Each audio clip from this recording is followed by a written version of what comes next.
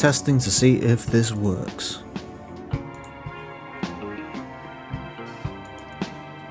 Testing to see if this works. Yes, it does. Testing to see if this works. Yes, it does. Testing to see if this works. Yes, it does. Testing to see if this works.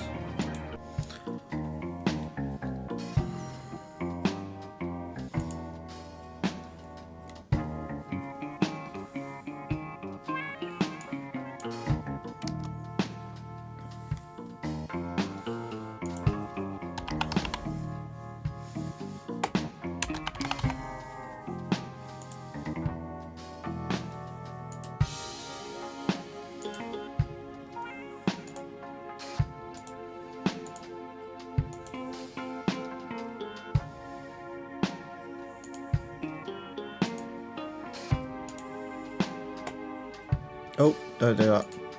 Bad.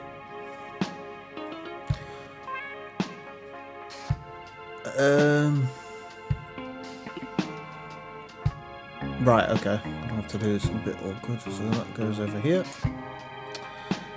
And then that goes there, I guess. Cool.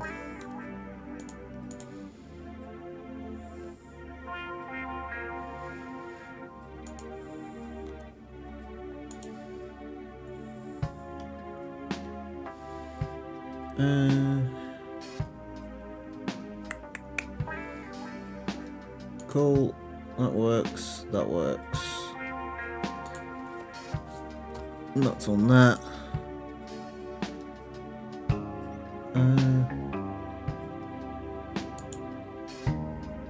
That should be working, alright. That was awkward, just a double check on my phone if that is actually performing as expected.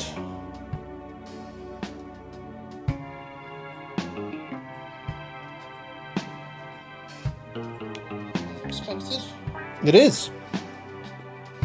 Incredible. Well, get that monetization on, boys. On.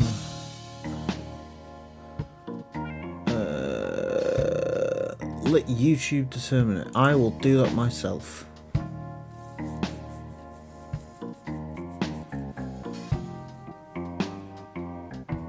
Don't tell me what to do, YouTube. Click that box. It's Chicane! Hello, Chicane.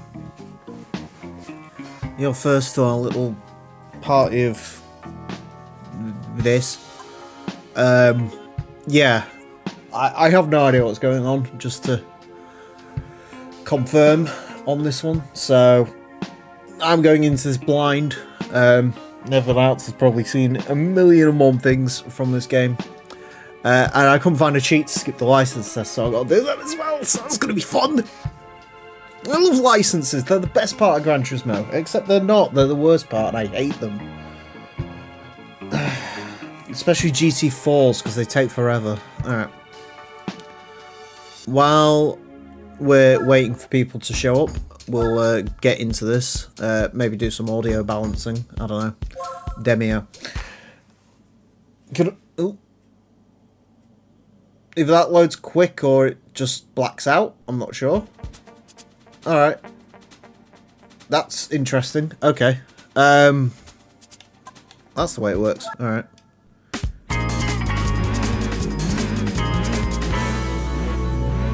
Demio.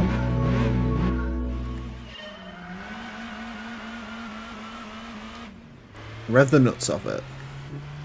Try and change the view. Fucking up the first license test. I hate these things so much.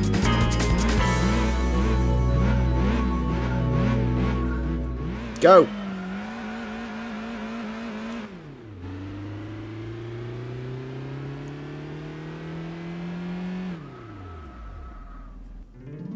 Incredible.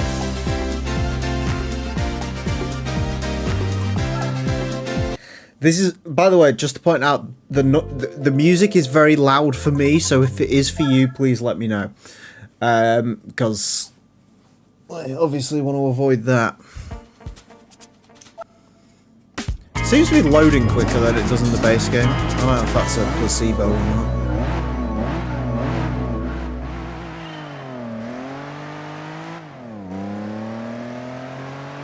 No idea. Let's stop there, we'll do.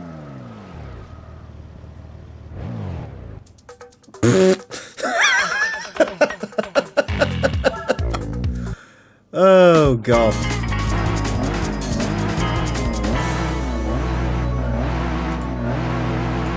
Yeah, alright, I'll catch you later, bud.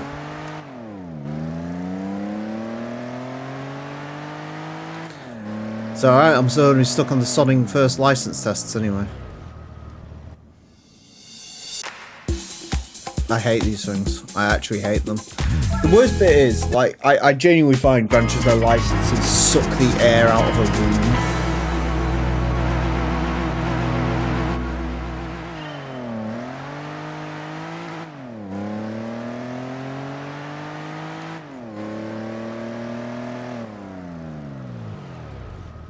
There we go. We take those. We take dubs. We take nothing but dubs on this channel. That's, you know, what you know, obviously. By watching that impressive act. Hello, Roman. How you doing, buddy? There's we get to see the new camera now, which is cool.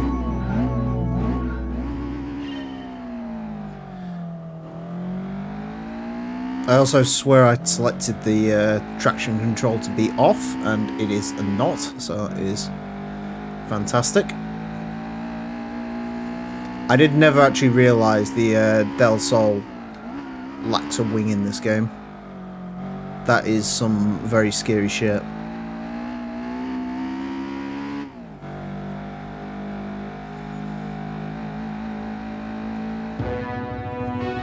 I'm just too good. I truly am. I don't know. Don't ask me. I don't know. I just sort of set things and it worked. So that's yeah, look, always off. And it's supposed to have a loose chase camera and I don't. Unless you select like another view, I don't know. Weird. I don't know how you install mods in PTSX2. I don't have any, as far as I'm aware. I mean, this is sort of a mod, but it's X Delta, so X Delta's pretty straightforward.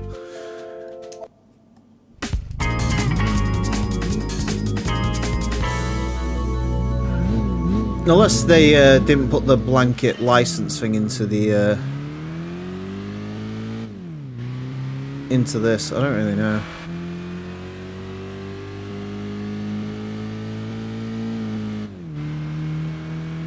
Driving a Sylvia, everyone's favourite motor vehicle in the entire world.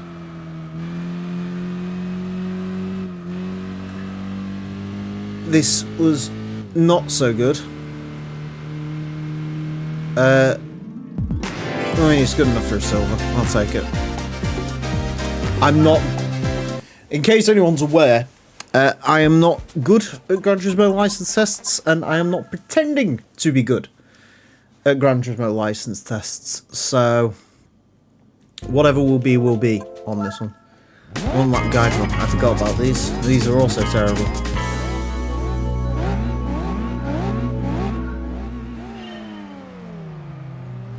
I will say, this game does clean up remarkably well in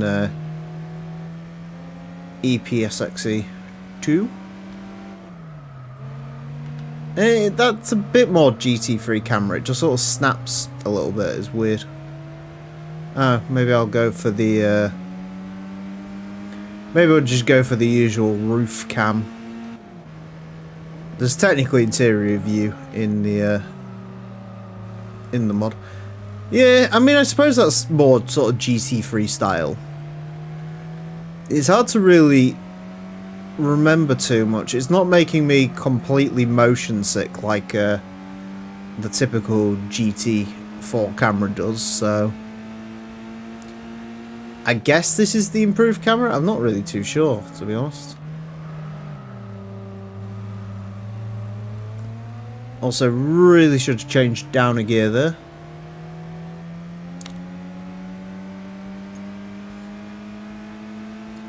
But we move. I mean, not very quick, it's a Mini 1, but we do move. Slowly towards the pace car.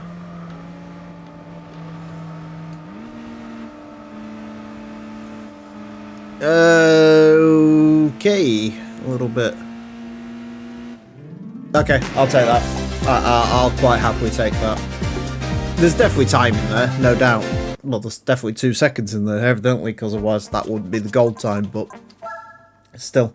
Hello, Addis. Fair enough, Roman. Okay. Is this the Viper? No. That is not a Viper. That is a Renault Megane. Which... There are probably cars that are further away from a Dodge Viper than a Renault Megane. But I can't really think of them right now. Alright, this is 400 meters, and this is... Cars' brakes in this game aren't very good, so I'm just sort of going to stop here. Here. Right, okay, there's definitely some time we can take out of that. Yeah, man. Gran Turismo, 2024, the year of banging Gran Turismo mods, and long may it continue. Does this mod change some of the physics? I think it uses... What is it? It uses the GT4 online beta, test beta thing, which apparently did change some physics around, so kind of, yeah. Bang. Beautiful. Literally physically impossible to do better than a gold, so we take those. Yeah, it's a good year for Gran Turismo mods. You know, next year we get the real Spec 2. Oh, there's the Viper. Oh, hell yeah. It's a blue and white Viper. Technically anachronistic, because of course the Viper did not come in blue and white in 1999. But I don't care. Because it looks cool as hell. This is the first major change I've seen between the two mods. This is 1,000 meters, isn't it? I'm gonna... I've been stopping too soon, so I'm gonna say there.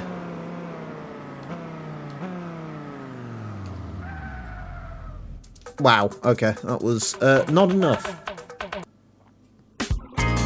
GT7 on Steam in November? I doubt it. I think they're gonna try and keep GT7 as... Well, I mean... The PS5 has absolutely no exclusives, so you'd assume they're going to try and keep the exclusives it does have close to their chest. But no, I don't suspect GT7 in November.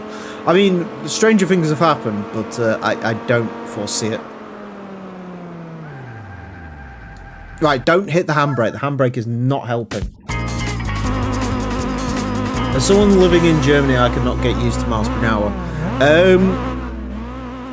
To be fair, I purely use it on the Hot Lap Classic because I didn't realise the cheat only worked in NTSC. So that's the only reason the Hot Lap Classic is recorded in kilometres. I only work on miles per hour. I don't really understand kilometres too well. And this was the first game in the series that actually let you pick your own units, which was really nice of it.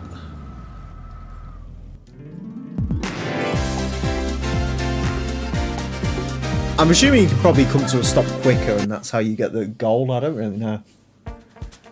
God of War. Alright. I'll be perfectly honest with you, I don't keep up with what the PlayStations do. Whatever PlayStation does is weird to me. Get ready to drive.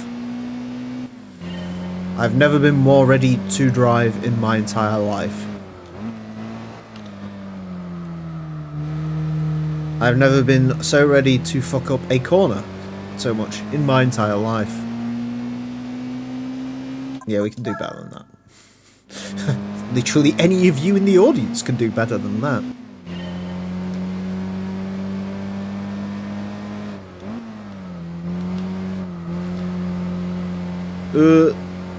There we go, look at that. It's still probably not going to be good enough, but... Oh! He doubted himself. He wasn't wrong. It was so good. I promise you we'll do some actual racing once this is done, because I absolutely do not want this stream to just be license tests, because I hate these things. Maneuver around the cones. Alright, easy enough. Dun, dun, dun. I am going to go in the old first-person camera for this.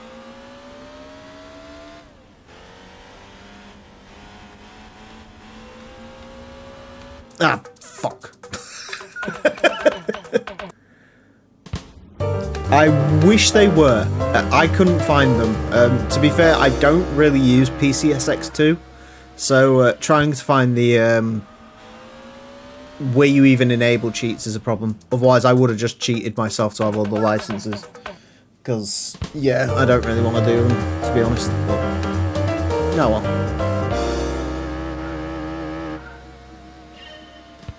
There are in-game cheats. Yeah, I guess. I mean, I know they sort of are. I don't really want to use them.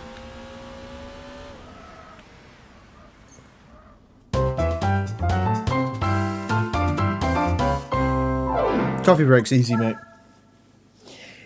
You can actually do it a lot easier than that, but there you go. Easy. Hello, Luxa.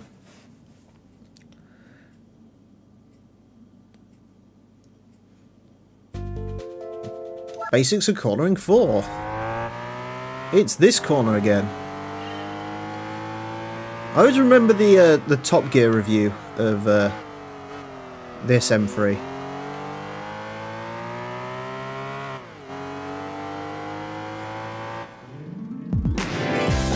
The CSL was a very strange car with, like, I think it had, like, ridiculously grippy tyres on it or something.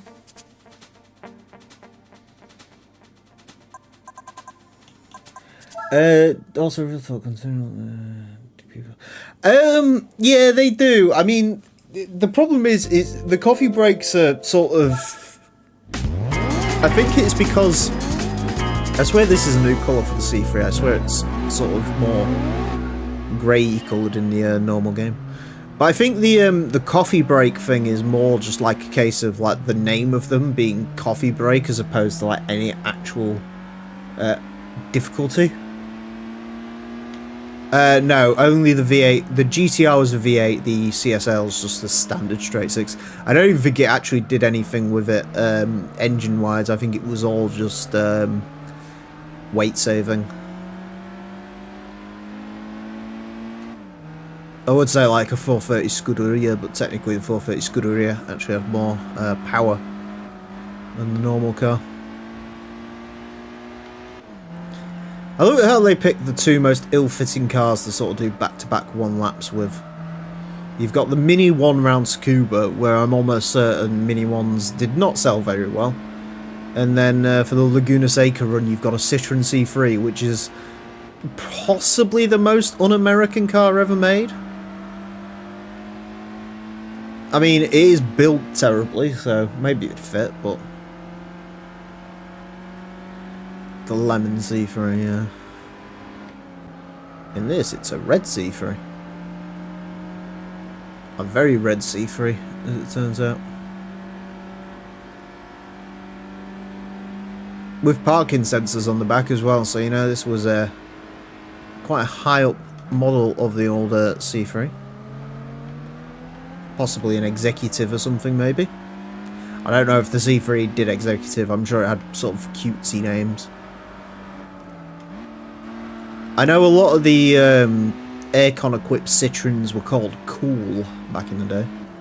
I don't think it's a C3 Cool because it's got the parking sensors, so it must be like a, I don't know, privilege or something maybe.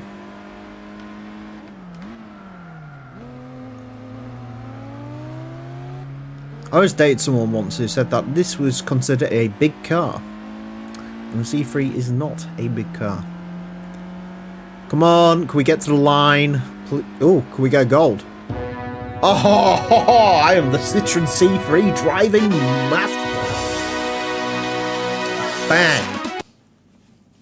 Kill shots in the C3. Do you mind if I ask about the annual GTA LP, or is that project? All LPs. So many corners were screwed up. Yeah. Look, man. I'm just a GT master. Yeah, basically all the LPs are sort of a bit in the air at the moment. Hot Lap Classic kind of the big draw. So it's a channel change in direction. I'm sure we'll get there eventually again. I mean, I actually quite like doing the GTA stuff. I think they're the main LPs I'd consider redoing, so... But we'll see.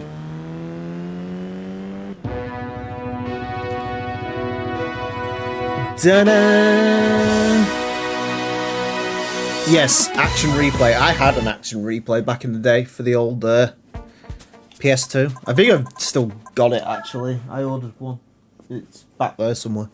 Well, yeah, no, I did have one of those way back in the ye olde days. I remember this. I remember getting like a 17.501 on this test before. Like most dirt tests in Gran Turismo were quite easy, whereas this one's a little bit sort of like there's a certain line you've got to take into the corner, I think, to get a gold. I mean, I don't really care about getting gold, so I'll take that. In case you're wondering, the prize car simulator is the prize car whatchamacallit is off, so we're getting the stock prize cars. The reason I'm doing that in this playthrough is because there's new events, so I kind of want to see what the prize cars would be for the new events. So that is why I have turned the prize car randomizer off, because that is something that's included in this mod, and also people have played the prize car randomizer to death.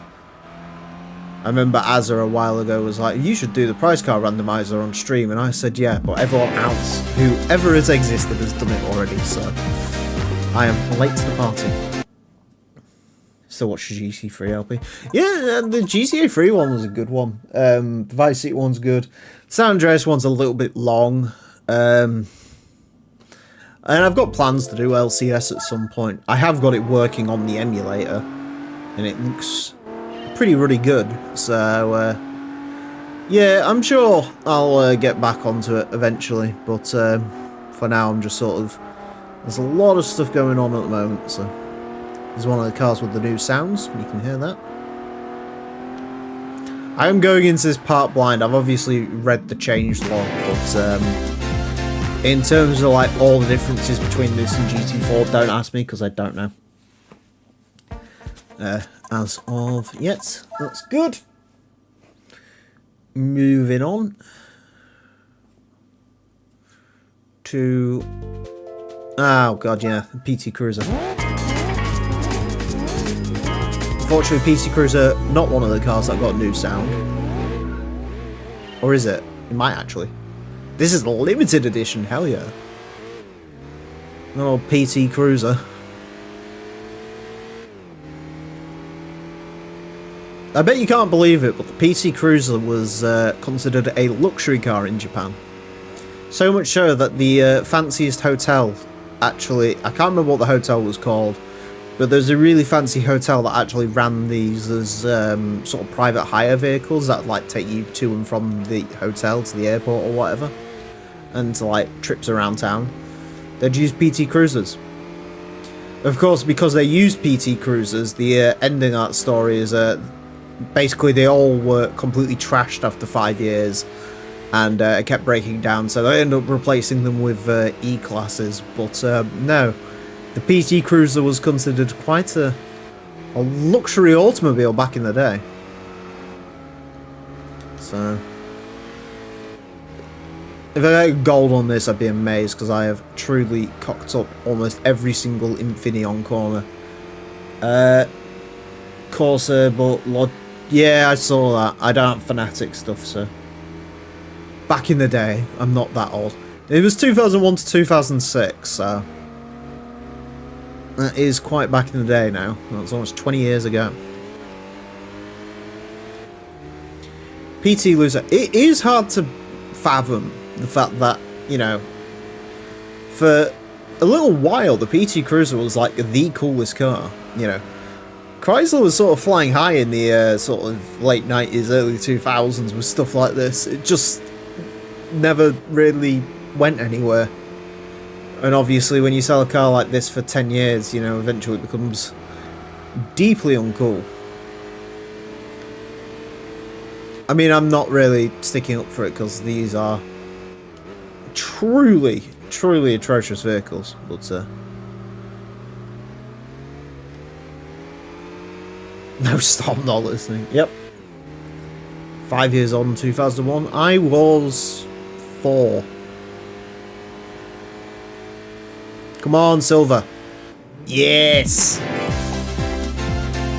To be honest with you, that was nowhere near as bad as I thought it was going to be. Either they were like really, really sort of... I don't think they tried to make Silver that difficult in this game, because I'm very comfortably beating Silver, if not getting golds. Gonna go get golds if I really wanted to. Ah, the graduation test. This one is actually quite difficult. Guess it broke down. Probably. They usually do. Oh, no traction control in the 120D. Oh, BMW 120D. Atrocious vehicles. I hate this. This Generation 1 series, honestly, one of the like most overrated vehicles to ever exist. Genuinely terrible cars. Alright, cool. That's our Silvers. Now, it should be a Lupo and... I forgot what the other car is. It's some 80s thing we get for that. We're not going to use either of them, but that's what we usually get for this. Oh, the other reason I'm not using a prize car is because my name... Oh! Okay. So you changed some of the prize cars around. That's probably quite cool. So that's the Micra. I don't know if I did that GT concept Micra. I doubt it. Ah, there you go. There's the Sunfire. So I guess they've gone with that over the old Lupo, which makes sense. Alright. Well, that didn't go too badly. It's about half an hour of my life I'll never get back, but it didn't go too badly. Let's buy a car. What do we got? Oh, new thing. Obviously the camera's slightly different, but you also get a description, which is cool. I think it's copied and pasted from the newer games, but it's still cool. I want that GS300. Could get an Impreza. It's the wrong colour. It's got a wing, so that's a bonus. Can't afford an Evo 3. That is a shambles. Glanza. God, I hate these cars as well. First gen GS300, yeah, those things are cool. Speed 6. Speed 6. I love this car. Mental thing. Actually, we're not far off being able to afford an old IS200. I think if I sold something, I could get the IS200. It's in a good colour. I have no idea if this is the 4-speed automatic or the 6-speed, though, without buying it, so... R129. Obligatory R129 stare and love. Could get a Cubics. Not gonna get a Cubics. Oh, the Lupo's here. That's an interesting change. So he's changed the Lupo into and the Avantine's in the used car dealership. And the Polo. I'm assuming you can still buy them, right? Oh yeah, by the way, new pictures for the used car dealer. Or for the new car dealers, which is very cool, very spiffy. Yeah, there's the Lupo. Beetle. I love the sort of slide in they do. That's cute. Polo GTI, my beloved. Golf Mark V, my beloved. Best golf. Bora. And then these things. It's a shame there's no midget. Could buy a midget. Can't buy a midget, but I'd love to buy the midget. Could get a Honda N360. Wow. That's not in here normally either. Okay, so there's like new cars that are sort of cross-pollinated in the... Oh god, Fiat 500s. Oh yeah. 17 horsepower, mighty. Life-step van as well. Jensen Interceptor, the Spitfire. Hear me out. Spitfire, not actually a terrible idea, because there's a one-make race for the Spitfire. Piazza's RX-7, Miata's Galant. That Galant has more power than it usually does. Just checking. The Spitfire is actually not a terrible choice. Please get in a car. Alright. How much is that new? 17 grand. 17 grand, so buying one for 6. Bargain. Yeah, let's go for sod it. No one else in the history of Gran Turismo has ever started their game with a Triumph Spitfire. So I'm going to start it with a Triumph Spitfire. Look at that. What a beauty. A bright purple Spitfire. Fantastic. Alright. Please tell me this isn't like an international A event. A. That's a new license, isn't it? Okay, so I guess we need the A license. I'm assuming you guys don't really want to sit through another license, so we'll... Oh yeah, this is the new thing as well. You can paint the car any colour you want. That one's cool. Of course, the only colour that really matters to us is maple. Maple orange, the only colour that matters.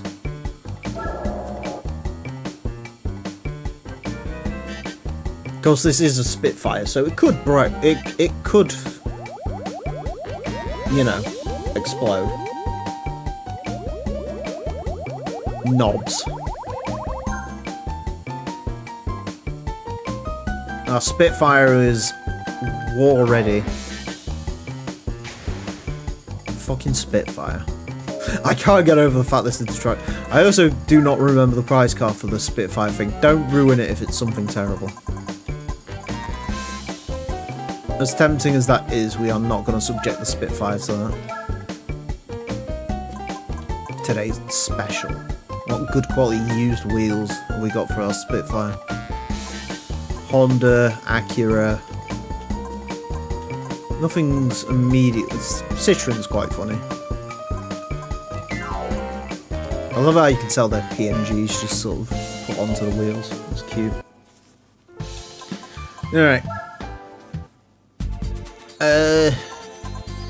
If we go into the FR challenge, we are going to get absolutely... It is a convertible.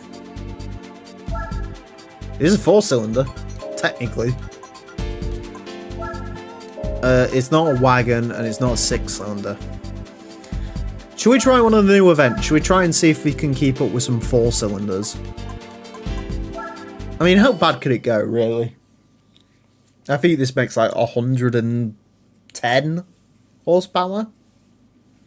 And the AI aren't that good, you know. There's a PT Cruiser in this event. I can smoke a PT Cruiser. In my Spitfire. Listen to that noise. Listen to that racket. This absolute speed leviathan of the Triumph. Oh, they're getting away. They are getting away slightly. May have overestimated the athleticism of the mighty Triumph Spitfire. Oh god, the tyres on this. I don't know what tyres are on this, but they're not good. That's how not good they are. Oh my god. There is a Demio and the Odyssey are going side by side. We are going sideways into the wall. That is a fantastic noise. Salute the Trial Mountain Monkey there. On your way to a solitary 6th place by the looks of it. Oh my god. I mean, okay, they're not gaining. We're not losing them down. Oh, we are losing speed on the old hill there. But can we do some speed into the final corner there? Oh, look at that!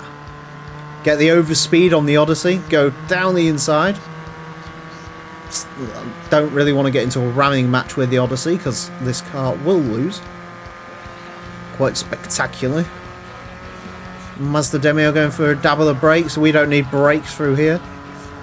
There's enough sideways momentum to slow the car down because tyres are supposed to go onwards, not sideways. That absolutely did not go the way it should have done.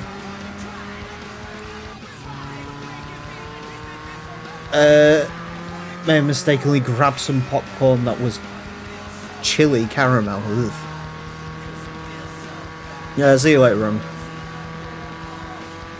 Oh my god.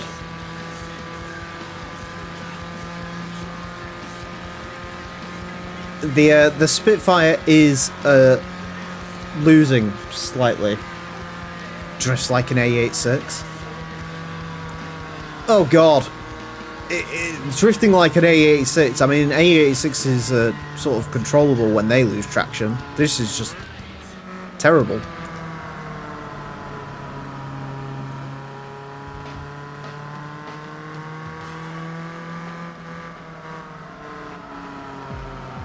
I was hoping I wouldn't have to slow down for that corner, and in a way I didn't. It just also meant I had no traction whatsoever on the way out.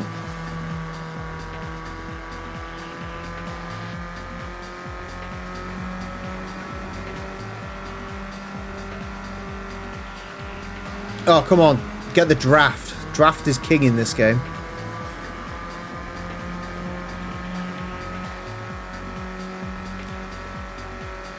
Draft may be king in this game, but the Mazda 2 is kingier. That being said, we can sort of attempt something.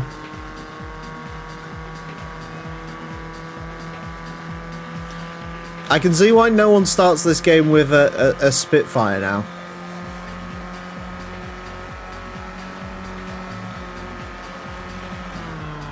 That did not go quite the way I wanted it to, but it didn't go bad.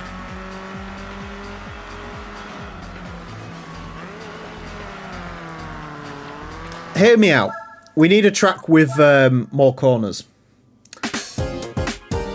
Oh, it's only got 71 horsepower. See, that explains it. I thought this had like 100 and something. And then I remembered it was British.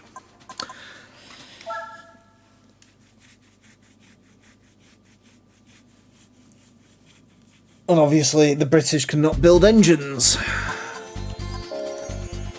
How much have I got? I've got 3 grand. Maybe we do need a rear wing for the Spitfire.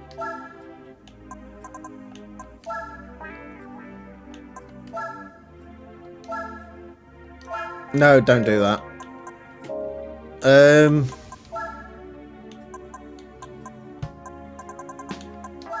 No, yeah, give it a chip. That'll really help it out. A turbo would help it.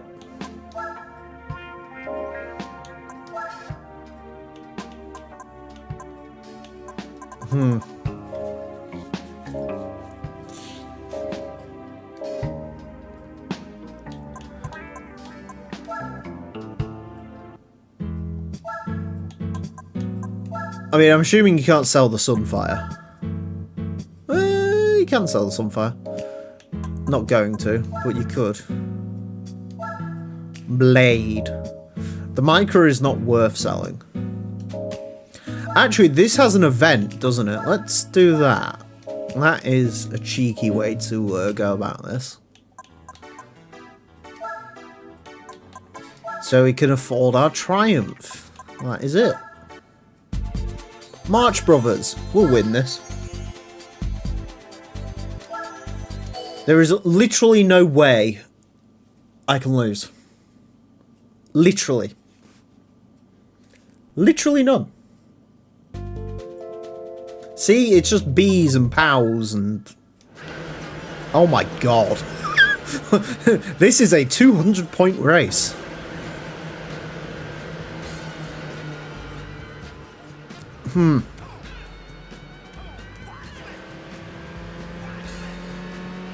Come on, Micra.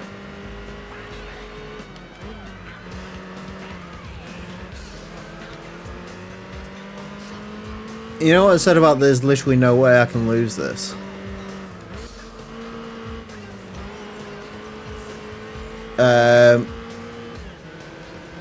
I mean, actually,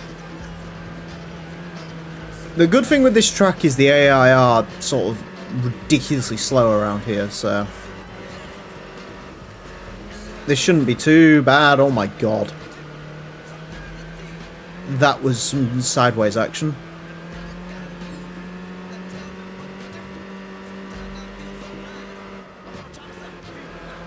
Oh, look at that. What a beautiful switch back on the POW. That is absolutely walking me in the straights.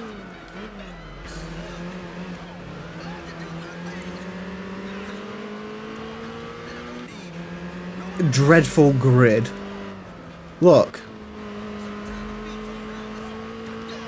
If the newer Micras know they only need one representative from the new Micra squad to show up and show these brothers how it's done. Build them in Sunderland, that's the best way to do it. Although, ironically, I think that G Plus is probably also built in Sunderland. Come to think of it. This generation of Micra is still one of the strangest, like, styling decisions ever. It still looks so weird. Look how good that other thing is in the corners, the B1. It's just literally dab of the brakes and he's straight into that corner.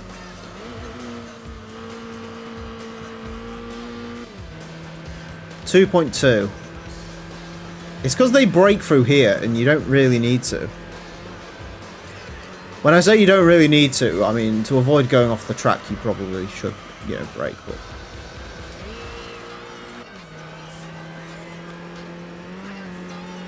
the key in a Micra is to just not brake. If you don't brake in the Micra, you don't have any momentum to lose. It has to be this lap.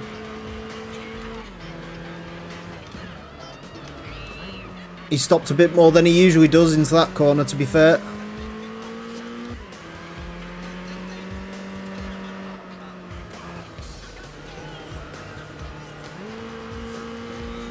Come on!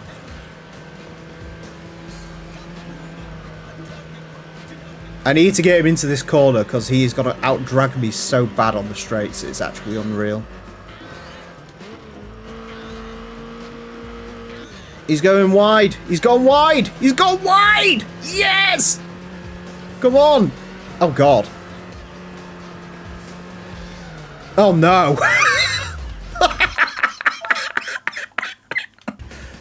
Oh, fucking, I hate everything. Honestly. Christ. Christ. I've never seen something go well and then immediately go bad. Like that. That was... It heard you talking shit. Yeah. I mean, the good news is we know it's going to fry its tyres in, like, something. Real Emil Heskey. God, I have not heard that in a long, long time. Hello. I heart Brazil, I guess. God. So we got the, okay, so this time round, actually, this is a lot better of a start. We just need to try and work our way towards that, B1 as quick as possible. I think that's sort of the key here. Maybe not be on the outside for this corner. Oh my god, look at the B1s! They are flying! They heard that you called them the worst pipe cars, and they were like, nah. Gonna have them. My favourite thing with the pipe cars is you could argue that the Figaro is the most iconic pipe car. And Polyphony, because Polyphony were like, no, we're not going to add the Figaro, we're going to add the POW and the B1. But not the Figaro. Not that there's anything wrong with that, because, you know, the Figaro kind of sucks, but it is the most iconic one, to be fair. 3 seconds, God. I had quite a scruffy second lap there, to be fair.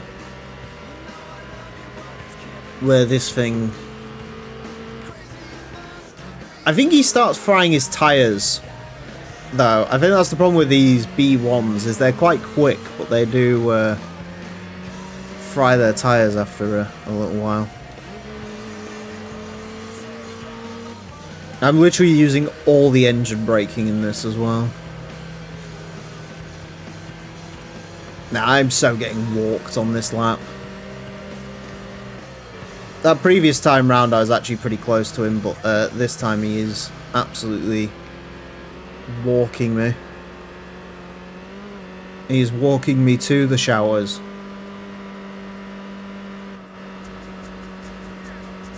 He's drinking me under the table. Weatherspoons has never known such domination as the BE1 is giving me right now.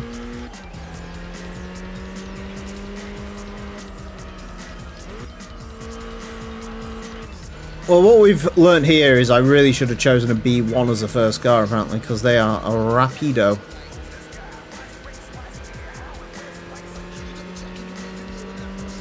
I can win this. I can definitely win this. Yeah, he goes wide on this lap.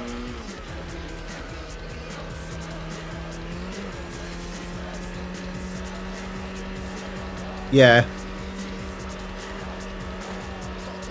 Yeah, I can definitely win this. I don't know whether to like... RD. What does RD mean? What tyres are on this? RDs? Road? Dirt? Does it even say anywhere? Or is that somewhere else? Downforce, yeah, let me tweak the downforce on my Micra. Fantastic. I have no idea. Are these? What? I don't know. Oh. Excuse me.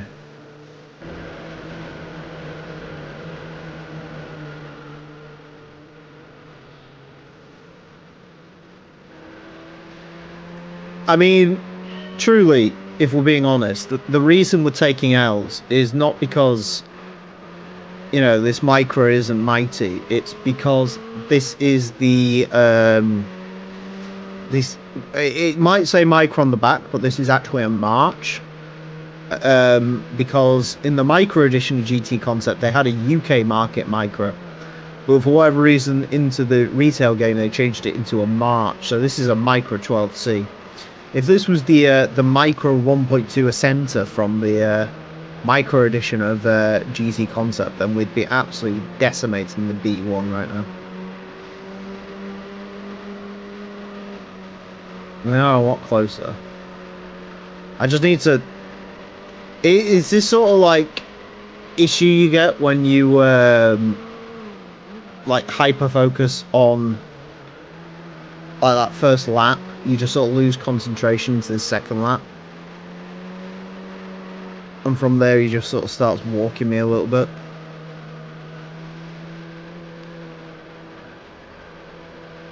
Ideally, I need to be making up about a second a lap so I can sort of pounce when he starts having his tyre issues. That's the key here. This song sucks. I have no idea what the music is in this game. I'll be honest, GT4's soundtrack is like... I feel like GT3 and GT2 soundtracks were like really memorable because like there really is like no songs in that game. By the time they got to GT4 and they could add like 70 songs to a soundtrack, like stuff did get lost in the shuffle. Like, yeah, obviously you remember like your Kaiser Chiefs and stuff like that, but beyond that, I mean, like X-Ray Sun stuff's cool, but you don't really remember a lot of it.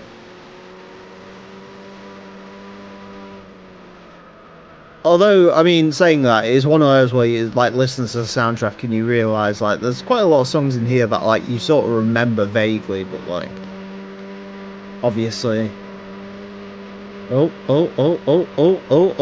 where you going, mate? Oh, you going for a little spin, mate? Oh, there he is. Oh, look, you're not so B1 now, are you? You're be gone in the mighty Micra 12C. Sounds like this song belongs in Need for Speed, yeah. The A-Spec points mean absolutely nothing. It's like literally some sort of like bragging rights thing, basically. They never meant anything in the beta game. Basically all you need to know is if there's a 200 point race, chances are you're not winning.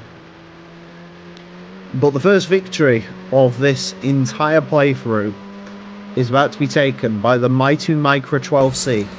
In the face of everything, it has dominated the Micra B1. It's a win for the Micra. Beautiful. $2,000. All that was worth.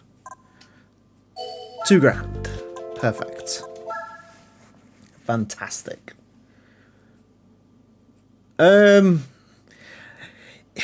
I'll be honest, I sort of prefer the licensed music to the sort of standard Gran Turismo soundtrack, just because licensed music to me is always sort of better than whatever. You know, it's like GTA 5 has its own soundtrack. That's actually pretty good, but the game's got, you know, you don't think about that when you think of that game. You think of the licensed music, so. Enough for a Stage 1 Turbo. Yeah. I'm invested in being a Micra brother now. Jesus Christ. Pow murder. And then immediately on the straights, I'm assuming these guys have turbos or something, because it's just not even close, is it? The B1s are fast, they're just like completely uncontrollable. I think this is why they sort of slowed Gran Turismo's AI down eventually, because Gran Turismo AI just goes ballistic if it's in a position of speed.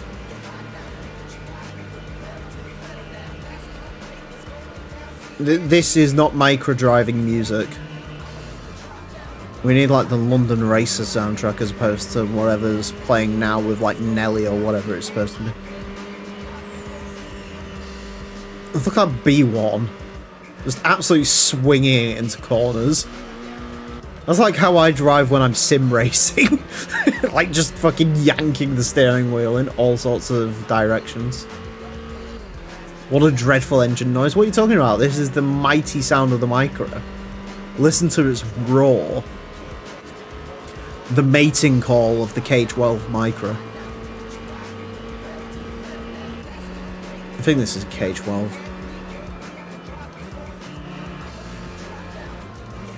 Nissan's great because Nissan fucking body style codes are just really easy to remember.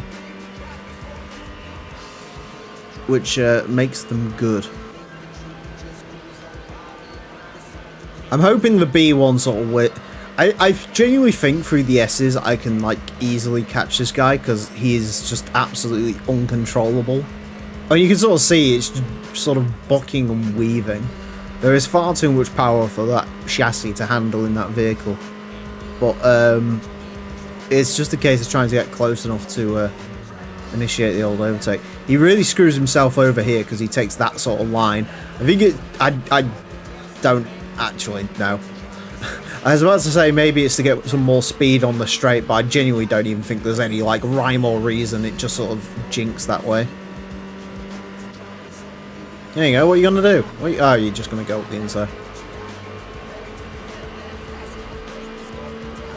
Oh no, he's got the inside.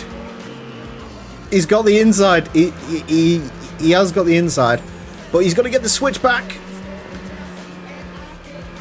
It's like Charles Leclerc and Verstappen at Japan 2019. Just absolutely no fucks given.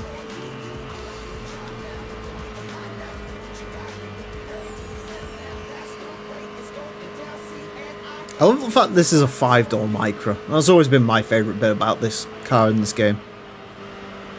You know, it'd be very easy to go for the 3-door Micra.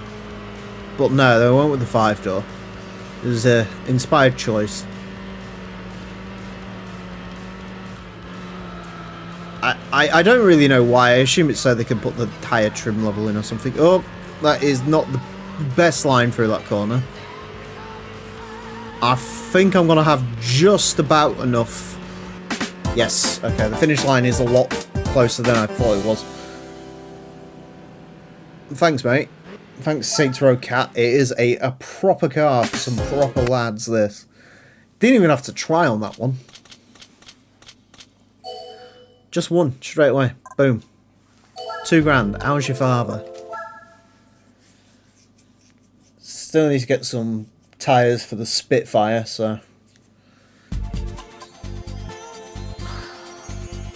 See, I don't have as much faith in this car at Grand Valley East, but we'll give it a go.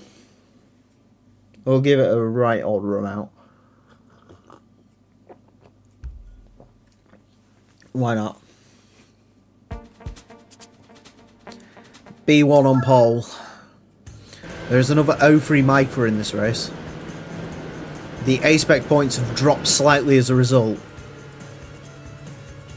Oh, it's the reverse. Oh, okay. If this is the reverse layout, a little bit more faith in this one. He says as he gets absolutely trounced by the other ones. Yeah, well, you know.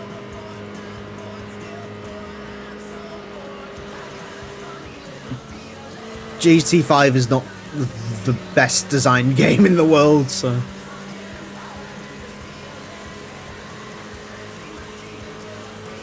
You don't realise sort of how sort of nothing that corner is until you do it in reverse. Oh, yeah.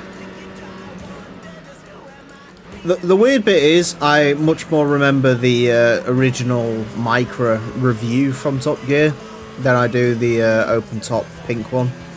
As much as I know the pink one was like way more of like funny and stuff, I just remember the original Micra review where they like put it against like a private plane and was like, you could rent this for an hour for $10,000, or you could buy a Micra. Of course, the joke is a Micra is probably like, well, these days would probably start at like $20,000. Not like you can buy one. Alright, we're not winning this race. Let's be perfectly honest. We are not winning that race. I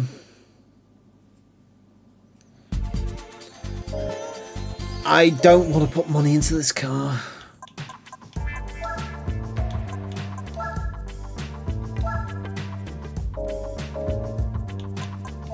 What's like the minimal amount of money I could put into this to get the sort of maximum amount of performance? Stick nitrous in it. I don't really know.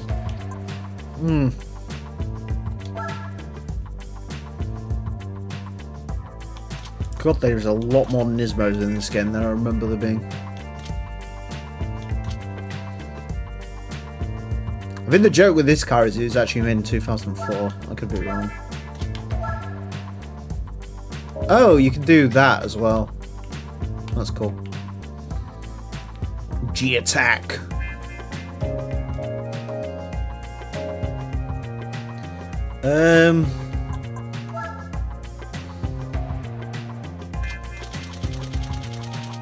I mean, that's all the same as it's always been.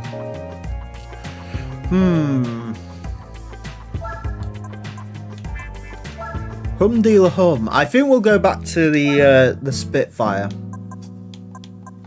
And then we'll come back to the Micra later. We need some mighty Spitfire action.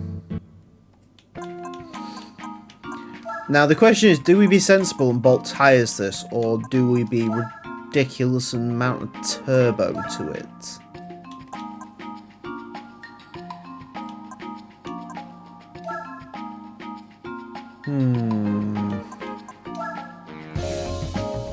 A turbo gives us more power. But tyres give us more stability. But a turbo gives us more power.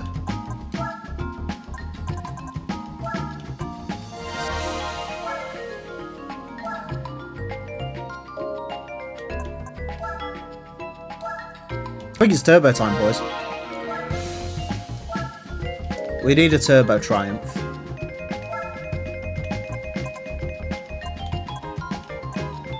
Road. Comfort economy. No, my thought is the sports tyre doesn't really give you much more. And I can sort of control the handling to an extent. So, we'll give it another whirl.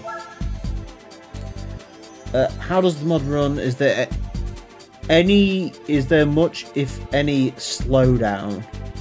I mean, it plays like normal GT4, so GT4 is quite intensive on the older system.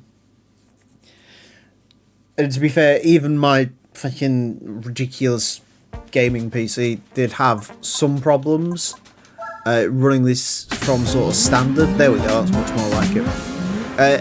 But I think there's like a certain setting you change. It's something to do with like the car models being mirrored in the dealership used to make it go a bit weird to run.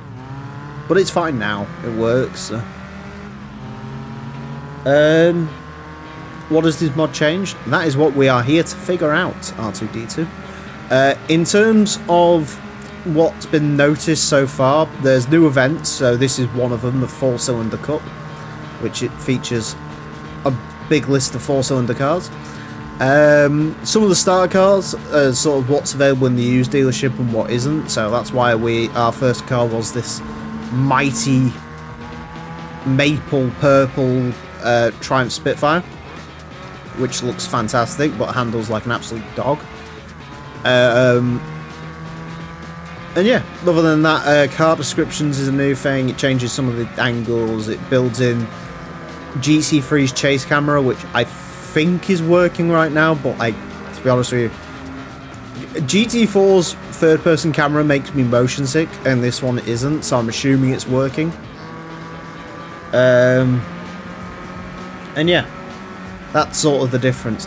It is worth pointing out, while we're sort of here, obviously, use your very legitimate copy of this, but you will need a copy of Gran Turismo 4 Online Test Build USA to run this, which obviously you will obtain from eBay in a very legitimate manner, like I have done. Although I've bought more copies of Gran Turismo 4 than probably anyone on live at this point, so I'll take that. Yeah. So that's what it patches. It's not like a base GT4 PAL or NTSC or whatever. It is like an actual sort of American test copy. So just bear that in mind before you download the mod. It is also an X Delta patch, which if I can do, you can do too. But it is worth mentioning. in case anyone was curious about that sort of stuff. I just realised this car has one wing mirror. How very British of it. As weird as it is to sound, after going from the Micra to this doesn't handle all that bad all of a sudden. I mean, it's still a little bit sort of terrible, but I think there's enough speed in this now to sort of get it out of a bad situation, which the old car doesn't. How is the Fiat Punto slower than the old Triumph? How is a Fiat Punto slower than the AE11 Corolla 11 is a better question. Because I swear that Corolla only has like 130 odd horsepower. Compared to the mighty Triumph Spitfire. Hey, GameWiz, how you doing, bud? Sorry, I didn't see you in the chat. How you doing? Yeah, it's good. It's GT4, but better. So, it's good. Yeah, I haven't seen you in a while. How you doing, bud? Could be worse. You could be in the Ginetta G4. The Ginetta G... So, fun fact, I don't think I've actually played this game for any significant length of time other than some, like, pissing about with randomizer for, like, one night only. I actually did, when we was doing the GT4 LP, for the 1,000 miles event, one thing we was playing around with was using the G4 and, like, fully upgrading it. And it turns out that car, if you fully upgrade it, gets, like, 250 horsepower and it only weighs like 400 kilos, which gives it a fantastic power to weight ratio. Of course, the one problem is it is truly and utterly undrivable, so in the end we used the giant Superbird, and that sort of fixed all my problems. But yeah, not good. not good, not fun. And across the line, Spitfire. Yeah, I'm still kicking. Some people would rather I don't, but there we are. I'm still living on. Somehow. Gone through about 5 Civics since I've last spoke to you, but other than that, yeah. 3 grand, hell yeah. The chase cam looks different. Yeah, alright. So that is a sign that that is working. So that is, to be honest with you, that is the #1 reason you should download this mod, because the chase camera is better. How much a Suzuka is this? It can either turn nor slow down. What kind of French car is in this mod? Is it popular? You can look at it. Yes, I will investigate the French if you wish. It is standard French. The sort of... Oh, it's this layout. I don't think the game uses this layout by default. Forza... Is that a Prius? No, it's a Prototype. Forza uses this layout a lot, but oh my god, okay.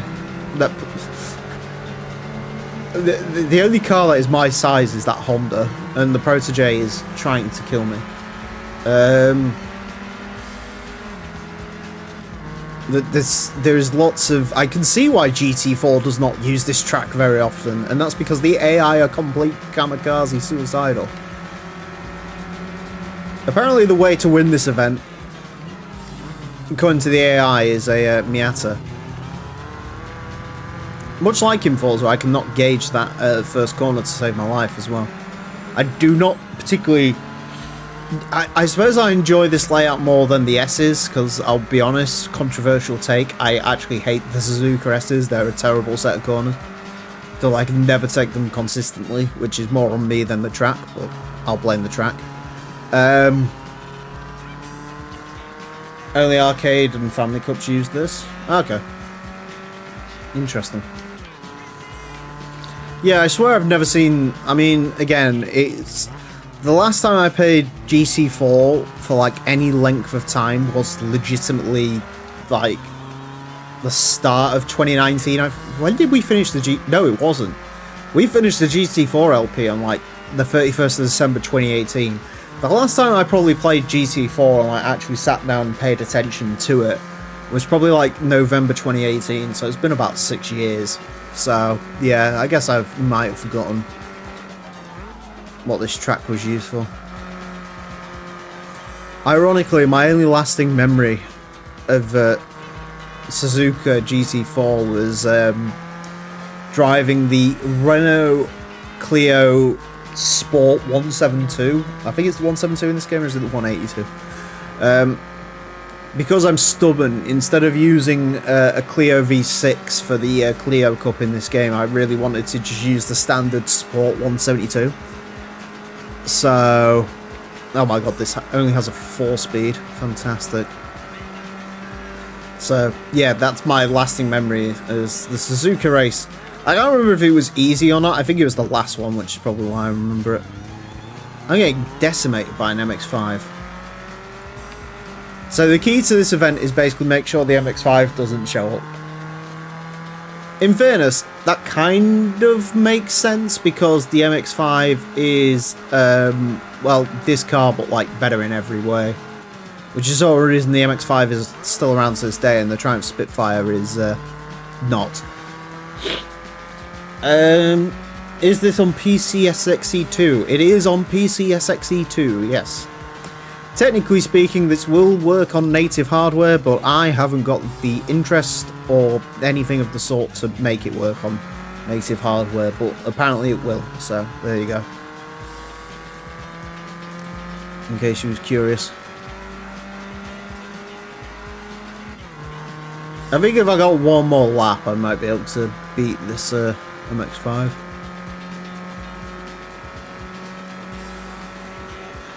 Maybe. Probably not. I am quicker in the corners. Definitely. It's just on the straights I get walked. Trying to upgrade the brakes and tyres. I'm going to be honest. I don't know how much money you expect me to put into a Triumph Spitfire, but I'm going to say I'm not going to put in a lot because it's a Triumph Spitfire.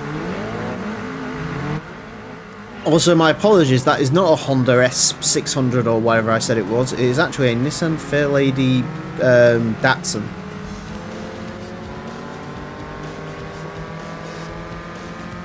Look at the Piazza, man. Poor Piazza getting absolutely mugged off by the Protege.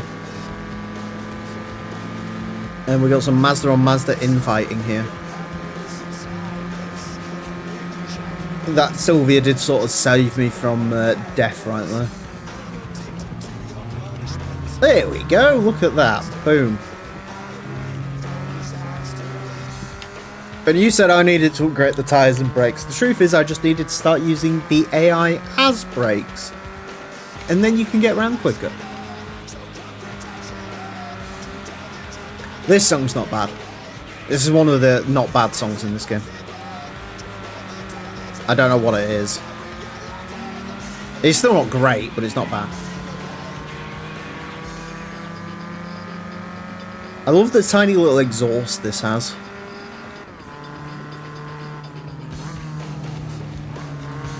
Car combat. This is also one of the only cars that can probably make the MX-5 look big. I agree on the S's, yeah. Suzuka S is not good.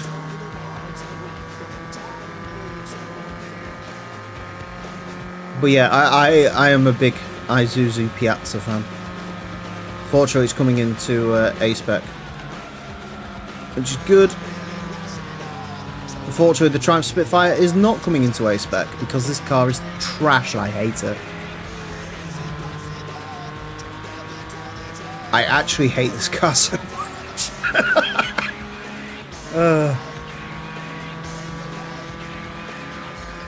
I still think I can maybe win this. The weird bit is Trial Mountain is the track I actually expected some more problems at this one. Ah, it's Papa Roach, that explains why it's okay. It's a shame Isuzu stopped making normal cars. Kinda true, but also, are you aware of GM in the 90s and 2000s? Chances are, really? Thanks for that. Just kill all momentum. We're supposed to be working together. Yeah, I mean, again, like GM probably would have just killed Isuzu with rebadging Chevy Suburbans or something, but This thing sucks. This thing genuinely sucks ass.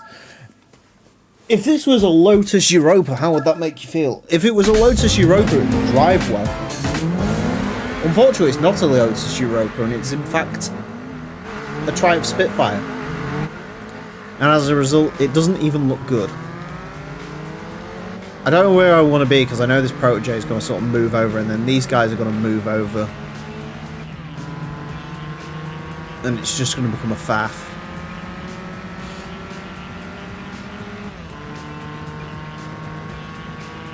British Leyland moment. More like a me moment, because I can't drive, but, you know. I appreciate the ability to blame British Leyland for it. There is a Sylvia going sideways. Okay, that was better. There we go. Right, now just don't drive onto the gravel like a moron and survive for 2 laps. Which is more of a problem.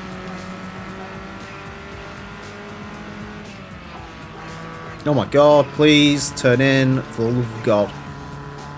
Doesn't help regular cars now come with standard tyres, not sports stuff.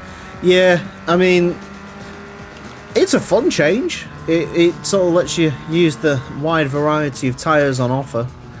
Because it was a bit weird for like, some cars would come with sports hards and some cars would come with comforts, and it was a little bit sort of confusing. So I sort of don't mind it. Looks like an Elan S2 and a TVRS series. To be honest with you, it's probably more a case of TVRS series looks like a Triumph Spitfire than the Triumph Spitfire looks like a TVRS series. But yeah, I can sort of see it. There is a very old TVR in this game, a TVRS1 or something. So Spitfire.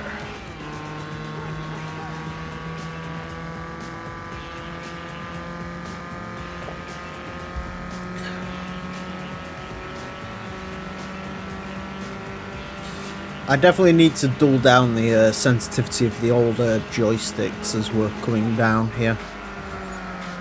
Because that is one thing I am noticing. The cars are very twitchy. It works in GT2. Because you just sort of tap steer everything in GT2. Please stop. But not so much in this game.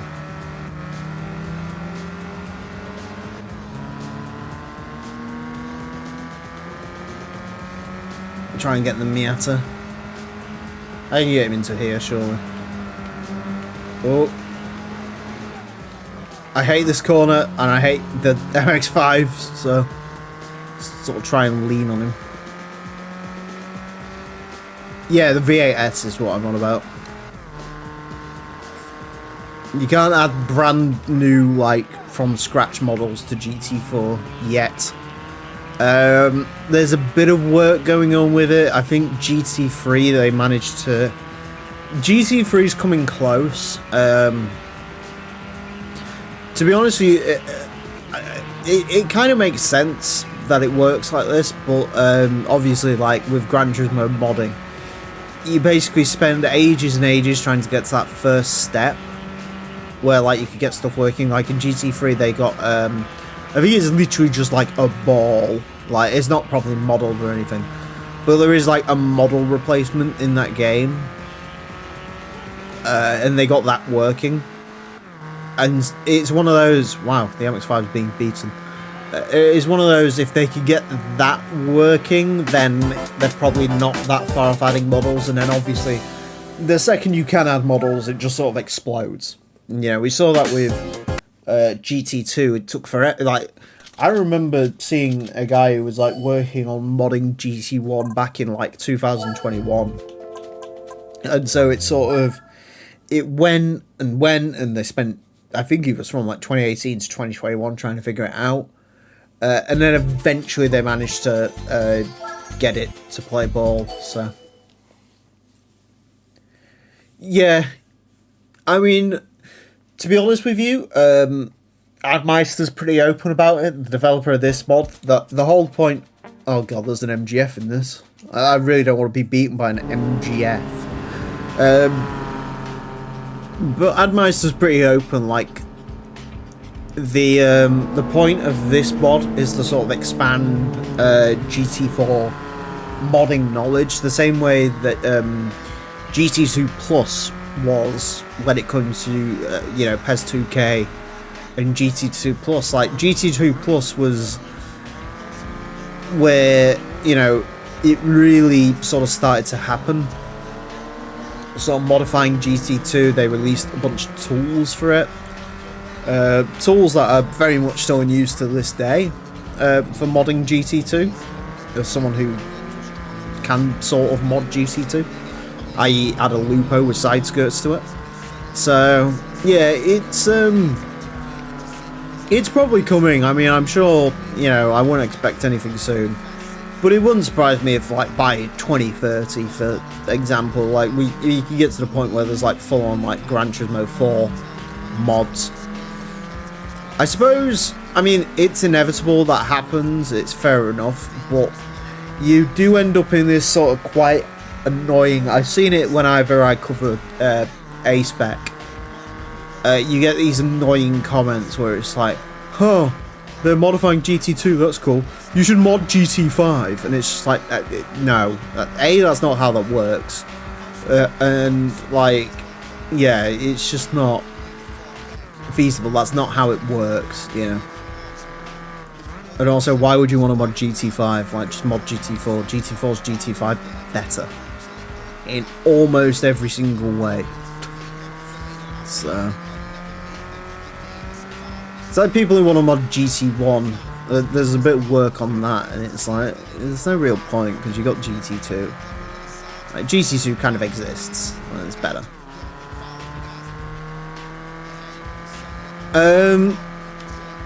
I'm going to re-roll this event so that MGF doesn't show up.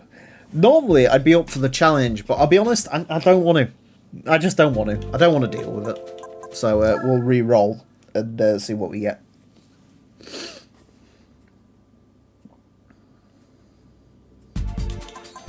I'm very curious what the prize car for this is, considering it's a new event as well. That's sort of the main reason I'm doing this.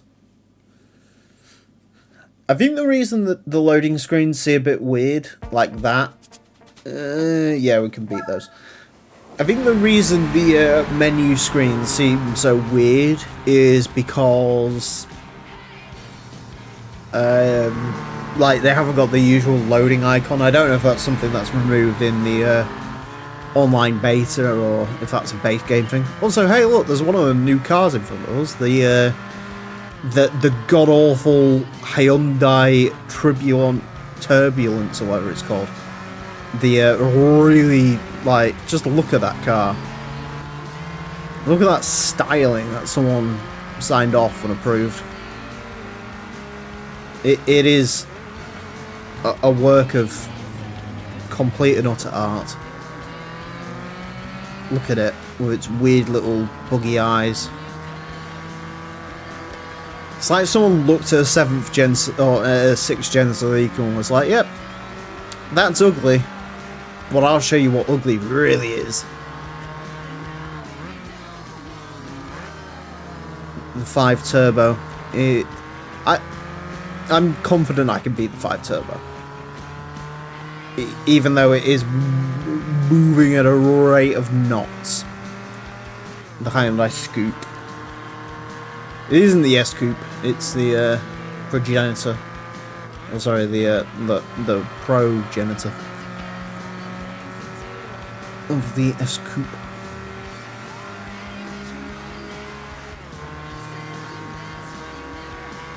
.4. I will say, Admeister, if you're watching, hello, thank you for the mod, it's incredible. The one thing I am noticing with this event is there is sort of one car that just sort of runs away from everything else. I suppose that last race was sort of close with the MX-5, but like... yeah, there's something that just sort of runs away, and it's very hard to catch it. Which is a bit of a problem.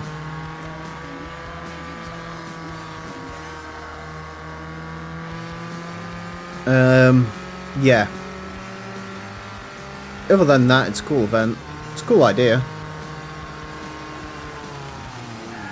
that didn't work. Alright. If that did work, we'd have continued, but, yeah. I don't really know. There's not really a lot I can do against that. To be honest, like... R5 quick, yeah, tell me about it. Spitfire moment, that too.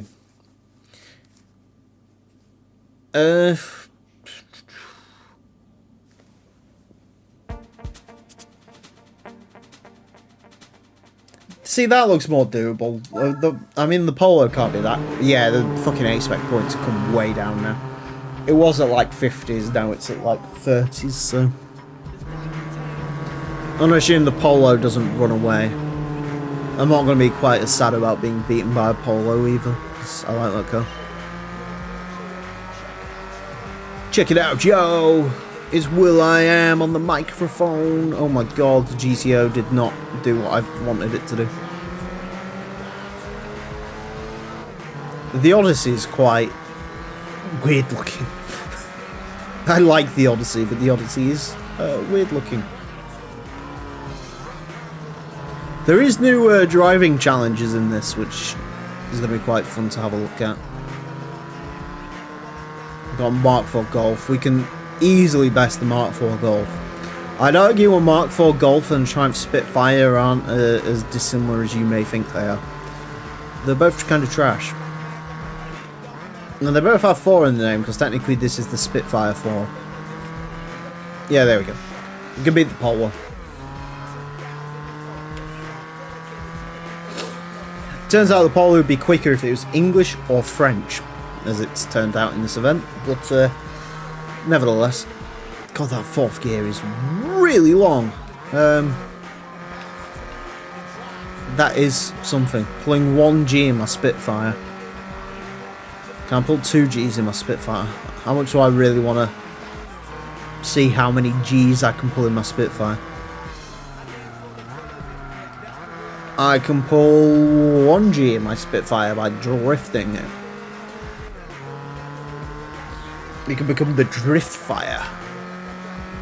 Fantastic. Anyways, thanks for all for dropping by. This is the GT4 Spec 2 mod. I should have it in the description, but I don't because I'm lazy. If you've liked this stream, make sure to like and subscribe for more. There we go. Got that in.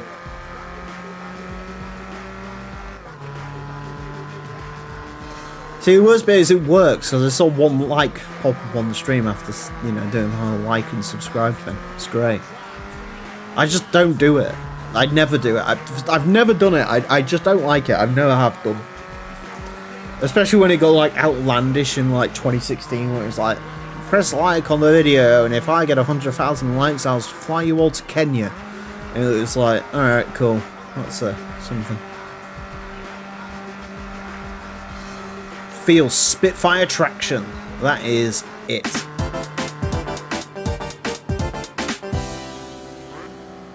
The Golf did beat the Polo. That is disappointing. Then again, the Spitfire beat the Polo, and that is perhaps even more disappointing. Do a stream once a week if possible. I wish it was. I wish there was enough content to do a stream once a week. Alright, price car. What's it going to be? Or even is the one? Are these events just for fun? No, there is a prize car. It is a... Okay. Yeah, well, I mean, I'll take that. Not quite as exciting as I was sort of hoping it was going to be, but yeah, I mean, it's cool. I like an Integra.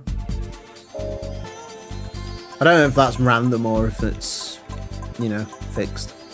I really want like, a super wagon event. I just need a wagon. We got a new car showroom yet? Or is that still the old one? No, that's new. Okay, there's some new stuff in here. What they got? Lots of cars. We've got a Gran. Tommy Mackinnon Evo 6 for 12 grand. Yes, please. Vits for 4.9. Absolutely not. In case you're wondering, yeah, it probably does have the pink. In case you're wondering, no, I'm not buying it to find out whether it does or not. It's a dead meme. Get over it. MR2. Maybe these are the same cars as before. I swear there was a TVR though, and there's no TVR this time.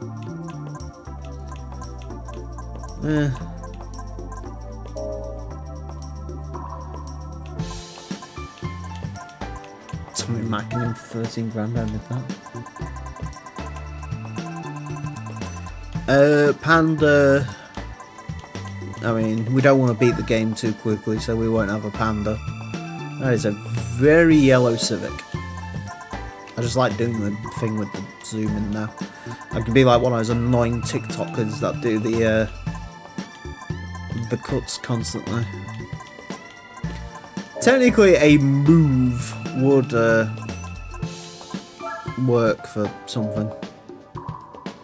There's no midget. That's the really unfortunate bit. I kind of want a Daihatsu midget, and there isn't one. Never a Daihatsu midget when you want one.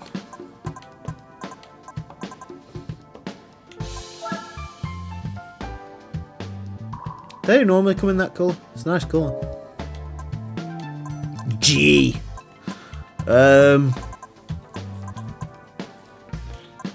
mean, there's no Wagagons for sale, which is unfortunate. Subaru vehicles are currently 15% off. What? Really?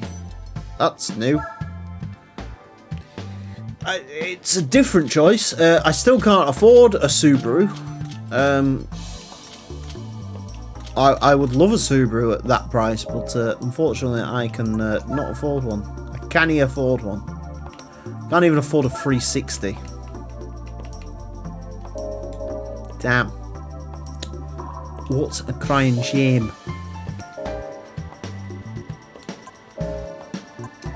Alright, I need to do the licenses so I can do the Spitfire thing, so I can get out of driving the Spitfire ever again. That's the Oh, that has not worked. Okay. Damn. Yeah, I want the Spitfire. TLDR. It revs to a lot.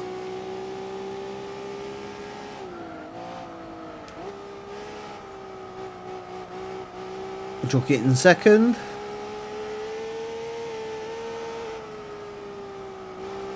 I think I did really well at this license test at one point in a past life.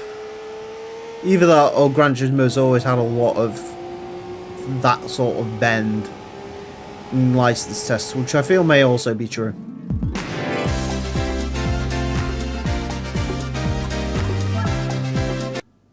Definitely the former. Hey, Ender, how you doing, bud? Welcome back. Long time no see. We've already driven a PT Cruiser, unfortunately, so you've missed out on your opportunity to see that.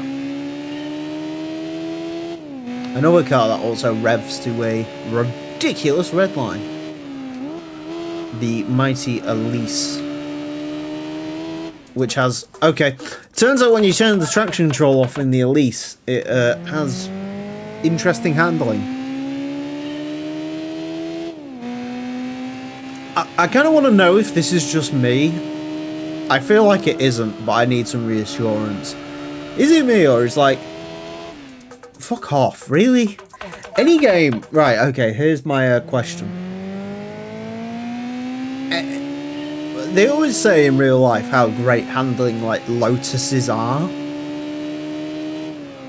Have you ever driven a game where, like, a Lotus is a good driving car? Because I always, like, unless it's just they don't marry to my driving style, I always find them, like, very inconsistent, kind of wildly understeery. Like, they don't really drive all that well. I don't know if it's just me. I'm assuming it isn't.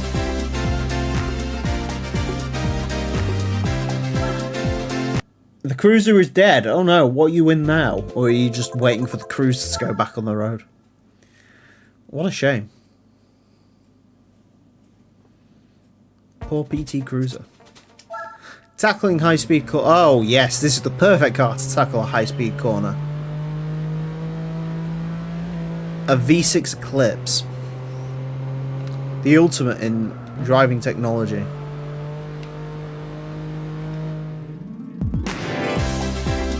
It worked enough. A 2018 Fiesta. That is not as mad as I thought it would be. But, I mean, it's a good car. I like the 2018 Fiesta. Lotuses, too light for their own good. Constant understeer or snap oversteer. Yeah, pretty much. I didn't read what this test is, but it involves a Subaru, so you know it's going to be a good time. I really like this Legacy. I would have had one if the interior plastics weren't that brittle, like they just used to absolutely like scratch. Okay, right, okay, understeer, yeah, four-wheel drive. Remember that, that'd be good. Yeah, I'd have had one of these if like the interiors weren't like so scratchy, like they just look horrible now because you get that like silver plastic that like the second anyone with like fingernails gets into the car, that's it, it's kind of like gone. And aesthetic stuff like that really annoys me, so fuck's sake, why? I share with a good friend of mine and she wanted something safe. I mean, it is a Ford, so you could argue whether safe is really the ideal of a Ford, but no. I mean, I like the 2018 Fiesta. I like all Fiestas. The Mark 7 especially. You know what? I don't care, that'll do. Alrighty, gamers. Well, good seeing you, buddy. And hopefully you enjoy the mod. What did you get, Inferno? Like I say, the only reason I'm not running the randomizer is because everyone else has done it, and also because I kind of want to see like if there's any changes to the price cards, which we have already seen because we've got a Micra as our... Oh god, it's this test. I remember this car. If I remember rightly, if you get a good enough look, like the pace car sort of cuts along front of you. Yeah, if you hold the accelerator down, you'll basically get bullied off the track by the pace car. Because this thing launches insane. It's actually quite insane, a car like this, when you really think about it. Like, there was a time when you could get a V6 3.2 litre Audi A3. Yeah. Like, that's kind of nuts, really, when you think about it. You see these come for sale every now and again as well, and they get like 15 miles per gallon or something. They're ridiculous. But they are quite cool. Like, I suppose the other thing as well, as much as it is an Audi, which is quite a cunty vehicle, I find R32s are driven by the most insufferable people. So I guess this is like an R32 in disguise, which is quite cool. It's one of those cars as well that you like sort of walk past and it's like Audi A3, and then you like look on the back and instead of saying TDI it says 3.2 Quattro, and you're like, that guy knows what's up. They definitely know what the rock is cooking. The clutch exploded on the BT Cruiser. L. I am not in that Discord, Inferno, so I can't attest that, but I'm sure it's good. Oh, pissing bollocks, fuck. Fine, I've got my silver. I don't want anything more. I am okay. I am better than expected. A6. Intermediate corners in an SLK. Again, known for its handling. I actually do really like this model of SLK. It's a cool ass car. It's just so, like, cute looking. I don't know. Like, I get why, like, people probably prefer, like, MX-5s and stuff, but, no, I'm a big progenitor of the, first gen SLK. It's a cool car. Boom.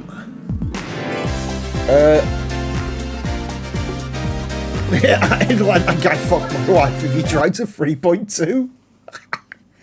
Yes.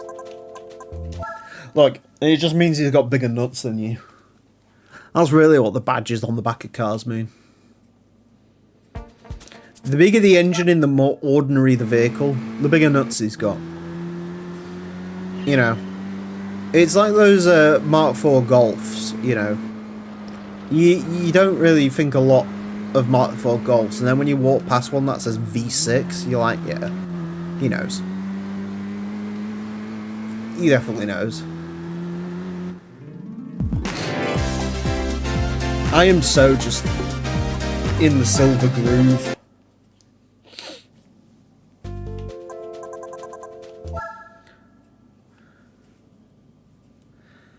I am so in the groove. Applied corners. Oh, hell yeah, listen to that rotary. This is a good change. I love an RX-8. I'm very vocal about my passionate love of the Mazda RX-8. And I don't care about its flaws. It's the perfect car.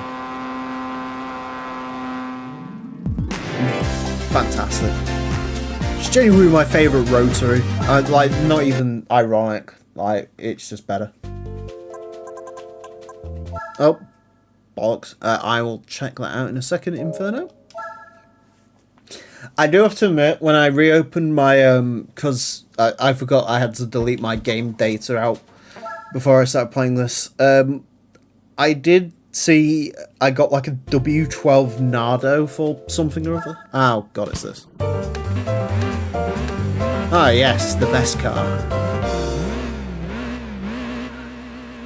The best car.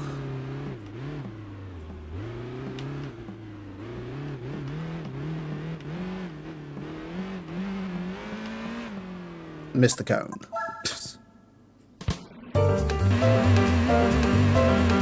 I don't know if I would be in third person or first person for this.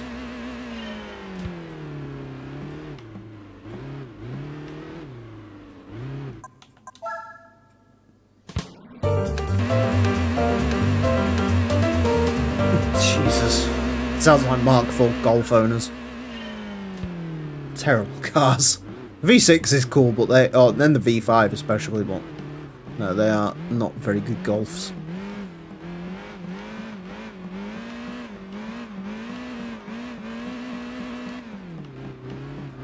Get it in second.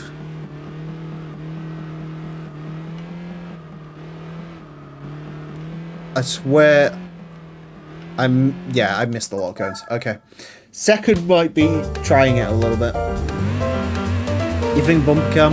Yeah, I can still deal with it. Let's give it a go.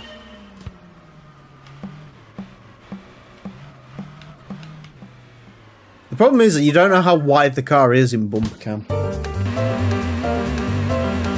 It also doesn't help traction controls on, and as we all know, everything in Gran Turismo 4 is made worse by the traction control, because the traction control in this game is stupid. It is far too sensitive.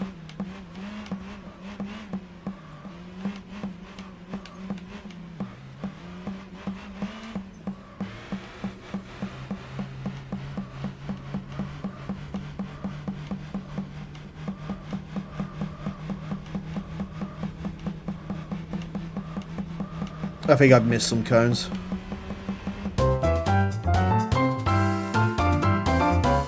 I'm not happy with that run.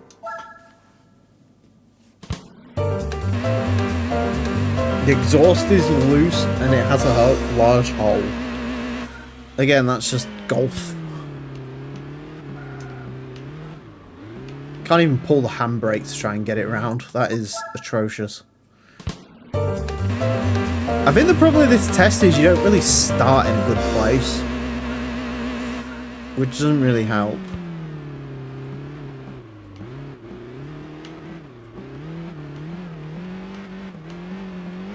I feel like traction control's sort of cutting in and out.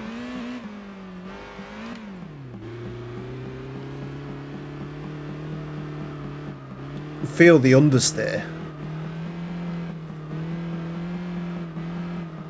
Feel the understeer. Definitely missed some cones. Yeah.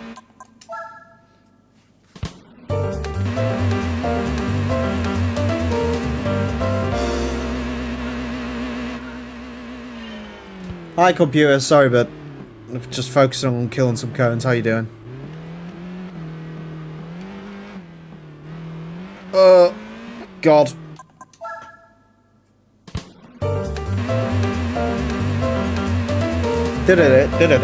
Maybe I'm just better off starting in second.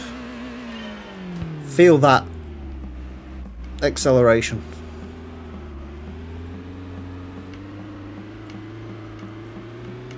To be fair, actually, that is better.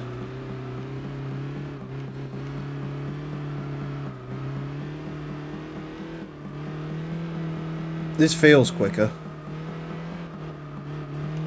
I swear. I'm missing cones. Fuck. Alright, second gear is the way to do it.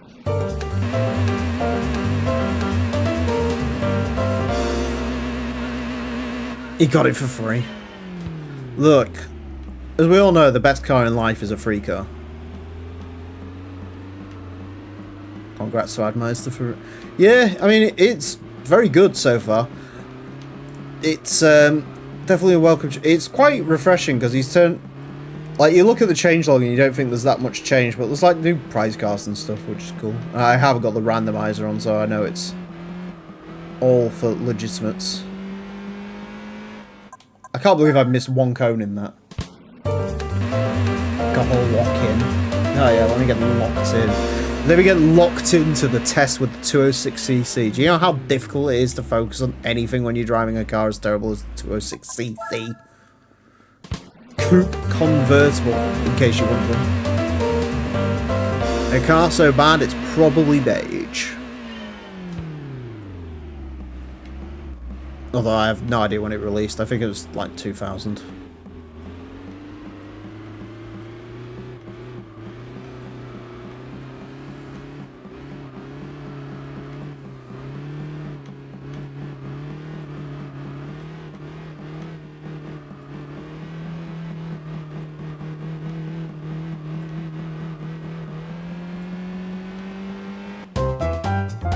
Boom.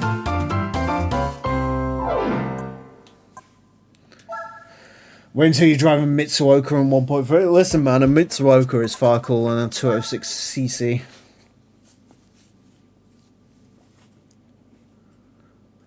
The Twizy? They're still making that? I thought the Twizy was, like, long dead.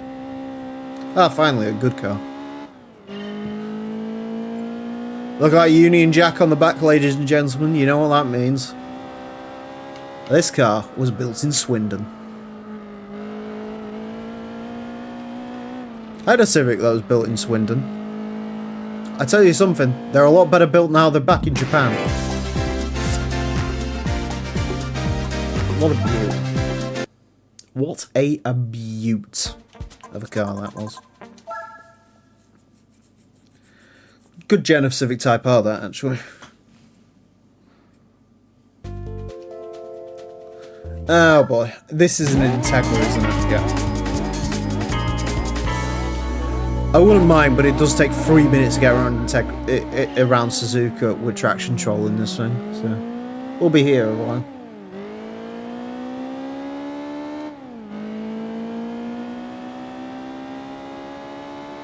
What Gen of Civic do you have? I had a Gen 10 and that's a Swindon car, so got PTSD from this one. Apparently I can't even take the first corner, so we might be here a while. Go.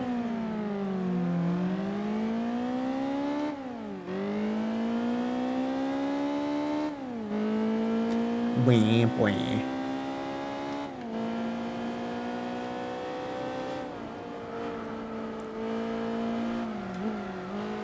It doesn't help.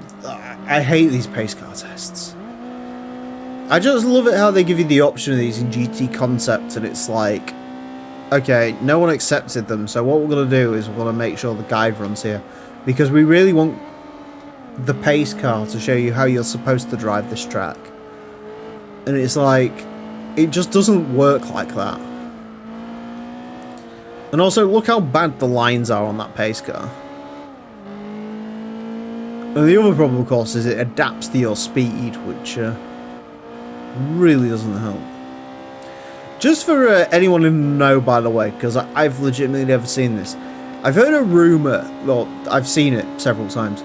The license test, the Nürburgring license test in the Japanese version of GT4 is a Sauber C9, not the 190E. Can someone confirm, do you have the pace car in front of you while you're driving the Sauber and it just sort of like adapts to the Sauber's pace, or is it not a guide run in that version? Like, I'm genuinely curious.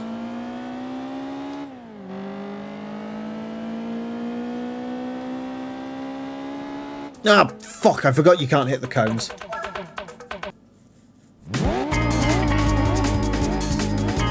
Yeah, I know it's S. Oh, is S not the pace car? Am I wrong on that?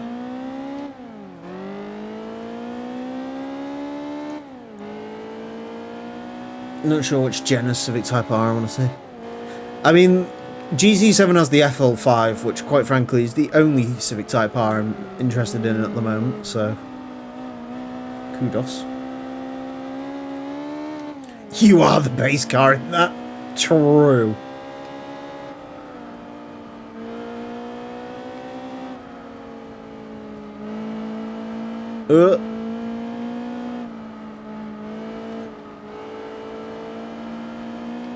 To be fair, this thing's rad. I love the later gen intakes.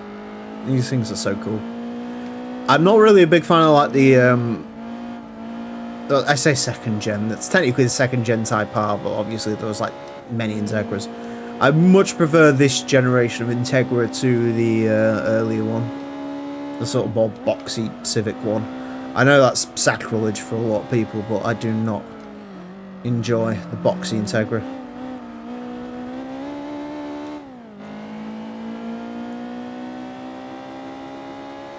Pescarolo replacing the Clio at Paris. That's probably... That Clio handles like a dog. I do remember that test specifically because the Clio handles like an absolute dog. Spec 2 looking awesome. Thank you.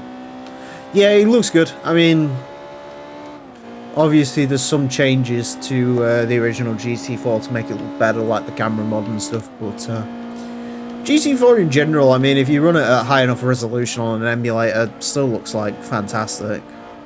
Like, this is...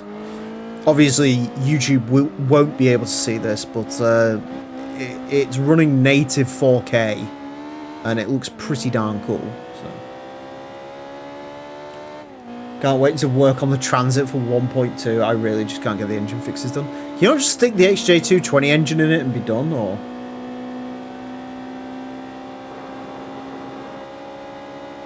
Alright, brake for this, because I do not want to lose it this close towards finishing it in the lap. Right, this guy brakes super early for this. Yes, I do remember that. And you can't touch the pace car, so... Can you tell I have PTSD from some of these tests? So even all these years later, I still sort of remember roughly what you were supposed to do. Right, draft him for the dub. Fuck me. Beautiful. Bang! We'll have pretty much everything copied from the XJ220 except the weight.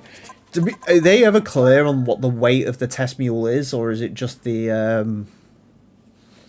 is it just like sort of guesswork on what a Transit weighed and just sort of do it from there? I'm assuming not, because it's a test mule and it wasn't like supposed to be a public thing.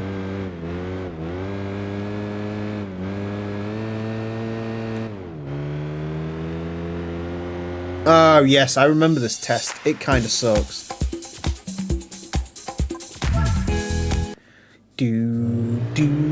I can't wait to drive that Transit, man. I am so looking forward to the Transit. It's so damn cool.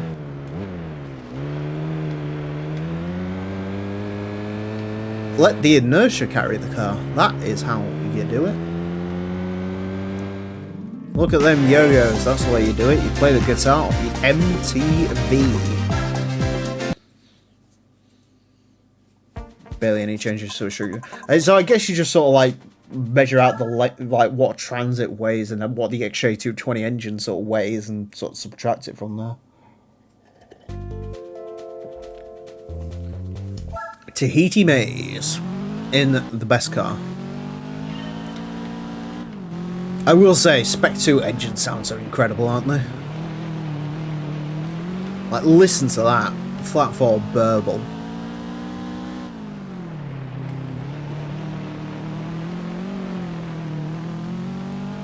I mean, you know, I get nostalgic about every car I've owned, but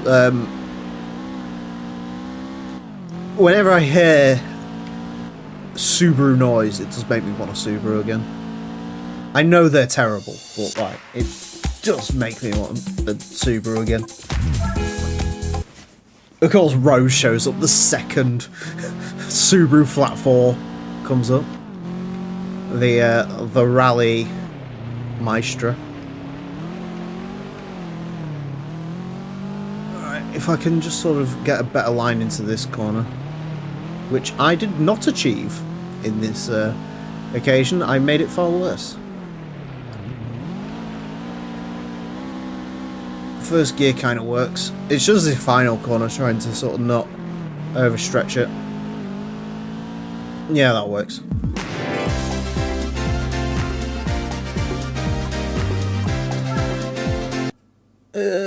From a 13-year-old vid, it was the ex-Jaguar worker who knew stuff about the meal plant when she for low speed testing. Makes sense.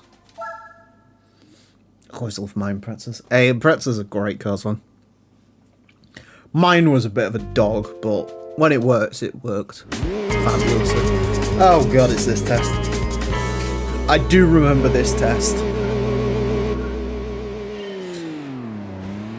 Basically, anytime you see an R32 and Trial Mountain in licenses, you know you're in for a bad old time. Every single time you see this car on this track, that's it, you're in for hell.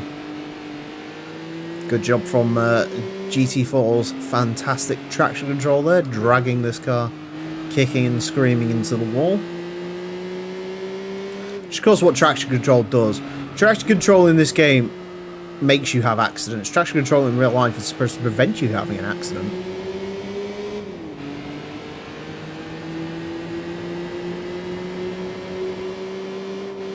I feel like we're going to be here a while.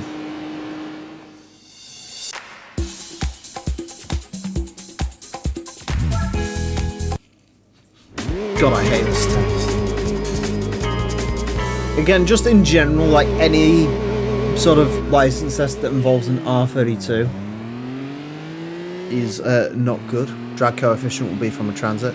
That 100% makes sense. Yeah. I mean, it's one of those cars which I can imagine would be like kind of difficult to develop for, but you know, there's like a lot of XJ220 stuff you can use, obviously, but like, yeah, it's still a little bit sort of difficult to there we go, that's a little bit better. The key is just don't get on the throttle. I don't know if this is enough to make up 2 seconds, mine, but we will soon find out. Please, no, not even close. Not even close.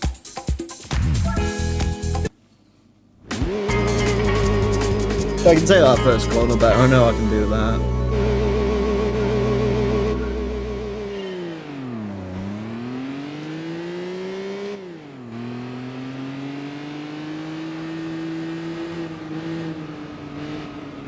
I don't know if I want to be going that wide. See, it's just this traction control. I hate traction control in this game so much.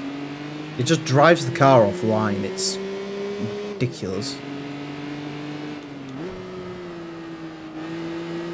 It's like even downshifting to try and get a bit more power out of it, just throws it offline. Yeah.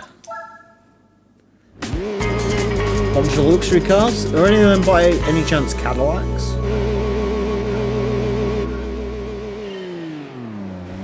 I do love a caddy that zigs.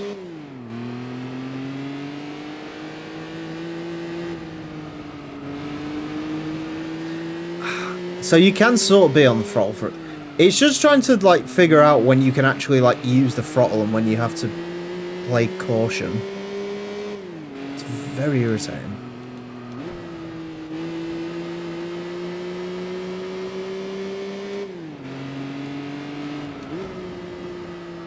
Please, please, please, please, grip. Thank you. But that's not even going to be close. Cadillac's a 1.2. Nice. Fear the BTCC will include crossovers. I'm not gonna lie. Maybe it's because they're just sort of so pedestrian looking. I kind of like it. Like, I don't know. I kind of like watching crossovers race. It's just interesting. Because, like, the funny thing is, like, I don't know. BTCC is kind of different, I guess, but, like, if you think about, like, WRC and stuff, like, for me, I still find it quite mad that, like, WRC cars are based on, like, Yaris's and Hyundai i20s, instead of, like, obviously I remember, like, fire-breathing, like, Imprezas and Evos and stuff like that, so... Still kind of weird to me. I mean, the Puma looks cool. You can't change my opinion on the Puma. Puma's cool. But I mean, the funny thing with the BTCC, of course, is there was originally plans to have a NGTC Evoque built. I think by the team that ended up running the A classes. I mean, it got scrapped pretty early on, but that would have been very interesting to see. I mean, I'm not gonna lie, like, the fucking BTCC only just lost the Infiniti Q50, which is a car that hasn't been sold here for eons, so I wouldn't worry too much. BTCC is very slow with catching up to trends, so I'm sure it'll be a while before we see the Vauxhall Crossland X in BTCC. Please, yes, thank you. Fucking Christ. Ugh. I mean, M Sport's on about going anyway. M Sport's been on about leaving for years because they don't basically get enough backing by Ford. Tackling blind corners, Nürburgring, Audi TT 1.8 Quattro, which is weird because this game had the 3.2.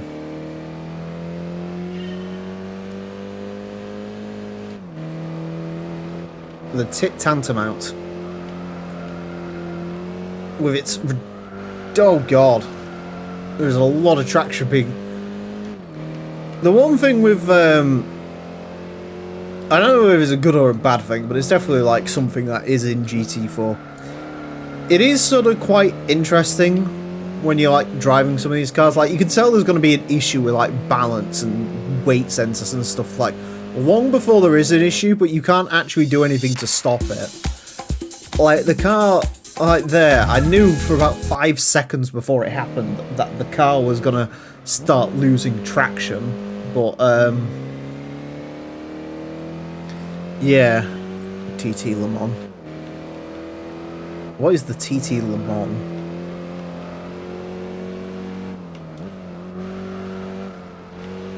I'd love to replace the TT with the diesel, which was a thing.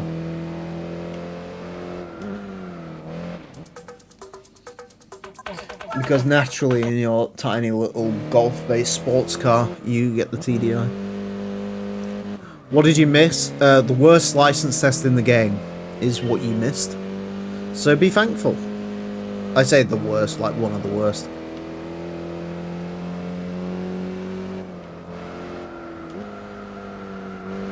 Oh god, right. This does not handle well. I literally don't remember this license test either, so...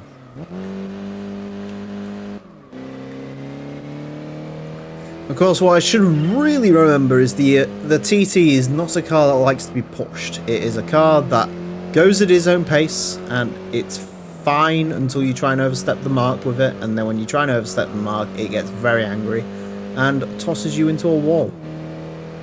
Also helps if you remember to upshift.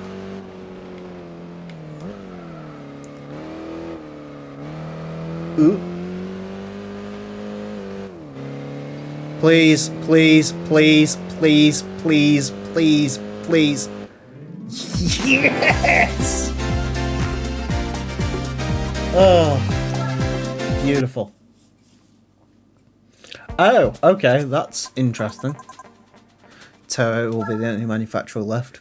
Look, Toyota, I kind of rate Toyota because Toyota's current strategy is they basically win everything in a racing series until everyone else quits. It's submission tactics, I like it. Now hey, the best small compact saloon, which isn't an Accord. I do like a first gen Mazda 6. Fantastic looking car. It is a shame that I know this is sort of a weird nitpick. It is a shame the Mazda 6 5-door in this game didn't come in the fantastic blue that the prototype did. I remember as a kid I used to adore the blue Mazda 6 prototype to the point where I'd like restart GT2 over and over again because it was like one of the first cars you got from the Sunday Cup, and I didn't realise back then that you could just like re-win the prize cars. I thought it was like GT3, so I'd like play through it, and if I didn't get a blue Mazda 6 concept, I'd like restart the entire save and just do it again until I got the blue one. Quite sad, but something's right. Yes, the Mazda Atenza, if you want to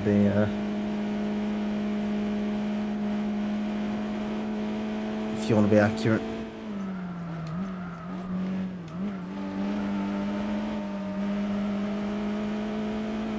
It's quite a good car to drive this as well.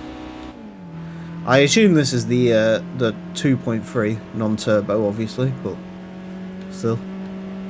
Produced 160 horsepower. Not as good as the Honda Accord's K24 that produced 188 horsepower, but yeah, still viable, still good.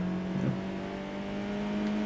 Again, not as good as the mighty 7th gen Honda Accord, but still good car. Yeah. Not as good, but still good.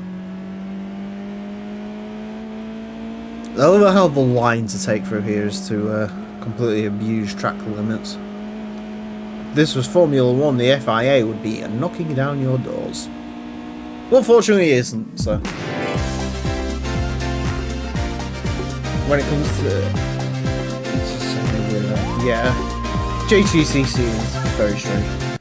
Mazda Atenza MPS was a rocket. Is that what they called it in Japan? I thought it was I obviously remember it being the Mazda Speed 6. I had no idea what it was called in Japan. I guess it is called the Mazda Speed, whatever it is. Graduation test, Nürburgring. Oh yes, this test. I remember this test. I remember this test is not very fun, but it did teach me a lot about the sort of end bit of the Nürburgring. So I guess I can thank it in that regard, but still. I hate it. Figure out issues with sound tool. Yeah, I mean, alright, here's my like really controversial hot take. I find in like racing games there is sort of like a pyramid, as there usually is in life.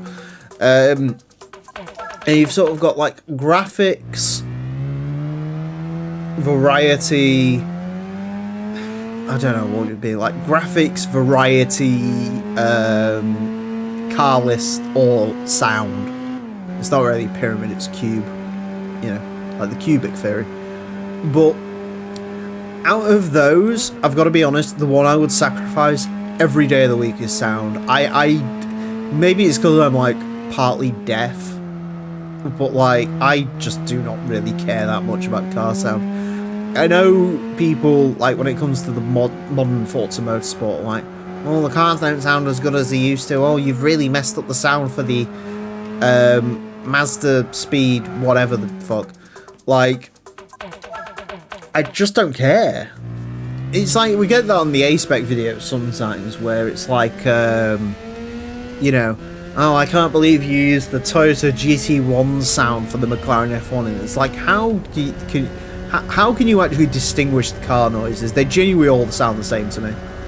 I don't know. Sound is just one thing I don't care about. Do you know what I do care about? Being able to fucking do a license test. I can't even blame traction control being on for this. I just genuinely... I hate the Nürburgring. I hate the Nürburgring, and this car is really floaty. That's my 2 takeaways from this one. Hence why I've gone into bumper cam to try and sort of get a better judge of where the car is, because I'm used to driving this part of the Nürburgring in bumper cam for the most part.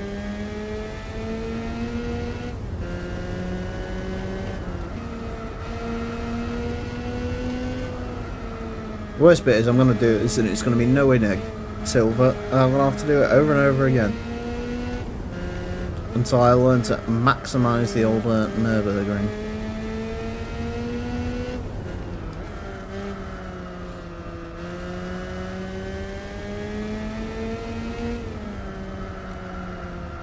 This corner I like though. This corner you can really maximise.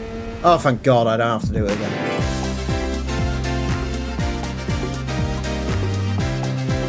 No, that's fair. I mean, the 355 is one of like the best sounding cars of all time, so it kind of makes sense. But I don't know. I mean, for me personally, it doesn't really matter. But obviously, like if you can do it, then yeah, do it right. But if not, then it is what it is. Oh, yay! A crossover! I love a crossover. Especially that one. That one is kind of wild. Yeah, truck. I love that one. Question mark. I mean, it'll be good for the pickup truck race, I guess. That's kind of something. Hey gamer, how you doing? Alright, the most important thing is we can now do the Spitfire race.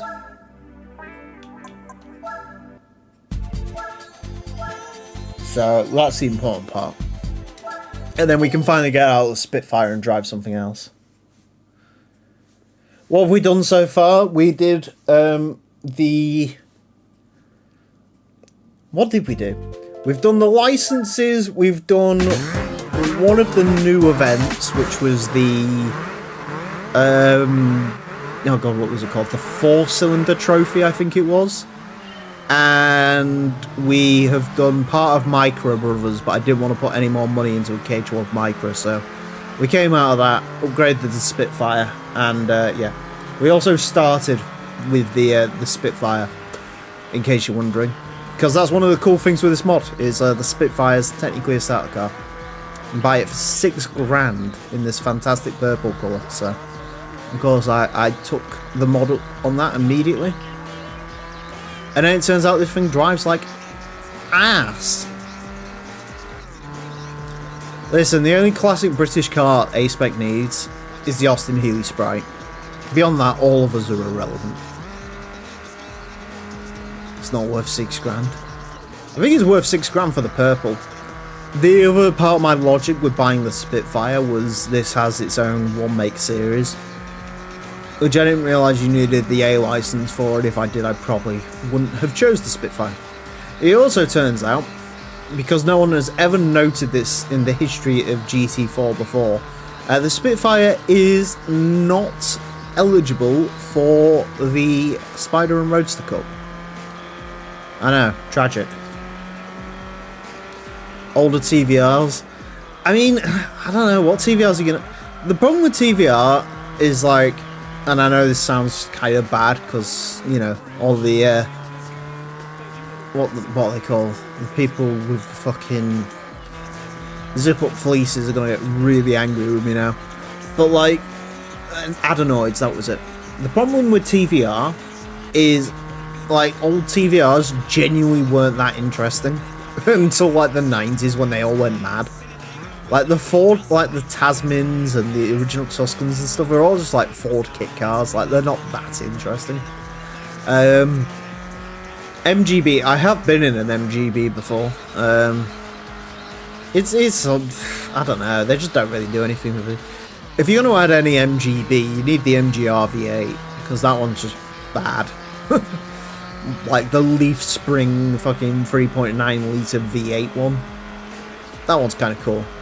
But Like, I'd say expanding the MG lineup's kind of cool, but I don't know. As much as it sounds weird coming from a British person, like, the British sports car era was kind of dead. Like, a lot of other countries did it better, and that's the reason they survived and we didn't. You know. Like, there's nothing an MGB can offer you that a Fiat 124 Sport Spider wouldn't. The 90s Rover lineup. Maybe the S3110 one. And you're going to add a Rover 200 BRM. Awesome mod. I would say thank you, but I'm not the creator of it. All credits go to the mighty Admeister. And if I was smart, I'd put the mod in the description, but I'm not. So, I mean, you can click the link down below in the description if you want. Become a channel member today. From just $1.99, get access to no exclusive content. But you get some pretty fire badges you can look at. And if you subscribe for $4.99 or more, you get your name in the intro of the Hot Lap Classic.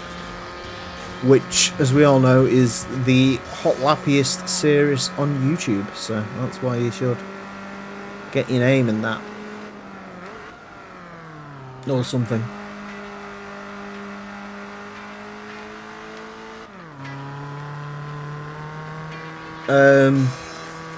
I really just don't want people to think this mod is just JGTC and British GT race, because I mean, that's fair. Yeah. It's yeah, I get what you mean. I mean, I think the mod's sort of definitely moving away from that direction, which is cool. I don't mind the JGTC stuff. I mean, obviously, yeah, I think it's a good idea. Like, a lot of the JGTC stuff you've added is genuinely cool.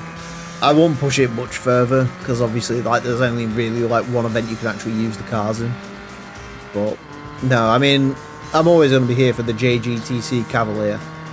That is a classic. We just need the Toyota Cavalier road car to go with it.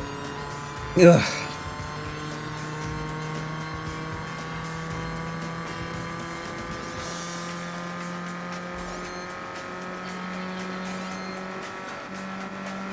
But no, I think 1.2's got the variety thing on lock, which is very cool.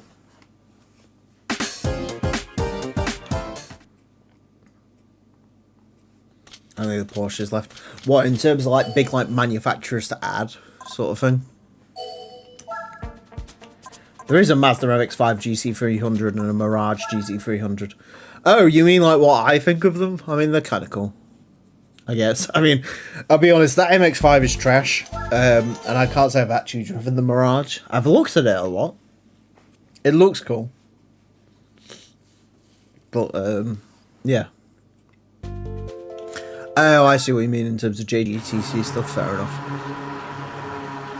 Yeah, I mean, that makes sense. I mean, obviously, they were, like, quite champion winning in the old series. My Maltesers have gone slightly warm.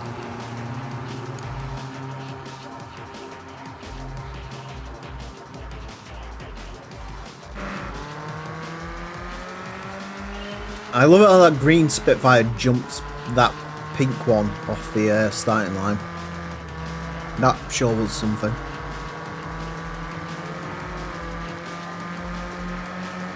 I also love it how the Spitfire is the only car in the history of gaming to actually drive better the more power you add to it.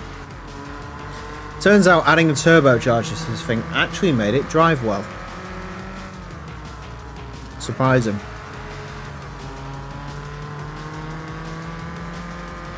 Ah, fair enough. I'll be honest, my JGCC history is so mid, it's unreal. Like, I can pretty much identify cars when I see liveries, but beyond that, I'm like, teams, who won this, who won that, I don't know.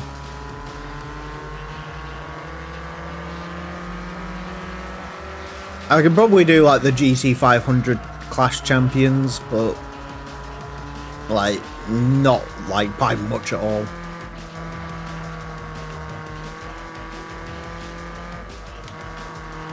I think it was the, what was it? It was the Motil Pitwork GTR and the 350 that won, like 2003 and 2004. Pennzoil Skyline won 98 and 99.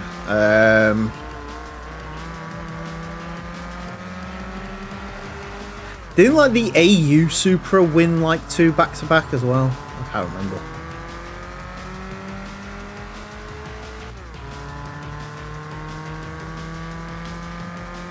Oh, one of the NSXs won in like 2000.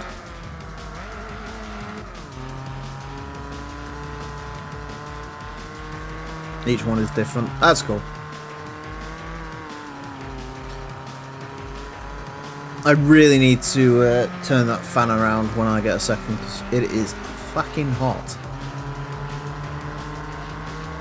It's getting hot in here, so take off all your clothes.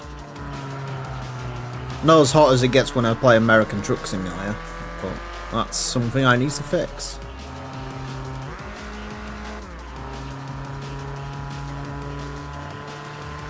One is a GT2 converted into an RSR. Nice. Yeah, I know there was like a lot of JGTC Porsches, but GT300 sort of became an everything class at one point, and GT500 just sort of became like your normies, and then you are like a McLaren and a fucking Lamborghini for no good reason. Obviously the Lamborghini being terrible.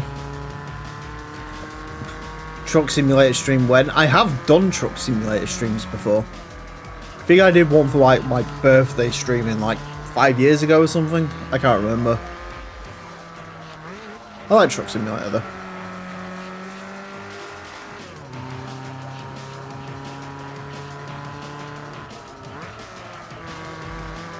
Maybe when Truck Simulator stops for some reason causing my PC to black screen. But still playing audio, so the PC's fine, so I don't really know what's going wrong there, but yeah.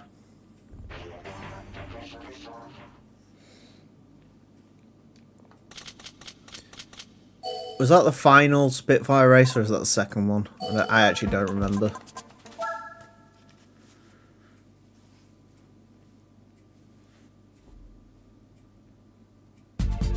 Alright, coming stage wrap up. I am going to go for a piss quick.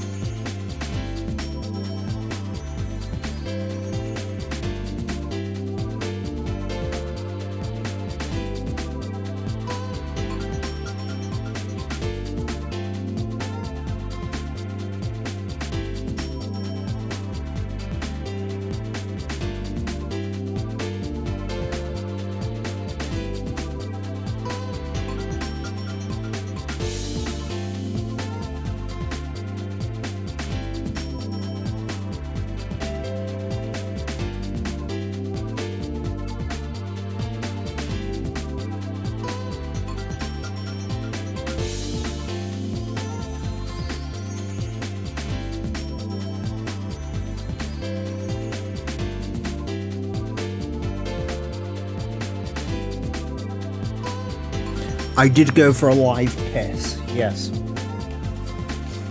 It was good. Came out with good colour.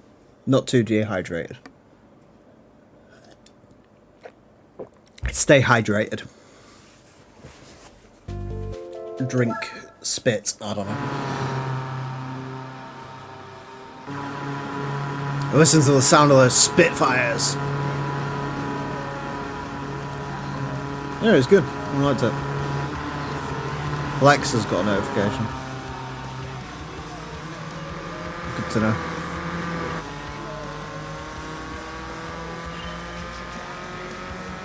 I got the lava lamp on for the first time in a couple of nights. I usually like to have that sort of mowing around in the background. I mean, it is only 8 o'clock, I guess I could turn it on. I wasn't planning on being awake much longer though. It takes about a good, you know, it takes a couple of hours to sort of get the lava spinning, but once it is, it's pretty cool.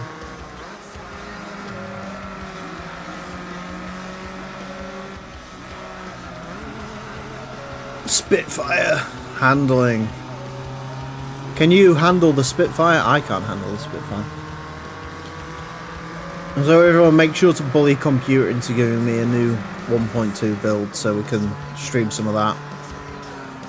So I can stream a game I'm actually good at, as opposed to GT4, which I'm not good at. Which I'm very bad at, actually, to be fair. My defense is I haven't played this game properly in about 6 years. That's the defense I'm running with.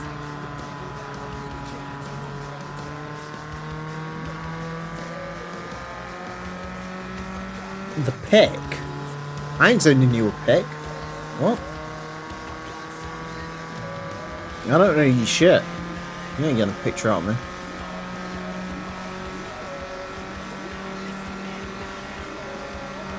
Mike, yeah, I'm sure. You're just so used to getting people to bully you into giving you pictures, aren't you? And that's the problem.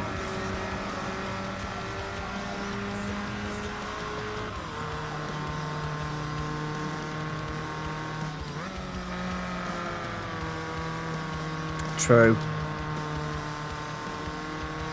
I don't need to see the person who murdered my Subaru again. My poor Subaru. Did nothing wrong.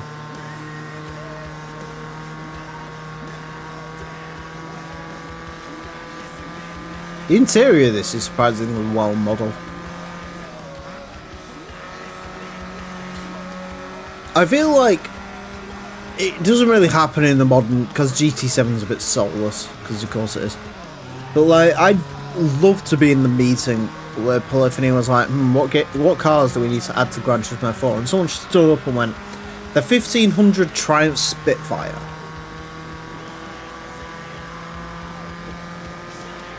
Like, you could have had a TR7, could have had a TR6. Nah, Spitfire. Like, why? Unless it was like one of those where they were like, we need some British inspiration, so they like hobbled off down to like the first car show they found. And there was just some old dude with a Spitfire, and I was like, yes, we need to add that to the game.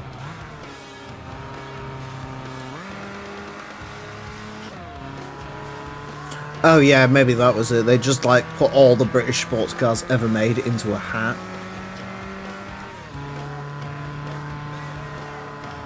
GC2 Enduro. It might have been the GC2 Enduro. I don't know. That was a while ago, that. I can't remember when we did the Dream Maker stream. That was a while ago. That caused all sorts of fun. Which is mainly the reason I haven't played that mod again. Because we don't want to start World War II again. Then I need to download a new version. And I can't really be bothered to start from the start again. But yeah. That was wild.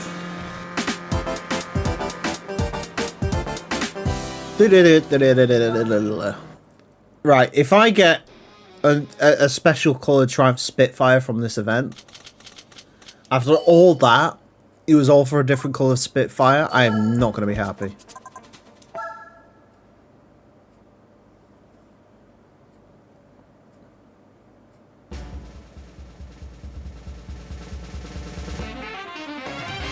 Oh no.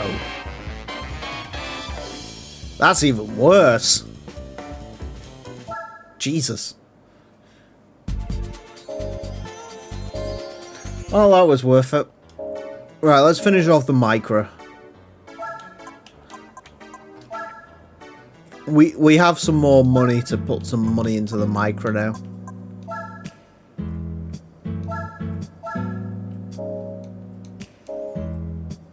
Oh yeah, fucking sweeper mod. I forgot about that.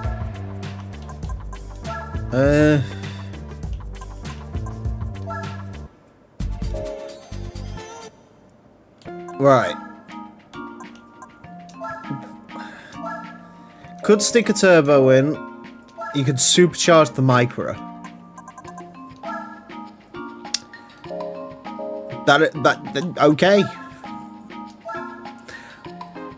See, do I want to do turbo or do I want to stage 1 tune it? Because I feel like stage 1. Although I just want to chuck nitrous into it. You can never go wrong with nitrous.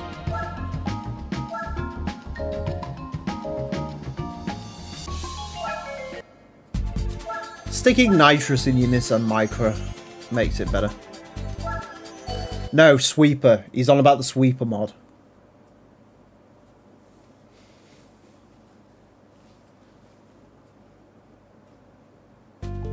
Right.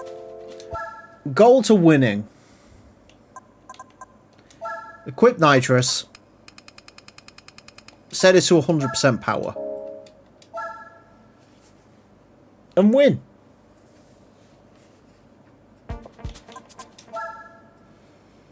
That's the plan here.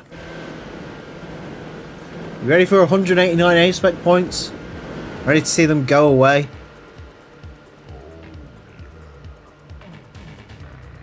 Look at this group of cars. Look at that B1. It's acting so smug in front. Speed! Nitrous! Yeah! Try running away on a straight now, huh? You can't do it, you ain't got the guts in your G-sharp.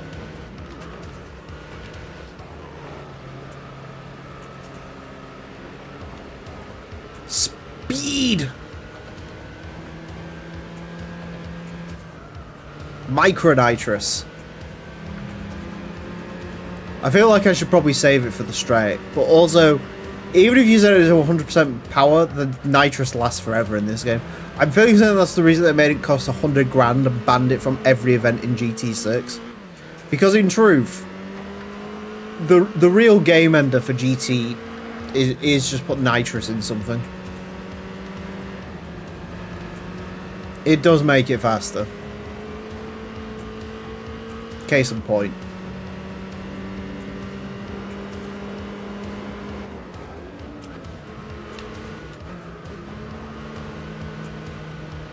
Best song playing for the victory. Look, you get wheel spin from the Micra.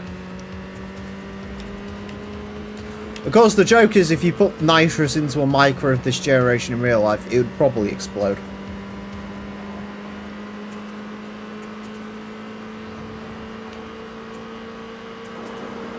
$126.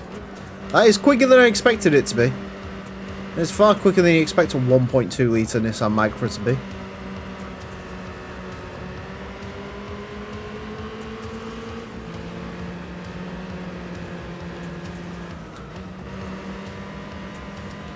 The Figaro was tragic. Yeah, we spoke about the Pike cars earlier, because, well, we was doing this event earlier. And it turns out the B1 is blisteringly fast. But it cannot keep up with a nitrous-equipped K12. Which is the only bit we're really bothered about. As the driver of a nitrous-equipped Nissan Micra K12. Excuse me. Micra or Golf? I would choose a Micra. Especially over a Golf 4. If we're talking this generation of Micra, I don't know. These cars were actually alright. Like, they were just sort of... They were actually quite well equipped. Like, they had quite a lot going for them. I mean, a Yaris is obviously like a better choice, but there you go. Anyways, win. Cannot keep up with a Micra with nitrous. Remember that. You ever want to go quicker? Get a Micra. Put nitrous in it. That's it. That's how you do it. And you can do that, and you can win a... See, you can win an Your life is much better when you have an in it. Fantastic.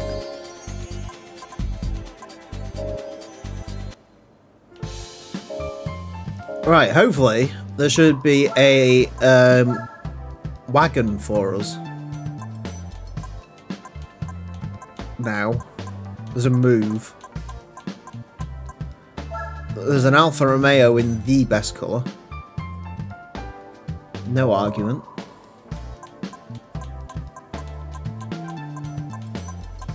Still no midget for sale. That is a crying shame. There's a Prius G though. You know, whatever you need to do with a Prius G, you can do.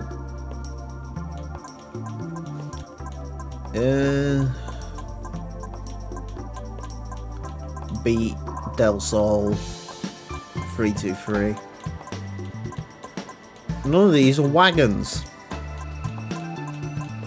I don't think we got a random 15% off at Subaru anymore, or do we? No, I don't think we got a random 15% off with Subarus anymore. Fine, Jim.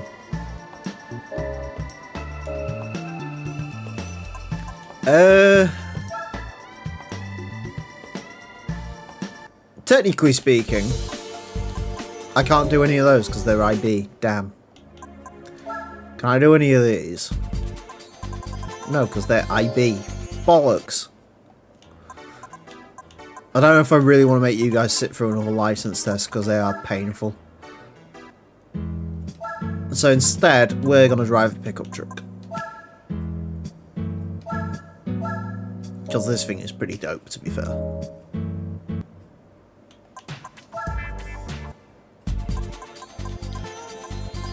Truck.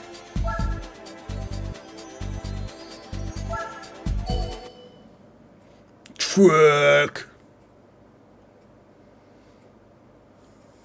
Drive a truck. I'm a drive a truck. The joke is, Ender, I actually really want a first gen Prius. I'm not gonna lie. This is all that V8 burble.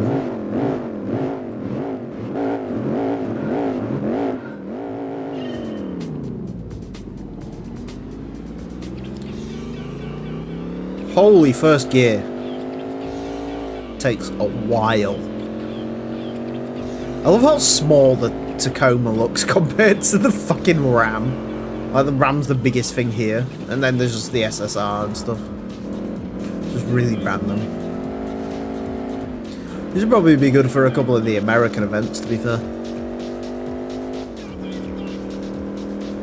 I'd love a first gen Prius though, like, not even lying. Like, that's dope. It's just so weird looking. Yeah, I know the inside's better, but insides are also expensive, and first gen Priuses obviously are not. Because first gen Priuses are not as cool as, you know. So. God, the wheel spin.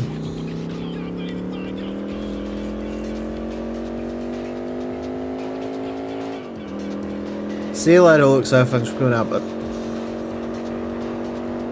thanks for continuing to be a member. Become a member today by clicking the link in the description, and you can have your name at the start of the videos, and if you pay $4.99, or you can have a nice badge next to your name if you just want to pay £2. We ain't prejudiced, but you know. It is the V8 SSR. They made a V6 SSR. I literally have no idea what that's a thing.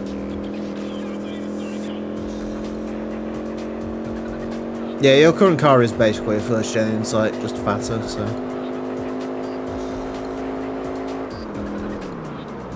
Why is this a 6-speed? I can do flat out 140 in third gear. Why do I need a 6-speed? What?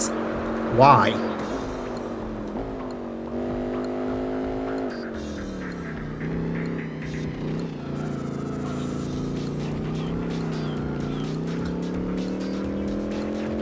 Can the SSR get any worse than a V6? True. I genuinely did not realise V6 SSRs were a thing. I thought they were all like 5.3 V8s. Also, yes, I am trying to take that corner correctly. It's just this is not a particularly great car to drive. Shockingly, the Silverado SST concept is not a great car to drive. I think I've seen it, yes, but it is very cool. I think I've seen it. It's a waste of time, y'all. SS Silverado. Hey guys, did you know you can just do this? It's pretty based.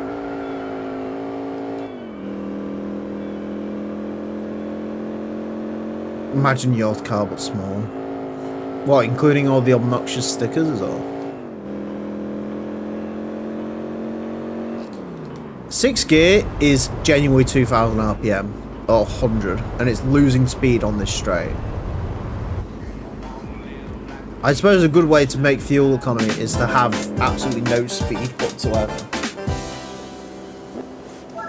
That is a way to do it.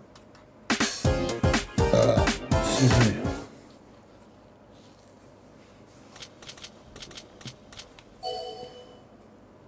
Free G's, let's go.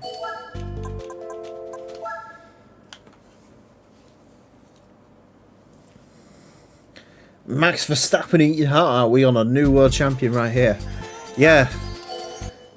It basically is, to be fair. It is Max Verstappen, but in a Chevrolet Silverado. Just dunking all those Toyota-powered peasants. Literally none of these truck manufacturers are in F1. Literally none of them. I don't even know what you'd equate them to. The F-150 could be the Aston Martin. The SSR's kind of like a Ferrari, I guess. The Tacoma's Mercedes and the Ram's, I don't know, fucking Haas. I no idea. I hate how much rap music the American version of the soundtrack has. I also apparently really hate shifting into first gear by accident in this thing. It does not end well. As it turns out, the Silverado is not great. Showed Rabbit. He probably feels like he's driving a Silverado at the moment, I would imagine. Yeah. I mean, Singapore's like their worst track. Someone tells me like Kota onwards, Red Bull's probably gonna do enough to keep the championship alive. Which team is the midget team? Well, the midget's not eligible for this event in GT4. If it was, then Alpine. Keep forgetting this game has a soundtrack. I was actually discussing this earlier, how like because this game has like over 90 songs, a lot of it just gets completely lost in the shuffle. And so it's very hard for anything to be iconic. Outside of like Reason is Treason and Panama for obvious reasons.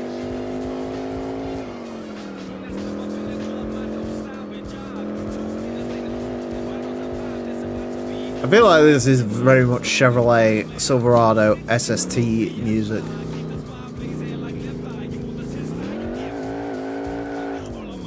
To be fair, this is another one of those, like, I am so confused by Chevrolet in this game in general.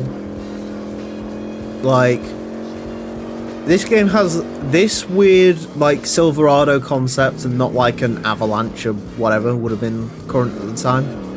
But it also has, like, the, that, like, random Camaro with the F40 rear wing on it. Like, did they visit, like, a GM museum or something and was like, yes, these two vehicles are exactly what we need in our game. We really need a 2002 Silverado concept car 2 years after GT concept came out. We need that. Truthfully. It's just so bizarre.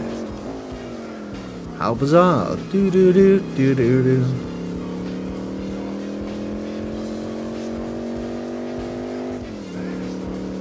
The bow tie wing. Oh god. Can you really? That's interesting.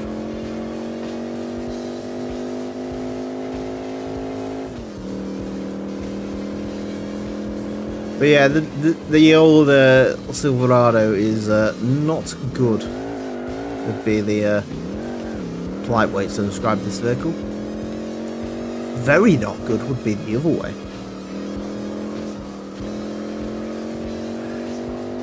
Run it onto the rumble strips on the way out. That's how you do it. Like a G. This really is a nothing but a G-thing vehicle. It really does handle terrible. Like I suppose like the one thing this car's got going for it is it has like over 500 horsepower. Everything it doesn't have going for it includes traction and controllability and the gearbox and not really being able to look over it. Other stuff as well is definitely in there. Another 3 grand to add on to the old pile. Slowly piling up. It's always good. Ah, the Homer Trucks, Seattle. Predominantly known for its trucking community.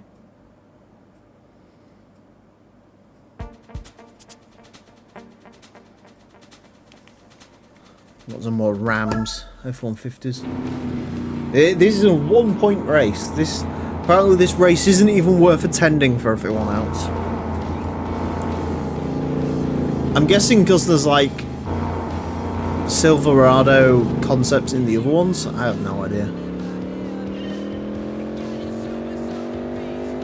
Can I get the Ram into the chicane? Beautiful overtake. Can I get the Ram into this slow corner? I can.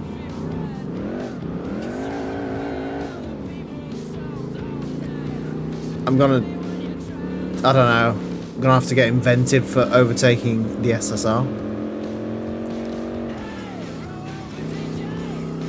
It's just all low speed corners at the start. Truthfully, you could probably wait until the straights to get these people, but they're just gonna hold you up from the main target, which is this F-150 apparently.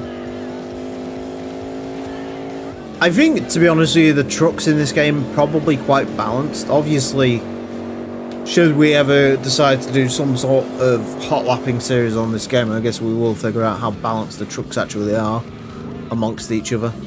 But, I mean, they seem pretty balanced. I don't know. Which truck do you think is the... I mean, the Silverado is obviously like the best out the gate because it makes like 500 horsepower, but... I don't know what the best sort of truck in the game would be. Again, if I'm being honest, my guess would be like... I guess like the SSR, probably, right? Because the SSR's got to be the lightest, you'd imagine. I mean, it is a full metal folder, so maybe not. Like, the Lightning's probably not bad. I can imagine the Ram's the slowest. I mean, the Ram has the benefit of four-wheel drive. So the Ram's probably the one you'd rather drive, and the Tacoma's just sort of slow. Like the Tacoma's just kind of like Tacoma's rear-wheel drive. It only makes about 250 horsepower. It's like, to be honest with you, like it doesn't really matter which truck you go for, though. Like, but all these races are perfectly winnable. In like, you don't have to have the fucking. I mean, obviously the Silverado. We're gonna find out what the prize car is for this. Obviously, in the normal base game, it is the Silverado. I think it's sort of, I don't know. Someone tells me the way Admeister has divvied up the prize cars in this is to sort of add a bit more variety to a playthrough. Because obviously, like, the sport truck race is usually the one you would do last. Because, you know, you actually have to go out your way to buy a vehicle for it. Special colour Silverado, yeah, clearly. The red wasn't enough, it's now going to be pearlescent red. TVR red. Silverado, yeah, there you go. But no, like, I guess it's because you have to buy like a brand new truck from the base game for this, so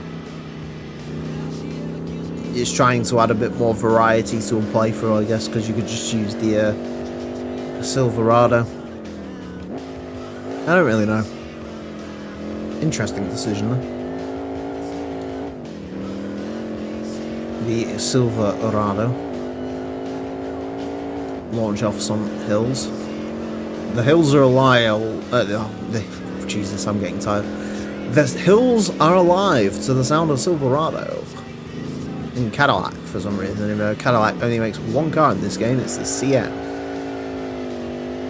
I can just imagine them like, hey, do you want to add the CT? No, we don't want to add the CTS Cadillac. We want your CN, and we want nothing else out of you. Goodbye, good night. Silverado. Silverado. TVR chameleon colour, yeah. I don't know. I don't know what it could be. It could genuinely be anything. It could be a surprise.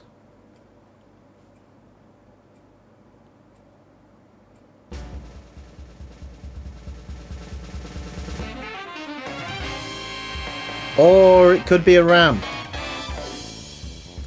It could be a ram. I mean, it is silver, so you was part right. It is a ram, though. Dodge. Technically speaking, we could use that for the four-wheel drive challenge, but we're not going to for obvious reasons.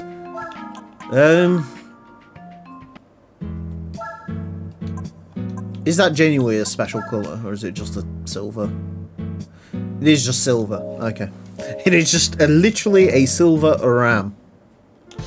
You'd be pissed off if you bought a ram, especially for that event, wouldn't you? Another Impreza. Sedan. Typical. SC300. Midget!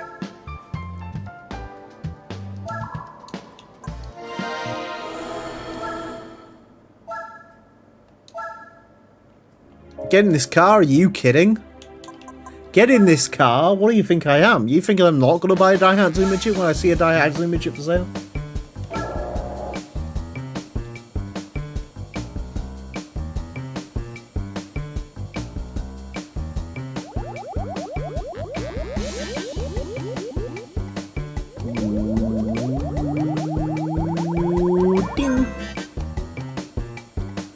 Wing. Can you put a wing on a midget? It's not going to need it, so I'm not going to do it, but you can't put a wing on a midget. Who would have guessed? Technically, we could paint it the correct colour, but we'll leave it in the yellow.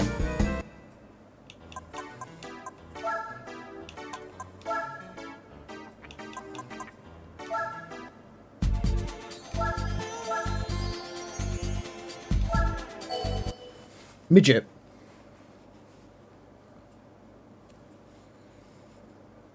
As we all know, the midget is mighty. Ah, you've arrived at the perfect time.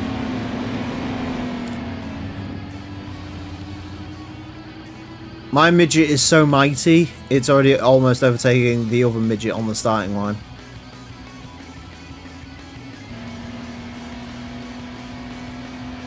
midget.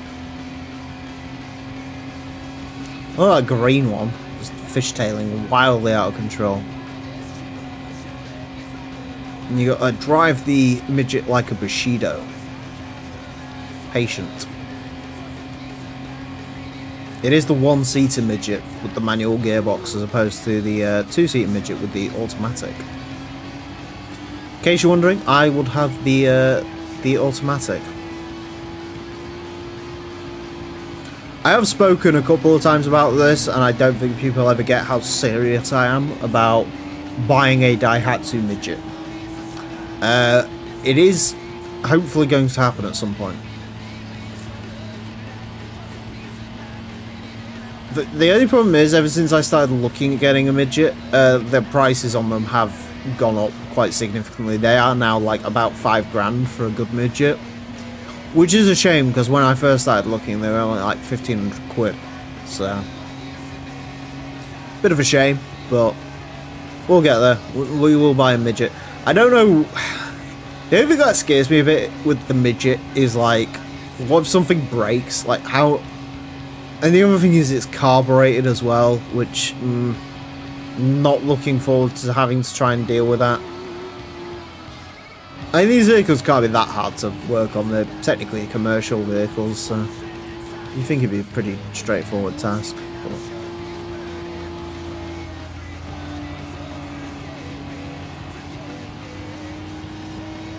oh yeah, that best motoring race, yeah. Midget LM edition, yeah. A-Spec should really add a Midget LM edition. The joke is the Midget LM edition should just be that, like, the fucking Midget 3 with its boxy rear end and a wing attached to it, and it makes like 190 horsepower. Like, it's not even that much quicker than, like, a normal one.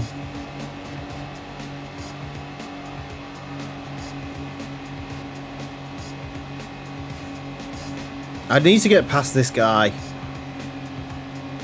so we can start challenging for the midget lead.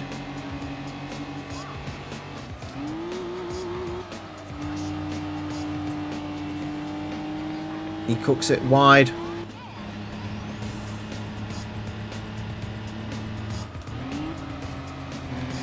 To be fair, this game did do a great job of selecting a good circuit for this race to happen on. Because it is quite a interesting sort of track to try and keep momentum on.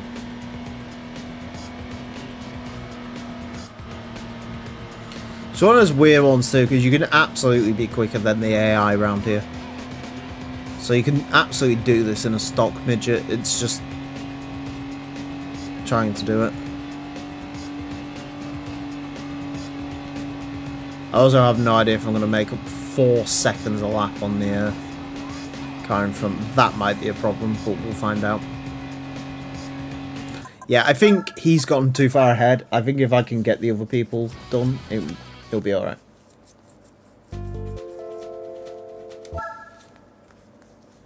Midget dragster. God.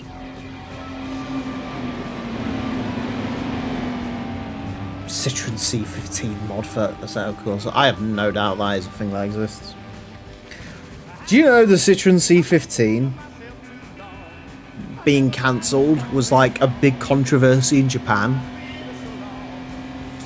Like, the C15, for those of you who don't know, is the Citroen Visa van. The Citroen Visa stopped production in like 1990.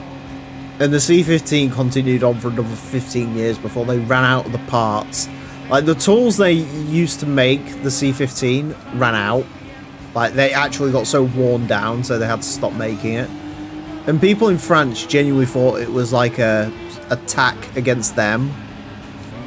And, like, something to do with, like, new, like, import rules. And it's like, no, they genuinely just couldn't make it anymore. But they were like, no, they're just trying to force us out of our new reliable van, so we all buy, like, horrible new Belingos or something, and it's like, no, it's... they're trying to do this for the goodness of you. Well, that's just the French. Give them the reason to strike, and they'll strike about anything. Hence why we haven't seen Ludo today. He's actually on strike as we speak. There is a Visa. Nice. Build the Visa and then we can have the C-15 for Beige.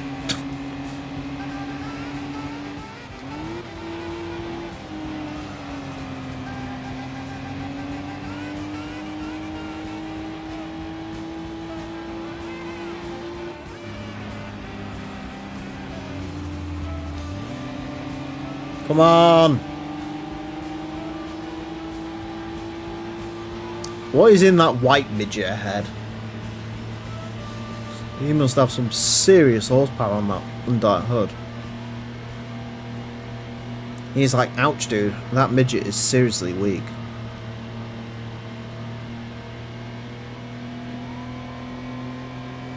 It's okay, because we've got 2 more laps to try and get to him.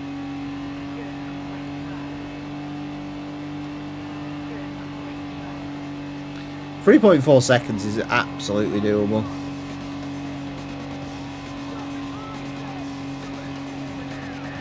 It just depends how much I can use this guy to my advantage. That's a nice way to do it though.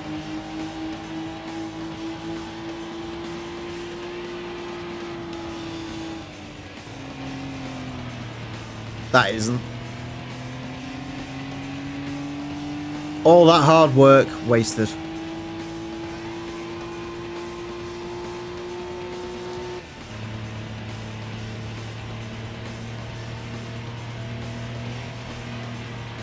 The Isuzu's gonna have a big part in 1.3. Oh no. Which Isuzu? The Piazza.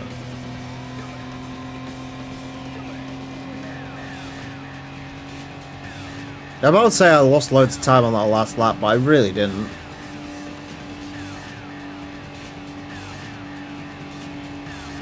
Just this white midget is on a charge. Those are the white ones. You've got less paint.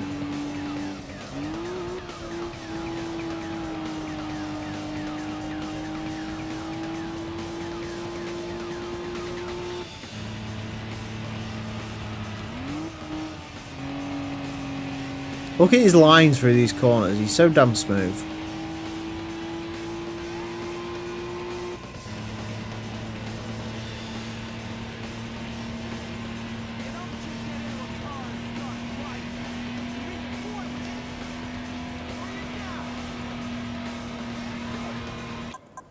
It is one of those races where genuinely, like, a little bit more power might help. You are using Hot Lap Classic techniques for a midget. Yeah, I know.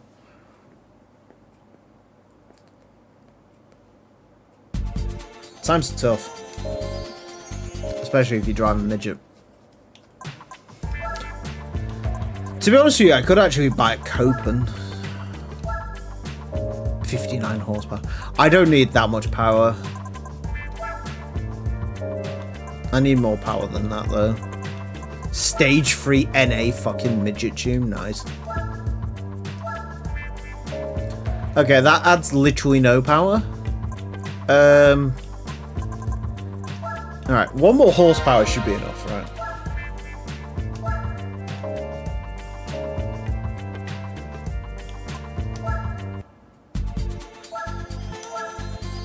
That's my logic. Now I'm going to buy a Copon and then I'm going to dominate the Copon race. That's the plan. To be fair, actually, that's probably not a bad idea because I could sort of use the Copon for the whatchamacallit race. The See, look, I get screwed on the start line by being stuck behind that red one.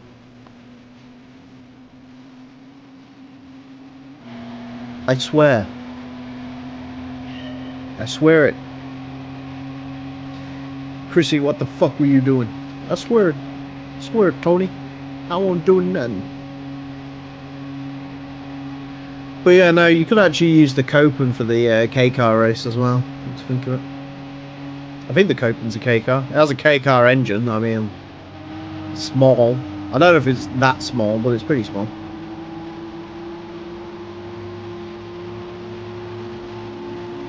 Oh yeah, look at that.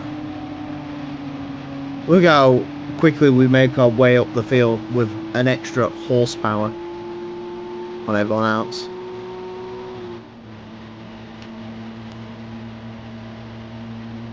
I guess it's about shifting at the right time as well, because like 4th gear really does like drag the car down to like no speed whatsoever.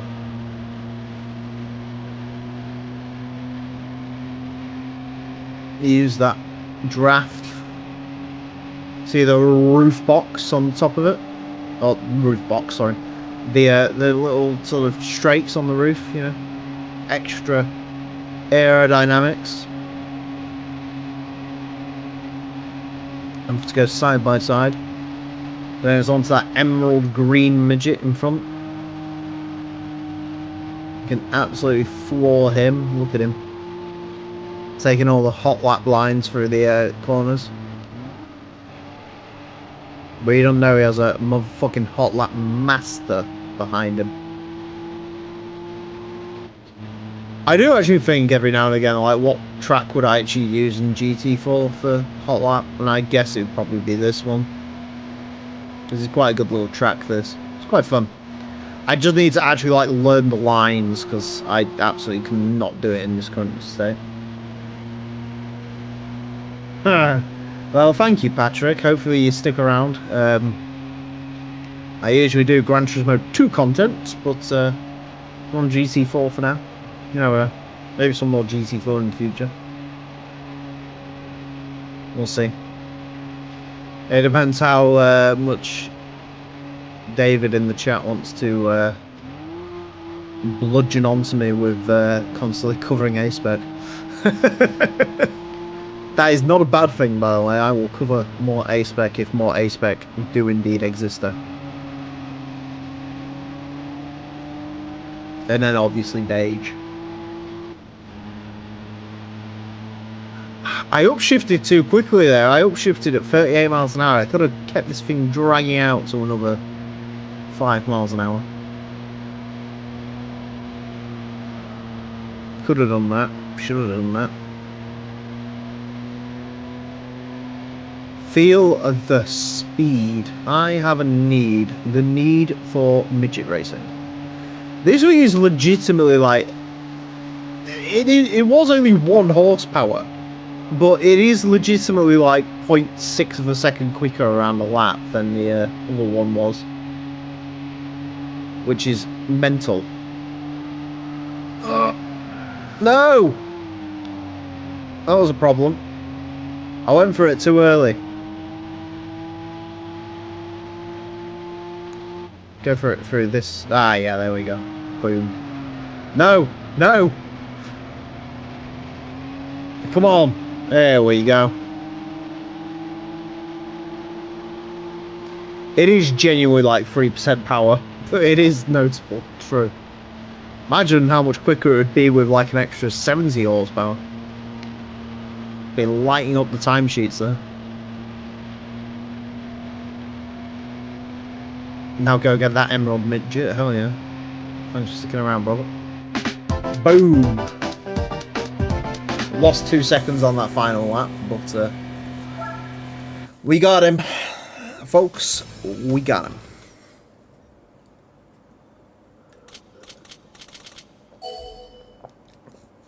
$2,000. I only had to put $1,000 of upgrades into it and spend $3,000 on the midget, which means I am out of pocket. But it was worth it.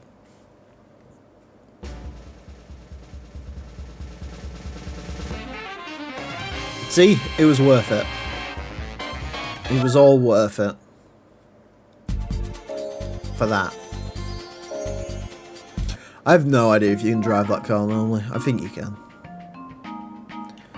Alright, do we want cope and unopen or cope and open? Cope and open, cope and open, cope and unopen. I think we go with cope and open, surely. Mind you, those red seats are quite disgusting. Do we get different coloured roofs? That does look a bit more purposeful, actually. We'll go for cope and unopen.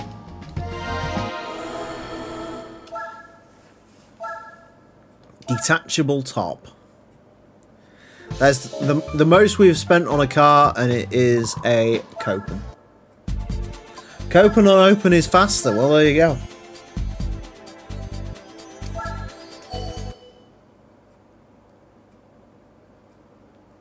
Folding roof is 10 kilograms. Nice. Wouldn't it be like less weight to just not have the roof then? Or like, you know, just take it off and put it in the bin. This is going to feel 1,000,000 miles an hour quicker than the other one. Is this a key car, by the way? I swear it probably is. If it is, we can get our money's worth out of it. Roof moment.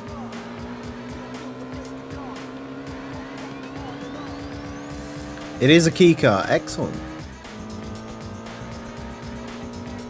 Get some good monetary value out of the old open on open.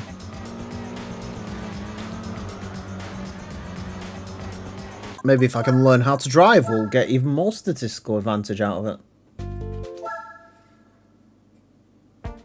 Yeah, the UK one's 1.3. I do remember that.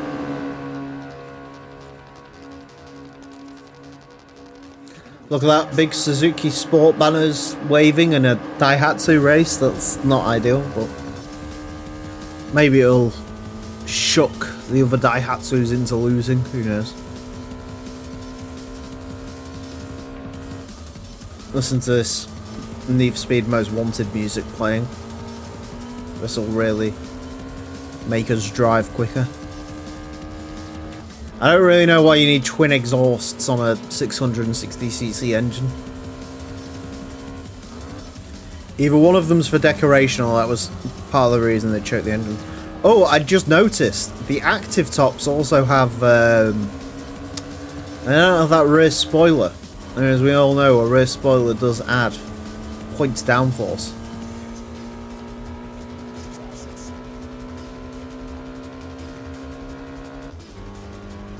Do you know what else also helps? Statistical advantages. See, if you just cut half the track, you end up in second place. Yes, Daihatsu was a subsidy of Toyota even back then, I think, or back here. The Toyota Copen is a vehicle that exists.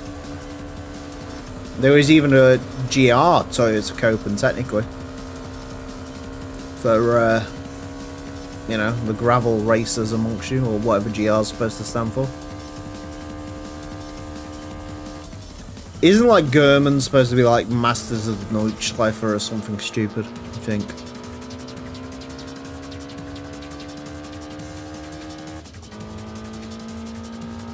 Alright, catch you later, Ender. Thanks for coming out, bud. Maybe see you later. I don't know how much longer I'm going to be able to be awake for. I need to go get some pasta or something in a minute. Get those carbohydrates.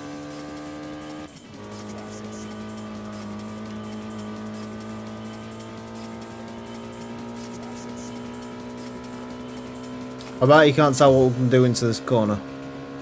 We need the extra advantage because I am not winning. Now, if I was winning... Scratch that. I am not winning. Anyway, alright. We need more power, because this ain't working. Evidently.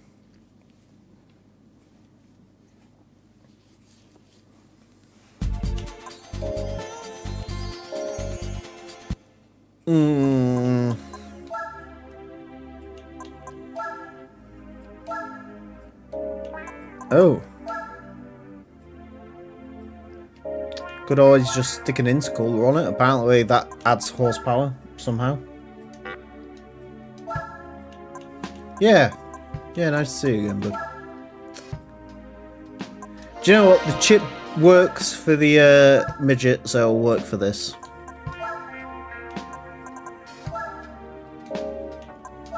Nice.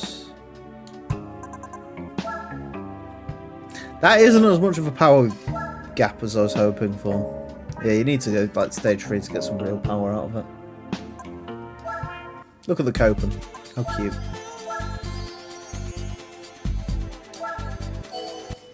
Alright, we have added like an extra 2% to the horsepower of this vehicle, so I'm expecting it to be much quicker now. Obviously.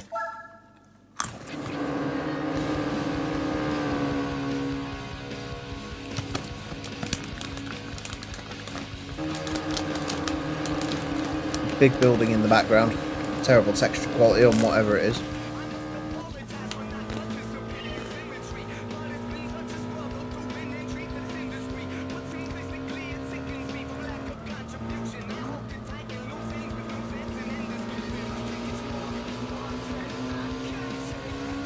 It feels slightly quicker.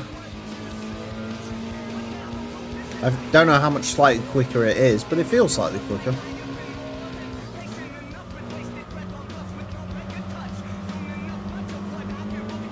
I love the aerial on the side of it. That's my favourite feature.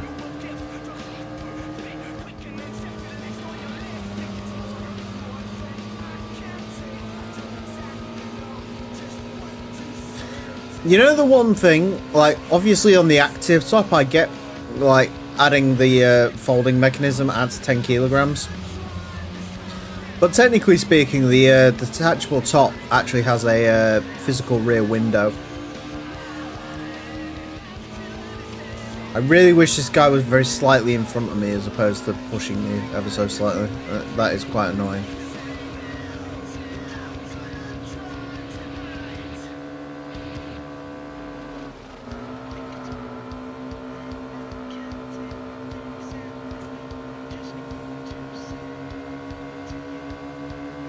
Flywheel, fair point. I don't know, there's no heating elements for it, but it doesn't look very plastic to me. That looks like a glass rear window to me.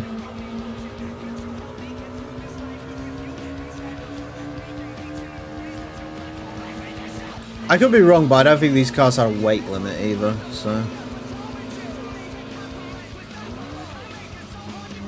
I mean, obviously, you'd think this wouldn't be as heavy as like a Move or something like that, or like a Wagonar or whatever.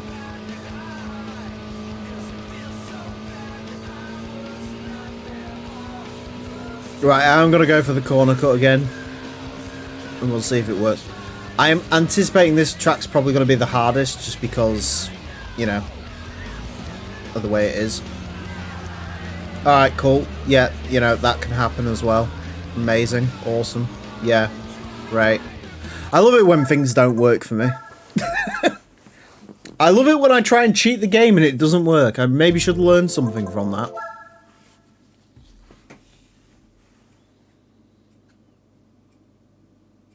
Yeah, I'm sort of agreeing with you. Flywheel's probably a good shout.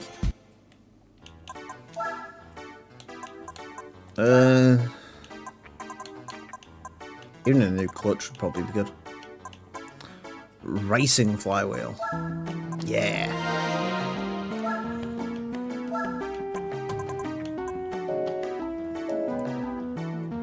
The good news is Tsukuba isn't very hilly, so it'll probably work.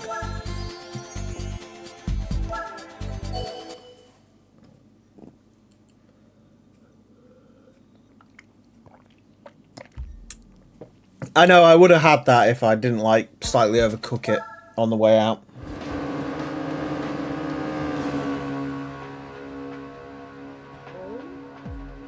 No, your backseating sort of worked because I completely forgot flywheel was an option.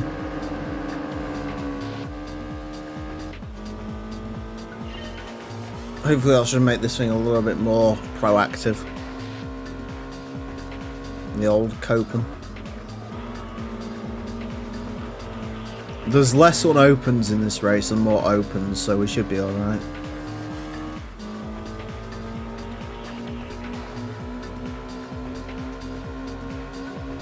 I just need to get a decent line.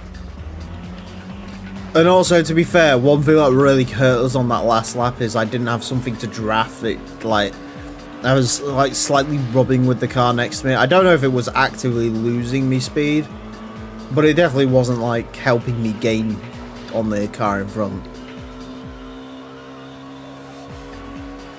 I don't want to be in that situation. This is also a really bad remix of a song from Need for Speed Underground 1.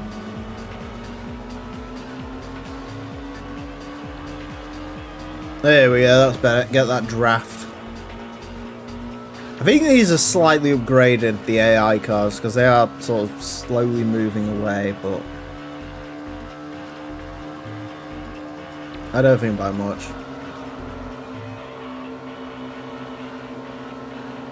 I am definitely closer on this lap. I think it's this straight you can really feel it, like the speed bonus you get from the flywheel.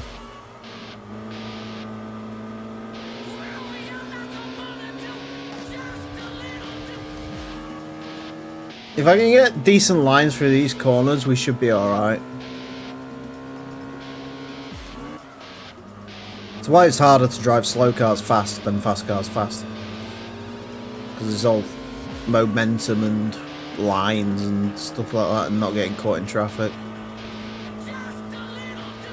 Which is basically why, or that's basically what GT7's difficulty is like, oh hey, we're just going to start you in traffic. I am going to go for a bit of a punt.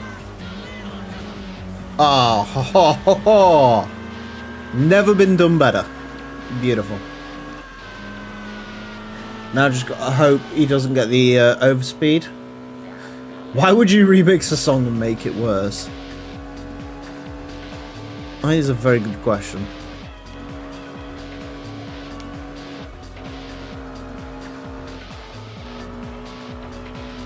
No one noticed that in GT2. Yeah. Probably copyright. Yeah, maybe.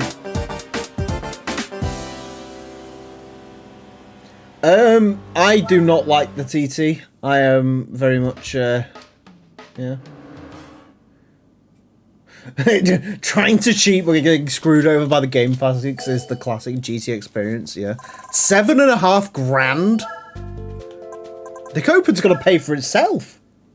Damn. I literally didn't realise it was 7.5 G's. Wow. Money making strategy, boys. Just winning the Copen. Big man, big dub. Literally can afford a Copen turbo kit now.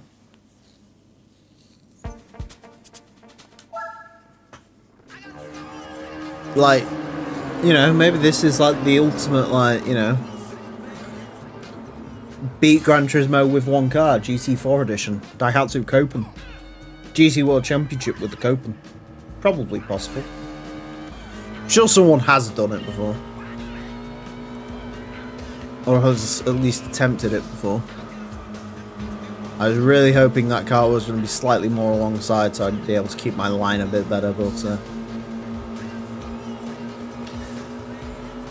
what's kind of cool about these older GTs is it wasn't so much like,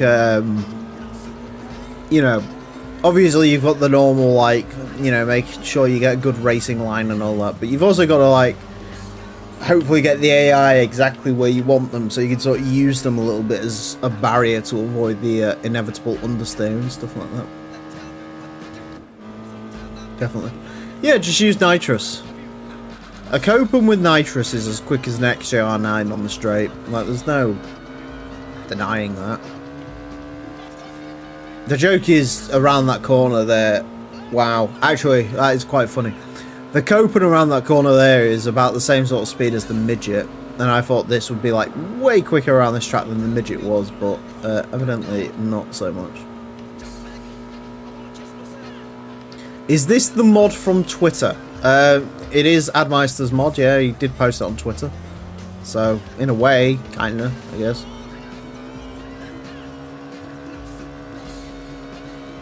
Try and get him on the, there we go, boom. Smack. Done. Hi, Emil. I got you in here. Oh, God. Bless you. I hope you're okay now. Pneumonia is not fun. I had someone, there was someone who was like off with it for like 6 months before. I'm not coping well today. Not bless you. But yes, no, this is Admeister's Spec 2 mod. The other Spec 2. Not the Gran Turismo 2 Spec 2. This is the Gran Turismo 4 Spec 2.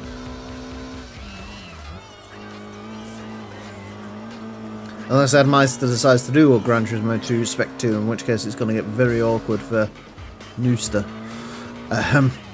Maybe Admeister will have to call his Spec 3 or something, I have no idea. Well, it turns out we don't even need to cope in this race, because the coping is winning. I just realised this car has like the little vents near the bonnet, like the Peugeot 206 has, which is a weird thing to have in common with the car, but there you go.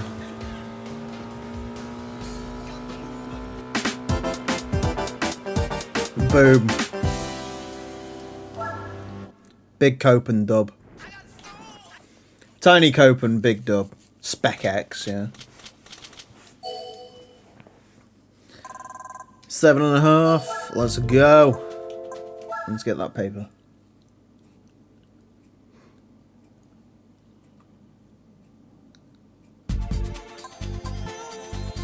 Autumn Ring Mini. Let's go.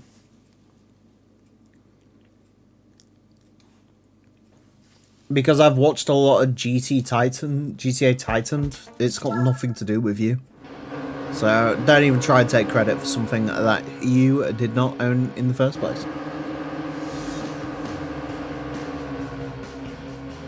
I coined the phrase "Copen on open." That's mine. Copyright. Alright, we managed to beat the OP Micras in a stock Micra on this race, so a couple of slightly upgraded Copens shouldn't really be too much to cope with.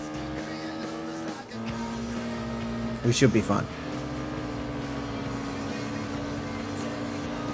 Look at this. Boom, overtake.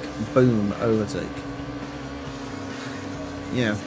It's like the Modern Warfare 2 montages, but instead it's me overtaking people in a Daihatsu Copen. Boom, headshot. Boom, overtake. Mostly. I thought he was going to come back on me, but he didn't. Yes, dear.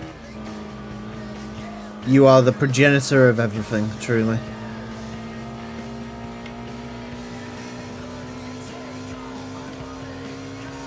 British? What are you saying about us British people? Take on Jeremy Kyle and I'll have you guts. I am actually not much a fan of meat pie, but I don't mind a big pint every now and again. Sort of stomach, yeah.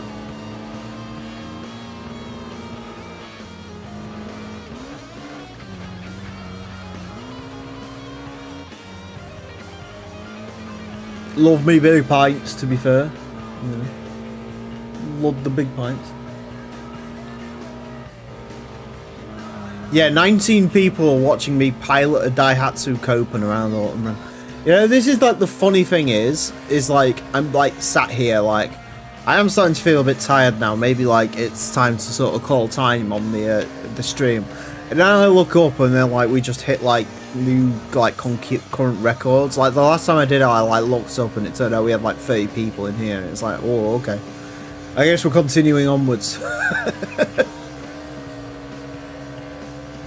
Hey, Jess, how you doing, bud? Big racer momentum. Making stupid coupons, yeah. These people are cope and seething, if you get what I mean. I have no idea what I'm going to win from this. I hope it's a special colour Daihatsu move. That's my dream. The joke is, like, I genuinely don't know what's, like, a GT2, like an Admeister replace of a prize car, and what's, like, in the actual base game, because I've genuinely forgotten.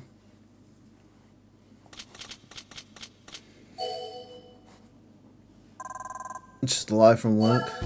Yeah, I know that feeling. GR Sport Copen, yeah. Prize car is gonna be a... Ah, yeah, I forgot about that. Special colour version of that. I mean, I'm not complaining. I'm a big Storia fan. You know, big Storia energy and all that. We got the Daihatsus out of the way. That's good. we take that dub. How much are we through the game though? 2.9%. What are they getting there? Alright. We can do K-cars in this. We're gonna beat some K-cars. I can't believe, out of all the cars I've driven so far, the most successful car we've had has been a Copen. It really is something else.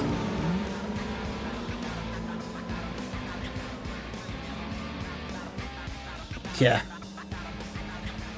I know. I have got a microwave. We are literally overtaking someone on the thing. There is a microwave past the packet. I might go get that in a minute. Get some energy out of it.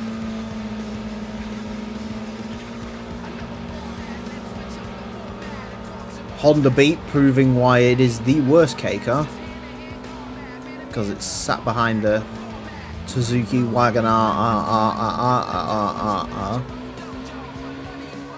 And then there's the inferior Copen Open.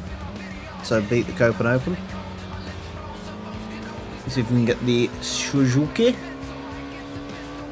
No man, Domino packets are pretty sick. I always, to be honest with you, I hate microwave food with a passion. But those Domino packets are pretty based.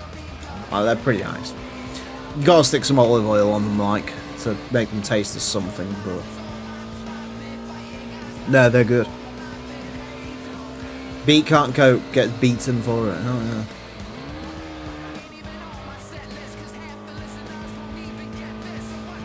Half the listeners won't even get this. Hell yeah, rap music. No, it's not that shit. It literally it comes out of a packet and you just put it in a microwave for a minute and a half and it comes out and it's really nice. It tastes better than any pasta I could make. Now, admittedly, I'm not a very good cook, but I refuse to stock them in my job. Yeah, no, it's not that shit. It's just the, like I say, I can't remember what it's called. It's like pasta twirls or something. I was skeptical too. I had it in, I didn't try it for months. And then it was like good. Kinda. I mean, I wouldn't put it in a mug, obviously, because it's pasta. But I am a terrible cook, Chaser. I don't enjoy it. I don't. It's like a lot of things in life. I just don't want to learn. Like I have no interest, and therefore I don't try. Chicken mug shots. Okay. I quite like a good cup of soup. Vegetable cup of soup's pretty good. Then again, I'm also quite happy with like a pot noodle, like a Bombay Bad Boy. I'll like happily sit that down. It's pretty good.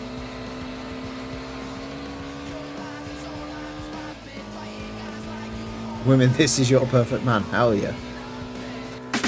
He knows how to handle a Copen, and he likes a golden vegetable cup of soup. Don't cook, don't clean. I can clean, I mean, I don't mind cleaning. Admittedly, like, the inside of the PC at the moment is quite spotless, but the actual, like, shelving could do some, you know. GTI flavour? What?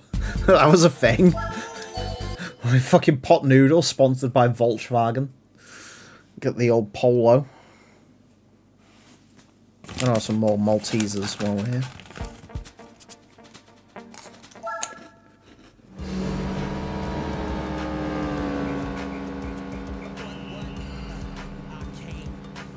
I'm going to turn off all the rap music, I think, in a minute, because it's genuinely doing my head and I can't listen to it anymore.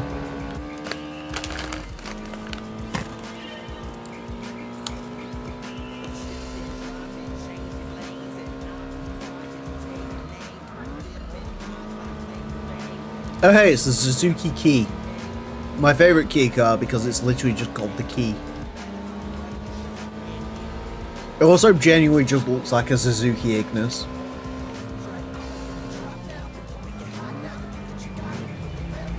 The auto exam in this game is also weird because of the 92, not the 91.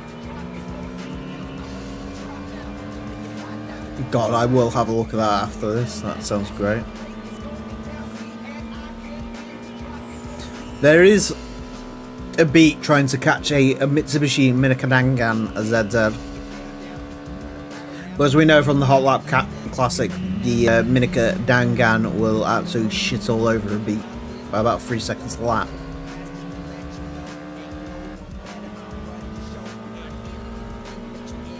It's the key to her heart. That was great. Over. Luckily, there's always one part in an operation that's bound to get fucked up. The human heart.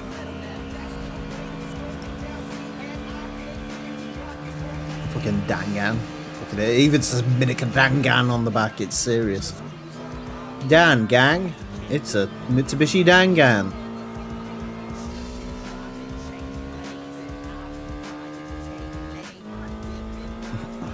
Fucking iTunes, Jesus, you are taking me back now. Yeah. It's like the Suzuki Wagon R Plus that we got over here. It's like slightly enlarged key cars. Like Suzuki, it's always, that was like their thing for some reason.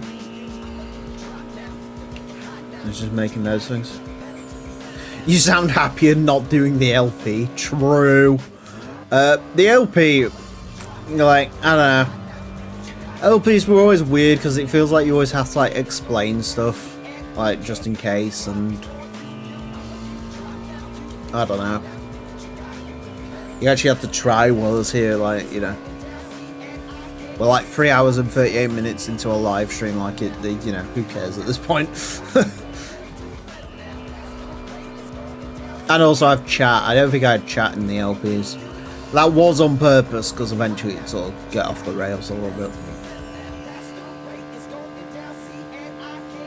Proceed to murder Millie, yeah. The funny thing as her joining is Casino Percent could not even get Millie to go on a date with him in order to kill her. Which was quite funny. Genuinely the worst Casino Percent playthrough I've ever seen in my life. And I've only ever seen one of them.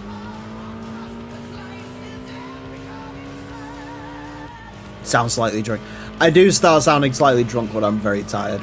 It does happen. I assure you I'm not. There is a bottle of Coors on here, but that was from last time. And also, just to point out, the Coors is, well, I mean, I drunk it, but it's not my choice. You know, it was just, I was fixing something, there was beer, I took the beer, that's it.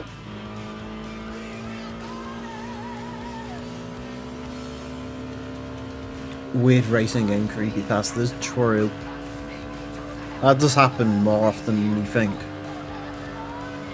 If I had a penny for every time it happened, I'd have two, and I'm not really sure why. And across the line. Create a £2.80 Tesco cancer. True. God. I feel you.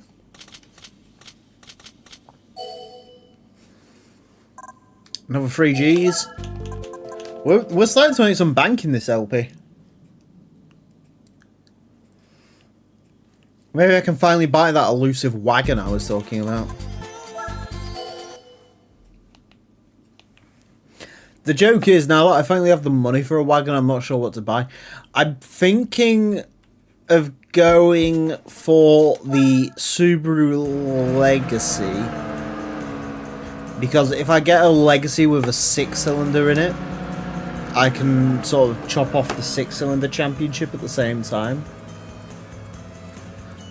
That's sort of that's my thought process. I don't know if I'm sort of stupid for thinking that or not. I like this song. This song's good. The song was in LA Rush as well, which is a terrible game, just to reissue, but it's still very cool. I think I'm going to get that on emulator. I want to play through that again. It is not a good game. Again, just to reinforce that in case you didn't play that first time. You should not go out and play LA Rush.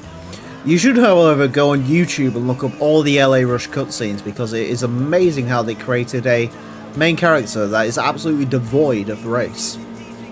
He is literally not a race. He doesn't exist. It's great. Frosty Jack. Fortunately, I've never been in a position to drink Frosty Jacks. However, I do know people who have been in that position, and from what I hear, it is. It'll do the job. You won't like it, but it will do the job.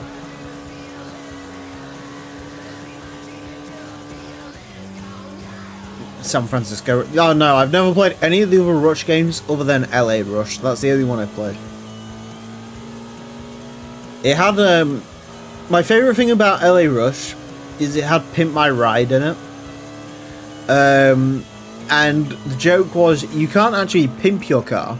You can take it there and get it pimped, but you don't actually get a choice in what they do to it. It just gets pimped. You also had like some absolutely ridiculous car choices. It had like, what was it?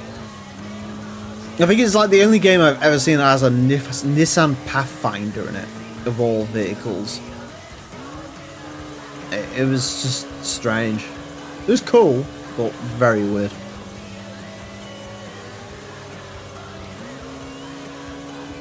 Oh god, Buck Fizz. I have had Buck Fizz. I don't recall anything about it, so I'm assuming it was not very great, but...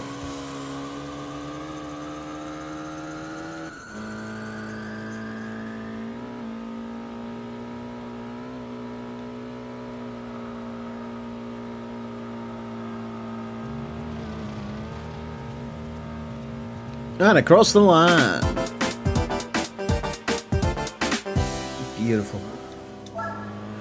Beautiful. Don't like spirits. I quite like them. I like vodka. Let's buy a tipple. Not even because I really like it, it just gets you fucking hammered, which is great.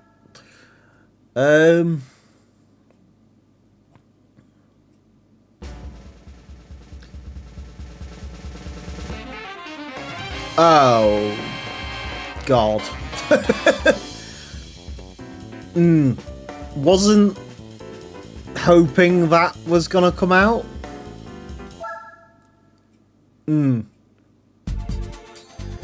Not.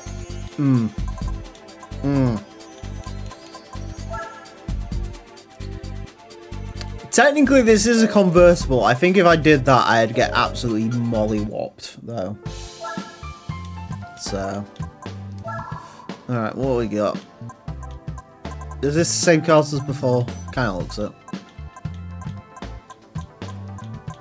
406 Civic. Technically, I mean, the stage is a 6-cylinder. The stage is also terrible to drive, so that is not ideal. That is yellow. It is very yellow. That would actually do us, to be fair. That's sort of what I was hoping for, but do I aspire to more in life now? Do I buy an Impreza and use it for a couple of events, or do I buy a Legacy and use it for a couple more events? What was that? It was like 20k for that.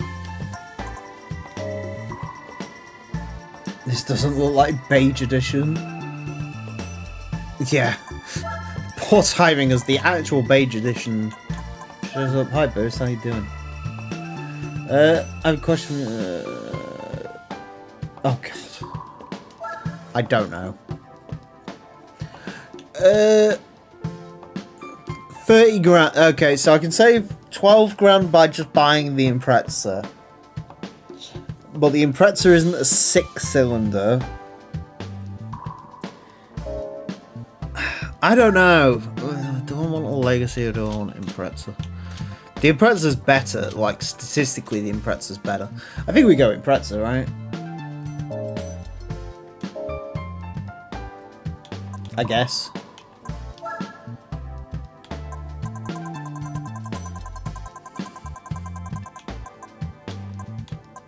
There's a grey Impreza, but that's not a wagon, and we need the wagon, so...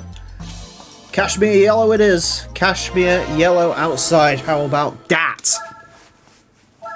Wagon. Hey, you. It's a GF spec. Right. Let's see. We got the best colour. We got cashmere yellow. That's the only one that matters. Yeah, that's what I'm thinking. Sort of Stars of Pleiades can do that.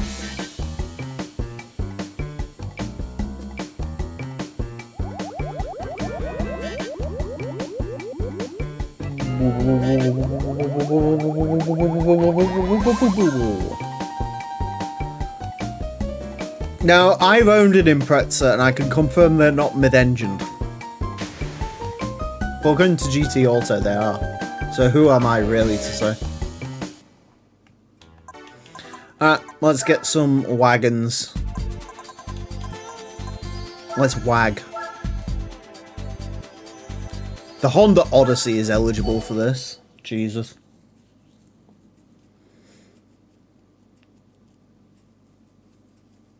That is a terrible thing, and you should burn them. There is a Volvo 240 GLT leading this race. Hell yeah. Let's swag in the wag.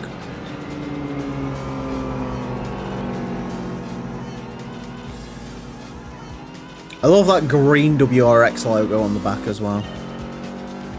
Just to really hammer it home.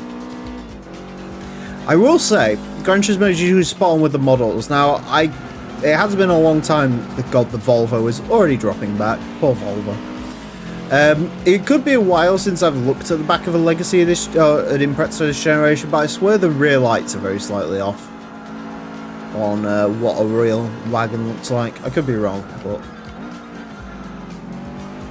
I don't let that Legacy have an accident all on his own accord. I didn't cause that. Poor 240, yeah.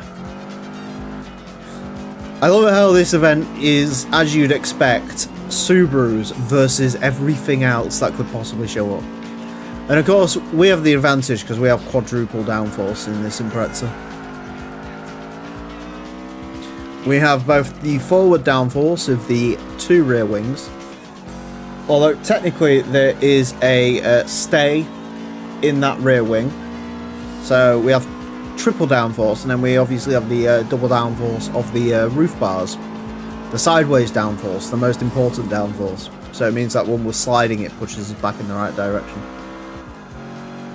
Does that WRX logo glow in the dark? If there is a race at special stage route, you will find out. There are other night tracks in this game, I've just genuinely forgotten what they are.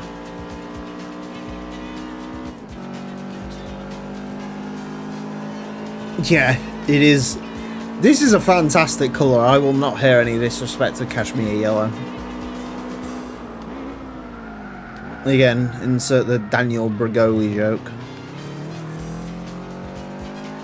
Don't ask me why I know her real name. Yes, how can I forget George Paris? I both hate the name George and Paris, so truly it's things I'm just trying to forget. Oh my god. We are going... Almost nailed it.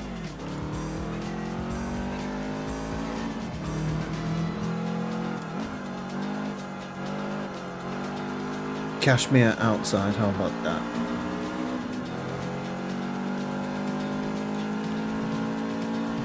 Look at that rear wiper. Beautiful rear wiper action.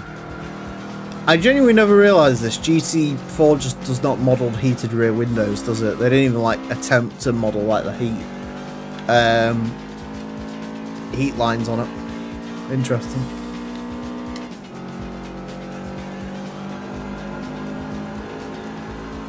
I paid 18 for this, so realistically, as long as I can get my 18 grand out of it, I'll be happy.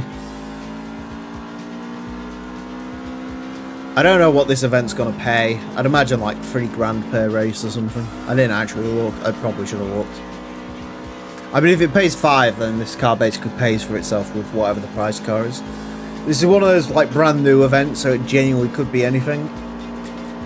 For some reason, I'm suspecting it's gonna be a Volvo 240. Well, I could be wrong. 3K? That makes sense. Black Ferrari. No, Ferrari isn't that daring with their special liveries, remember. They'll be like paying homage to Lewis Hamilton's heritage, and they'll just like put like 2 black stripes on it and say, there you go. Black Ferrari.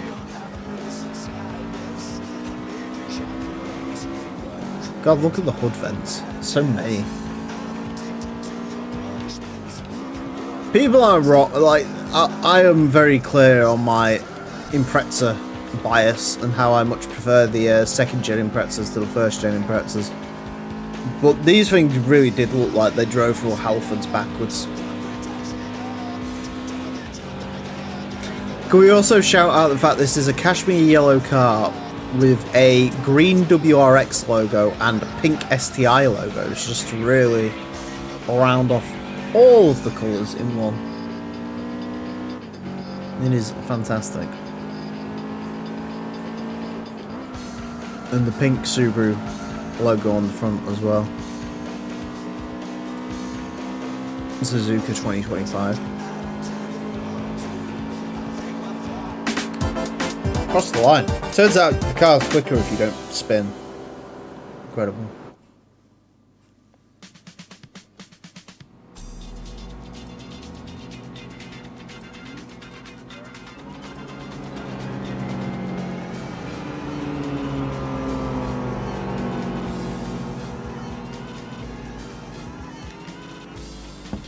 Earth, Wind and Fire, hell yeah.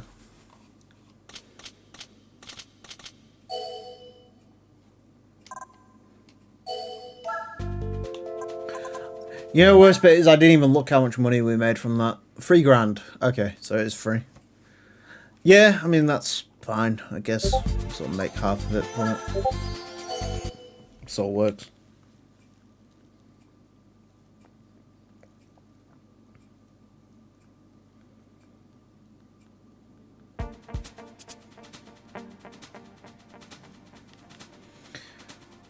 Oh god, the Volvo's back. Poor Volvo. Look, there's the best Impreza, and then behind it is this Impreza, and there's a purple Odyssey.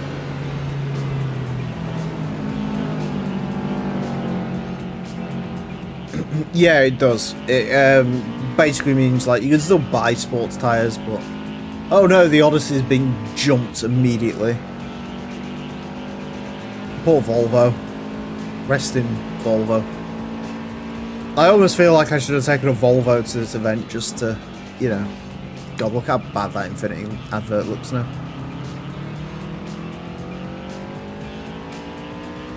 NYC. God, actually, playing this in like 4K, it makes the car models look really good, but the New York environment looks atrocious. That is quite funny.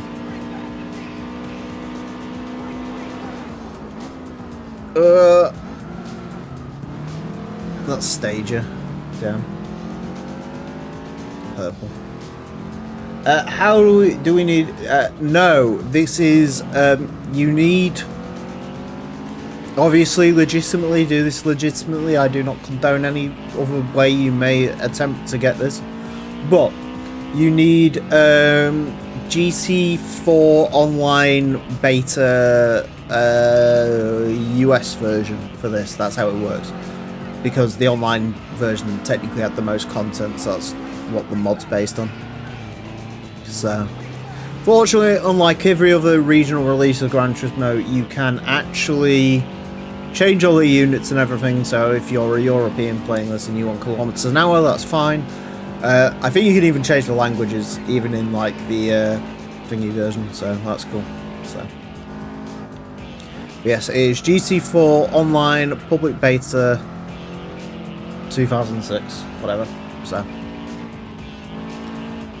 that does mean, unlike GT2, I mean, you might have a legitimate copy of that, but I would probably say that if you want to play this on actual legitimate hardware, you probably need a chipped PS2. Which, if PS2s are anything like PS1s, probably every single PS2 in existence is a chipped PS2 at this point, so yeah. That's how that works. But I recommend it, it's fun. The way I see this mod, it's sort of like GT2 Plus at this point, where like you may as well just have this mod installed if you're going to play GT4 again. Because like there's no downside to it. It doesn't actively take anything away, or it's not adding anything crazy to the game. Like, it's literally like a couple more events. You can turn the price car randomizer on if you want. Obviously, we're not using it. Yeah, like, you may as well just play this over the base game. TBH. Not the podcast. I forgot how weird GT4's version of New York is.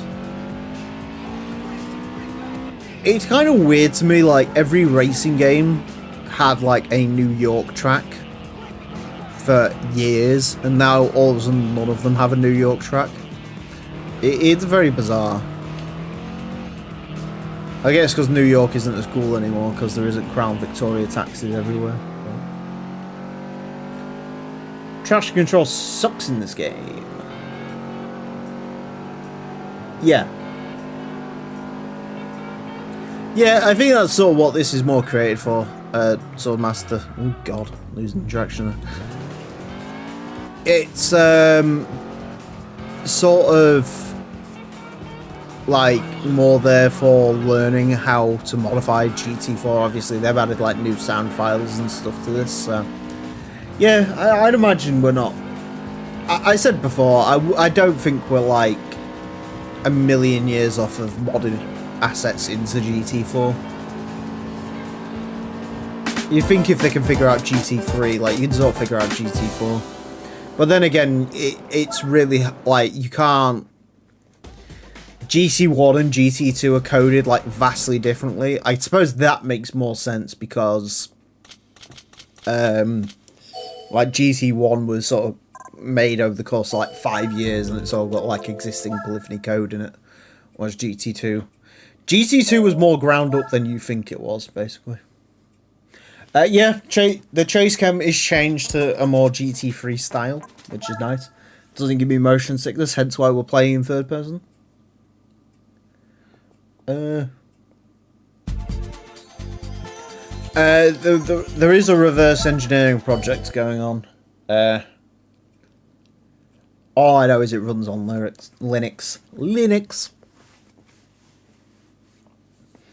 Anyways, we now have 27 co-current, so thank you all very much for showing up. Again, as usual, when I'm starting to think I'm getting a bit tired, I just see the viewership go up again. So if you are enjoying the stream, make sure to smack that like button, hit that subscribe, and if you really want to be a fan, become a member. You get your name in the intro for just $4.99 a month.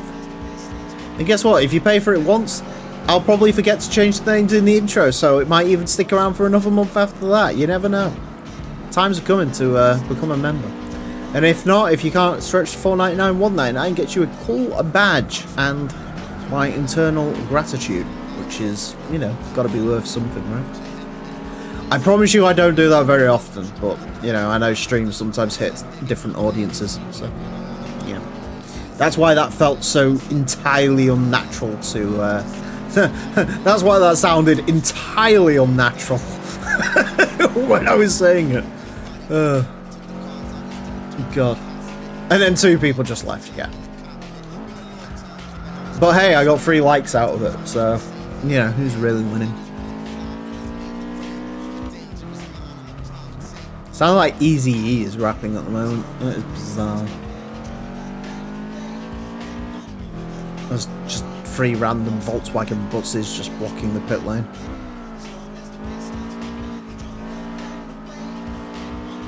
You have an idea. I like an idea. Let's skip GT4 because the camera's so bad. Yeah, the camera is... I don't normally do it, but in the Let's Play for this game, I had to do it on the bonnet cam because it was genuinely terrible. Like, it is a lot better with this sort of GT3 style. It's not making me completely motion sick.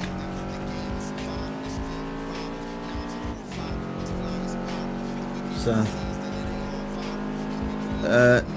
hold on, let me get to a straight and I will give that a read-a-rooney. Although I am 5 seconds clear of the Legnum. I'm drifting sideways. Read the trivia text for every car and give it a go through.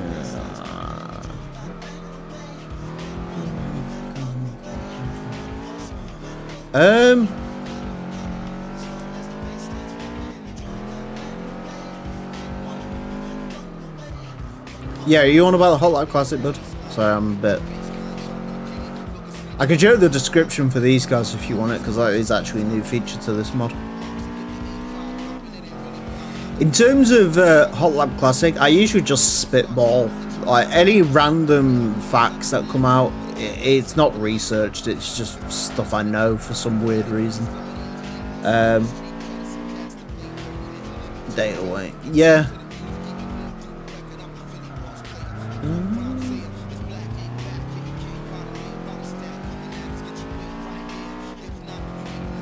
I mean, the only problem with like showing the garage in that is obviously those like cars you haven't seen go around. The vast majority of them that sit in the garage are, but yeah, it literally, honestly, it's just 27 years of knowledge just sort of spills out into those episodes sometimes, so it's never like researched or anything. It's just by way. Sometimes it's a bit irritating because, like, obviously you figure out stuff afterwards. So, like, I don't know. Say I'm doing like a Hot Lap Classic on like the Celica ST202. I'll like wake up the next day and be like, shit, I forgot to mention like this. It's yeah. I mean, thank you. I appreciate that. Yeah, I'm glad other people enjoy it.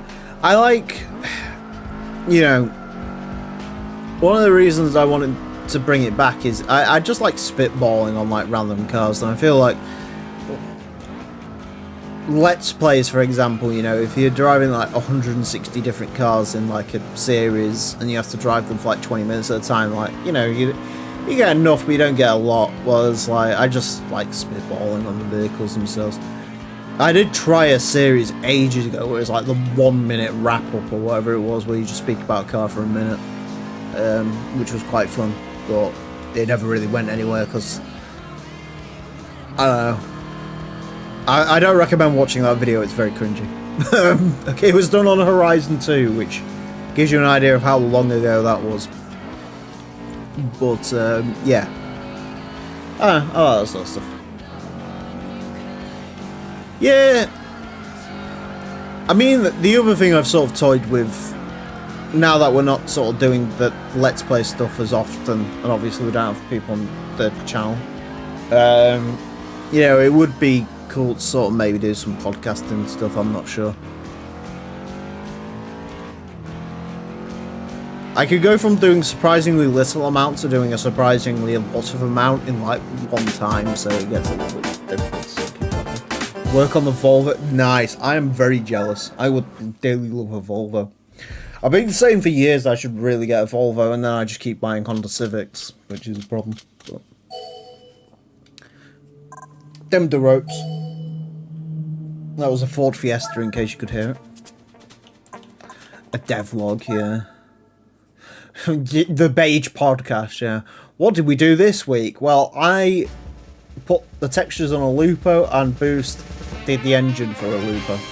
Okay, that's kind of cool. Is it a bit broken to give you that this early on?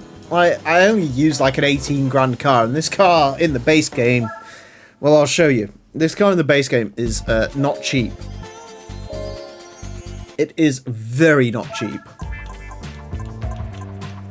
That will do as good for a couple of events, though.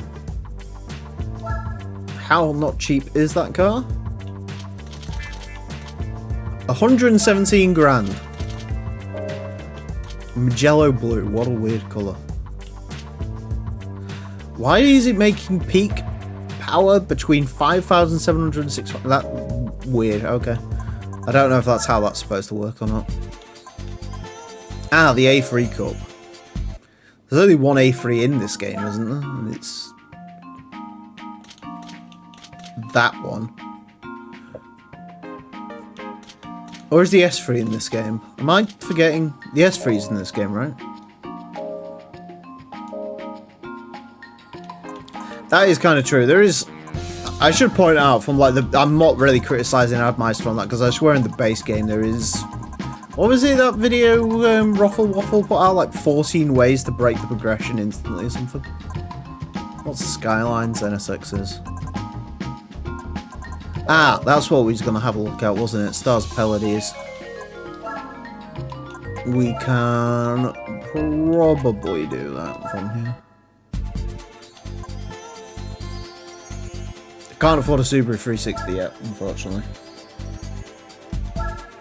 75 G's for winning this, so hold on to your potatoes.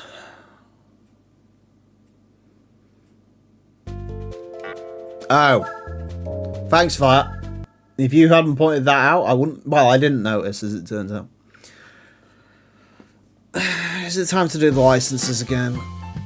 What do you mean? Like, what? No. What? No. What? Yes. What? Okay, cool. I hate when this game does stuff like that. City Turbo, Skylines, MR2s, Carinas, POW. We've already done the Micra race, so we don't need the POW, unfortunately. All right, let's earn our IB, because we're sort of losing events we can do. Let's subject you to more licenses, because God, I hate the licenses.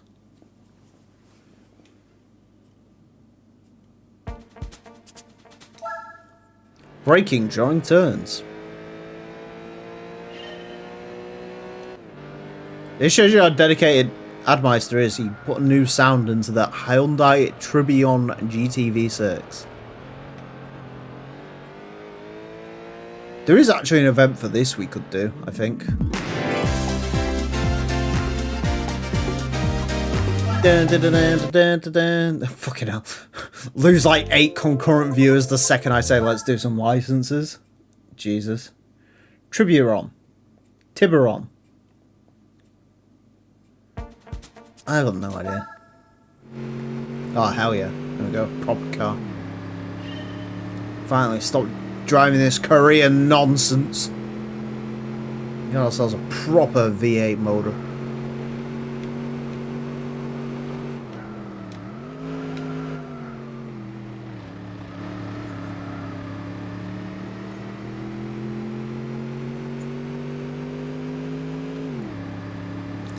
I still forget they have this car in this game sometimes. Call it a coupe. The Hyundai coupe. Coupe. You happy now? I've called it the Hyundai coupe, mate. I'm coming around for a spin in the odd Hyundai coupe. Fuck's sake. The odd Hyundai scoop.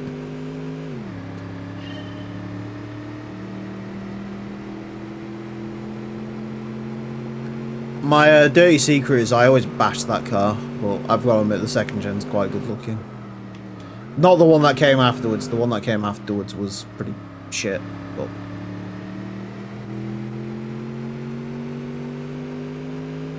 What's that? V8 burble. V8 burble. Fucking piss fart.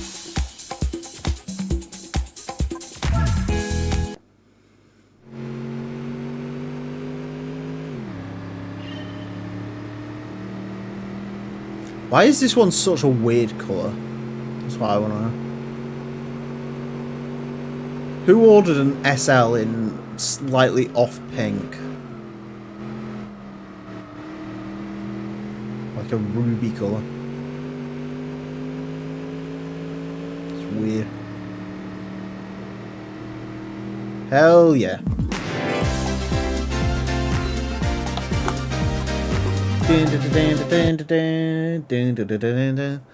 We could actually do the Hyundai Coupe race, to be fair. I think. I don't know how much Hyundai Coupes cost.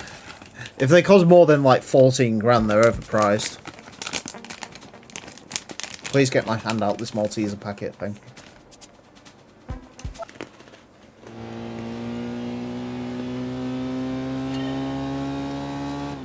Oh, this Prelude has four-wheel steering. That's interesting.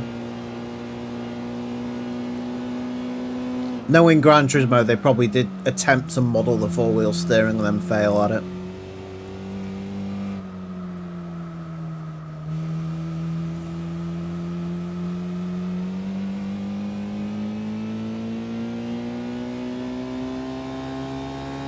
Boom. That was quite good. That should have been in gold, really.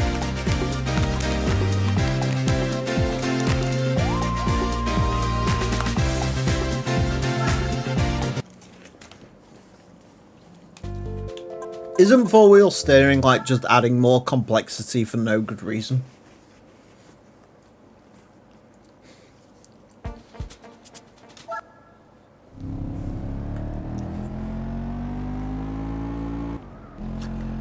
Someone at my old job had one of these A4s.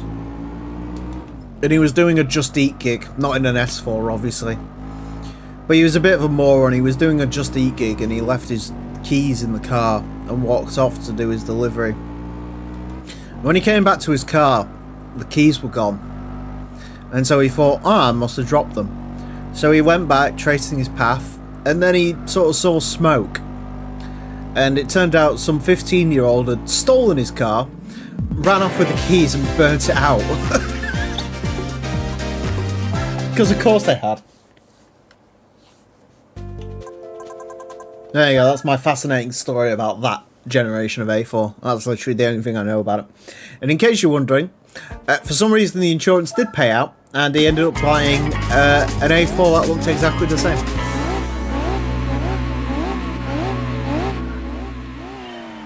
And apparently my fate's even worse because I'm being stuck in a Peugeot 206. Is that a convertible Toyota Hiace? What a weird vehicle. Look at these big bougie bucket seats in this one.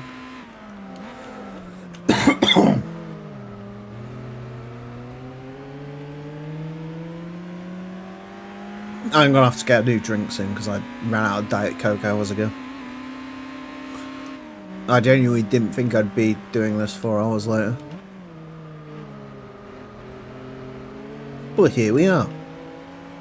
And we're all having fun. And the current hasn't dropped down to like 8, so we're doing well. 22 people decided to spend their Friday night watching me play GT4 Spec 2. Which means one of two things. One of three things, actually. One, you're watching for me and I don't know why. 2, you love GT4 and you've watched everyone else's live stream on this mod and you're really excited to watch mine. Or 3, you genuinely don't know what this is and you couldn't find anything better to watch and you don't know what a video game is. But you like cars.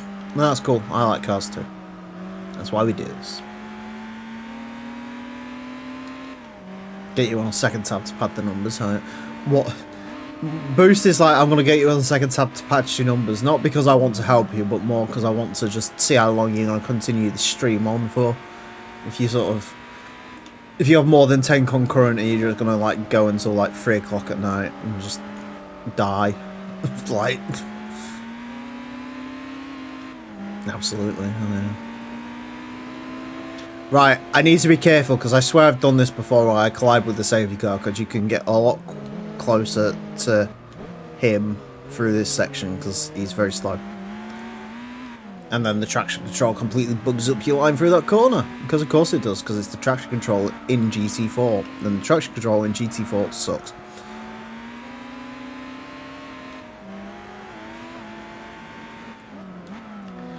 Is this the license that's got the run around that horrible city circuit as well. That not City Diaria, the other one. Is it City Diaria?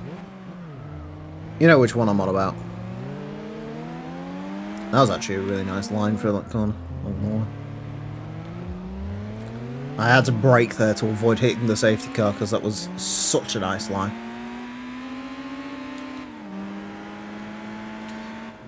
Well, it wasn't quite a gold, but it wasn't far off.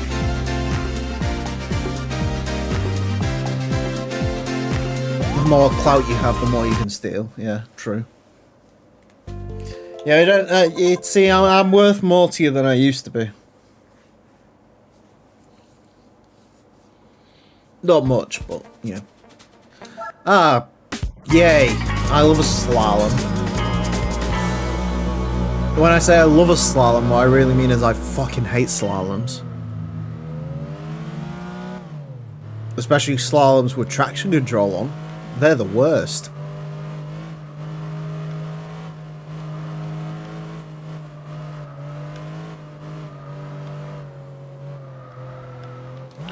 Oh, Jesus. You know how much I was hoping to crash into a comb before? Ah, yeah, Fuji before they ruined it, yeah. True.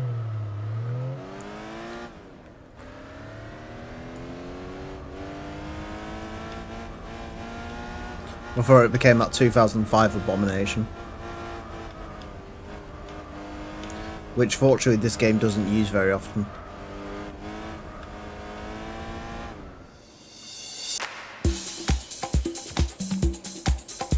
I have to find 2 seconds in that. I really don't want to. I don't think I can physically tell you how much I don't want to do this again.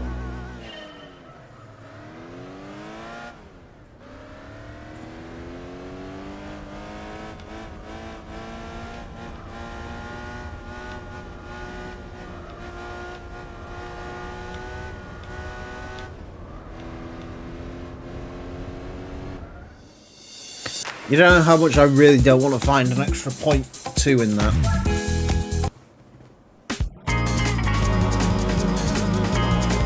Thanks, Boost. I knew you believed it.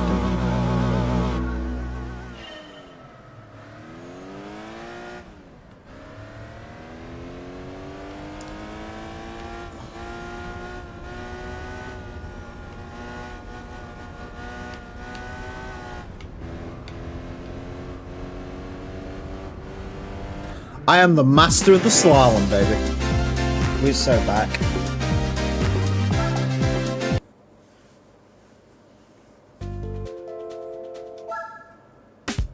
Wait, isn't that what I just did?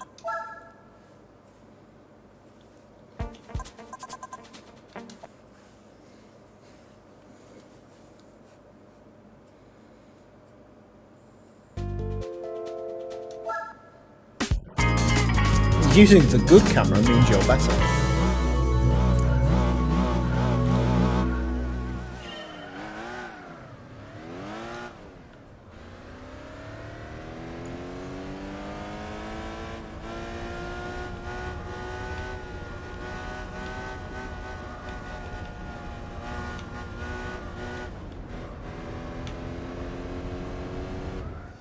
Bollocks.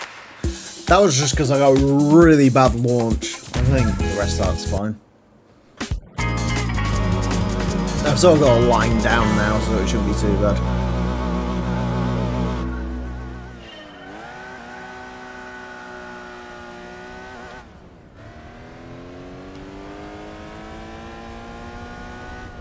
The good news is, as well, this time round, the car actually reacts to what you're inputting.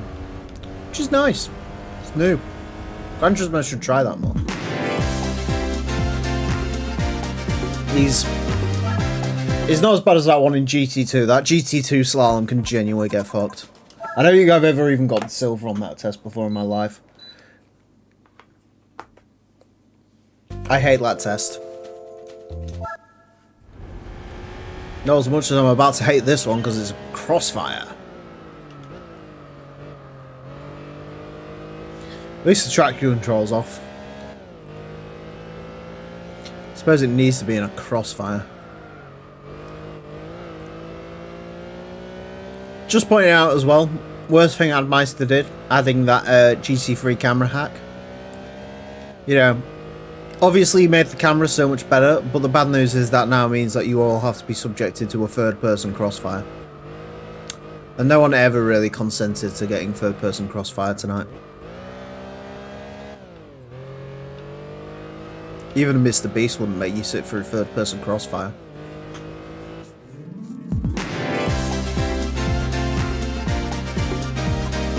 Dun, dun, dun, dun, dun, dun, dun, dun, dun, dun, dun. Dun, dun, dun, dun, dun, dun, dun, dun, dun, dun. Cone slalom. Griffith.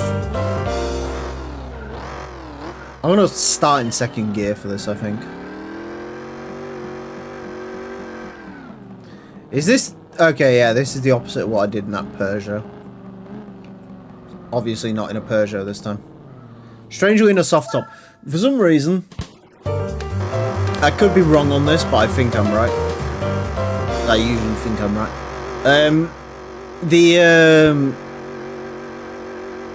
What was I going to say? I think every single coffee break has you in a convertible of some description. Could be wrong on that.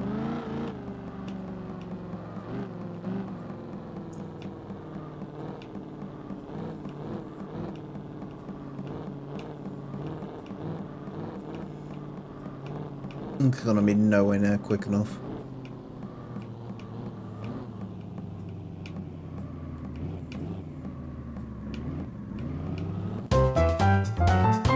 Ha! Get owned. I genuinely didn't think that was a good run. That felt terrible, but you know. We take those. Bora? Is that Aurora Borealis?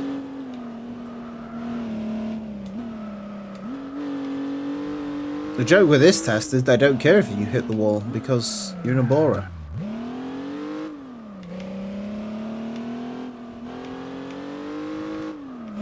In case you're wondering, yes, I did pull the handbrake.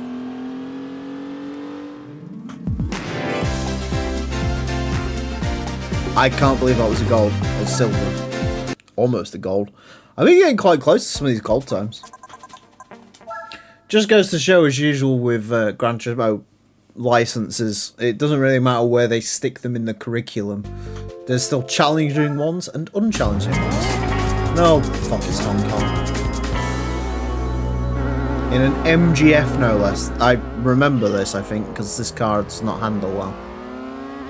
And you can also genuinely almost out-launch the fucking pace car. Nice. Good to know.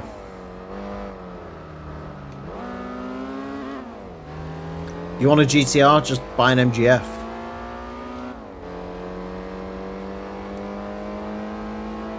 Fun facts about the MGF. It uses the Metro suspension. So technically the Mini Metro lived on in the MGF until... God, when did they stop making these things? 2008?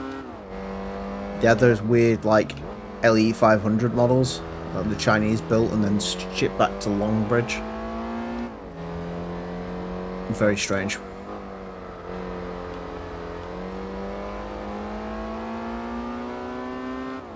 Is this the best MG? Possibly. I didn't clip the car. The car moved over on me.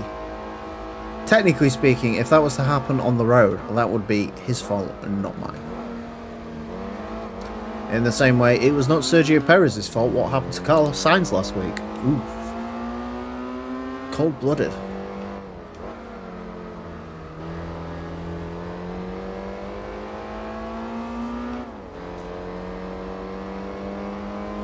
I thought the TF did. Am I wrong? It'll be the only time I've ever been wrong.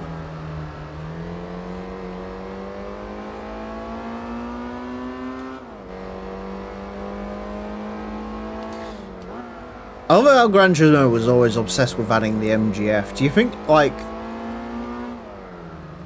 I know, like, obviously all MGR V8s ended up in Japan. So, like, the Japanese just really love MG or something? and think it was like the greatest. I don't have to do this again because I want silvers.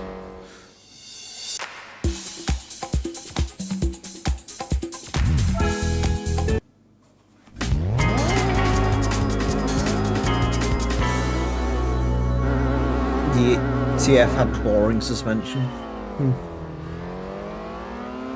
Today I learned something I'm never gonna remember. It's good to know. Dive down the inside. No, it didn't work. Pace car just kept on going.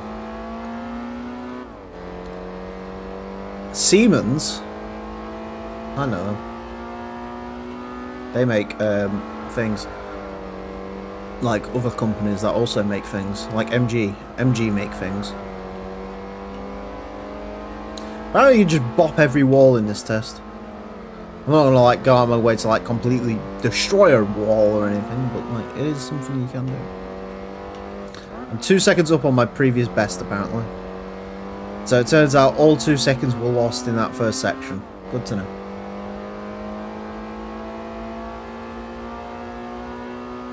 Use the skyline as a bit of slipstream. I've got to try and go. How much do I dare do this? Too much. I dared too much to go late on the brakes. Turns out an MGF does not have as good a brakes as a Skyline GTR. Good to know. Useful. That cost me over a second. Can I make a second up on this final bit? I think so.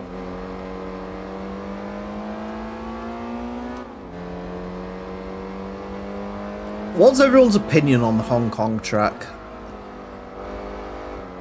It's one of those street circuits that I legitimately don't see ever spoken about, so I don't think anyone really missed the fact this one went after GT4. Okay, yeah, we are going to retry that, because we are sliding, because this car sucks. Handles like a dog. I mean, I'm not surprised at an MGF, but still. In its defence, it's an MGF with traction control, which does make it even worse.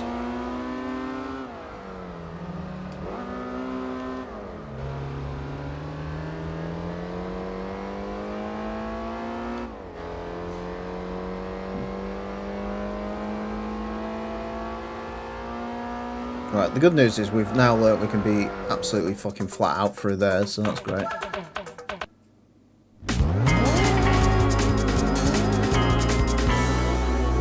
I love how daintily the driver folds his arms with the wheel, it's cute.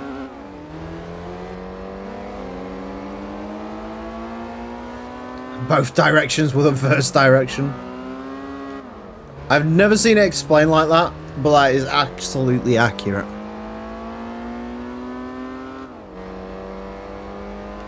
It is genuinely like, yeah, that is actually a perfect explanation of this course. Both directions feel like the wrong direction.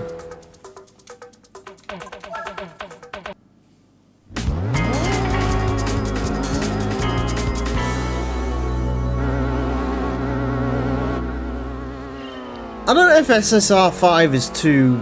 I guess they sort of made it like more narrow as the games went on to try and sort of maybe coax a little bit more. Ow. I was too quick. What a surprise.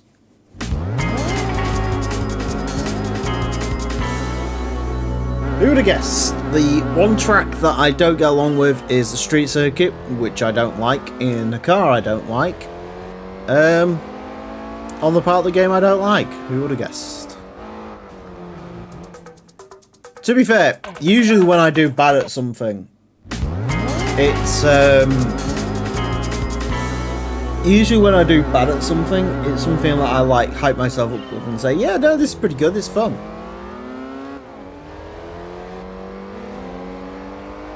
Oh god, yeah. No, the plate testers were all like very disciplined Japanese people. In fact,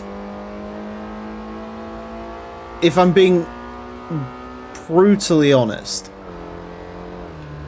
that was terrible. I want to restart. That really pissed me off because I got a really good line for that first bit. If I'm being really honest, sometimes I play these games and I really think that like they were literally never play tested. Like Kazunori was like, my decision is the best decision, and therefore, fuck you. Honestly, just get on the fucking throttle and just go. Christ. Bro's out here being fucking overtaken by a bastard MGF in his fucking Skyline with ketchup on. It's insane. Just go. Just drive. Just fucking drive fast. It's not difficult. There we go, see? We work together.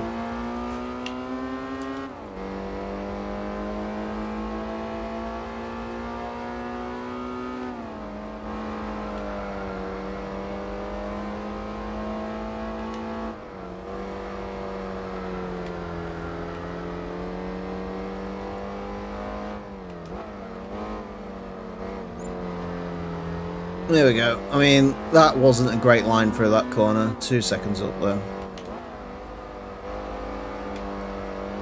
No heroics. Let's just try and finish this. That's the that's the key.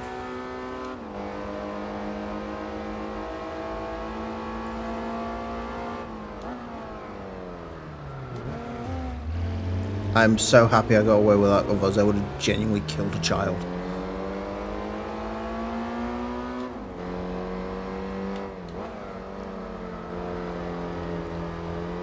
There we go. Beautiful. 2.6 seconds up. If we continue on this momentum, we'll be fine. Don't lose it in the final bit. That would be nice.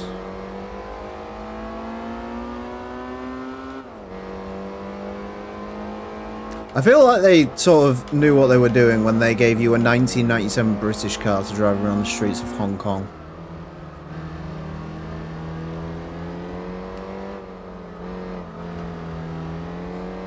Definitely something the Chinese government asked for this test. As a form of brain torture. Thank fuck that's over.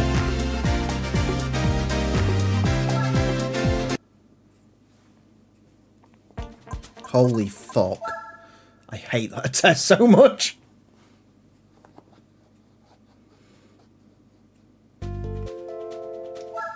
Competition dirt racing. Yes, my favourite sort of dirt racing.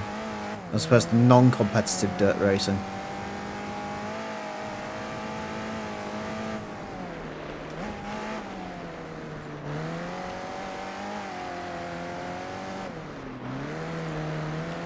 If I get anything other than a bronze for this, I'm going to cry.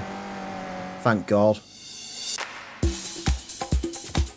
I'm about to say, that was truly the worst driving I've ever seen in my life. Yeah. Some say appendicitis and the MGF test from GT4 have a lot in common.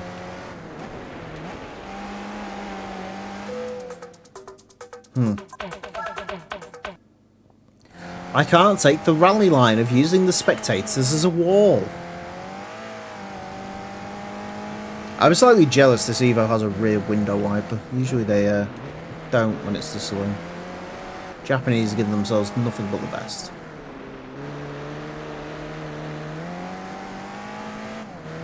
There we go. This is the Evo MR. Do you know what the Evo MR comes with? Slightly less weight. That's it. That's the ropes. Oh, we've got one more one-lap fucking showdown. Oh boy, Ice Arena. Oh god, it's one of these. I don't like these cars. They suck, usually.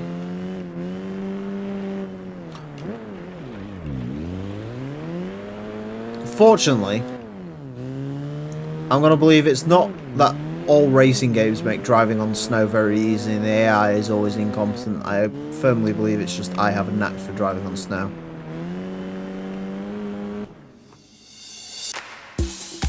He says as he gets a bronze. I hate everything.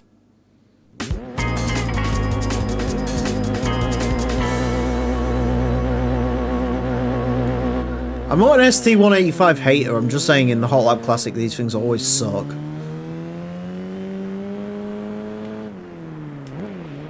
Like, the only good Celica we've ever had has been the ST205 and the fucking Rally new Celica, and the only reason that was good... Well, to be honest with you, that wasn't even that good. Yeah, pretty much.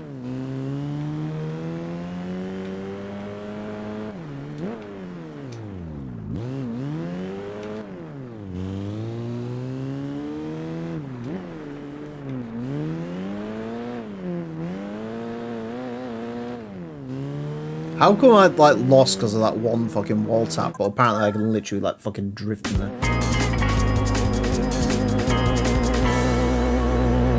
Sega Rally. New sounds good. Sounds great, actually, to be fair. The best car I've heard so far has been the Boxer Subarus. They do sound very meaty, and as they should, which is great.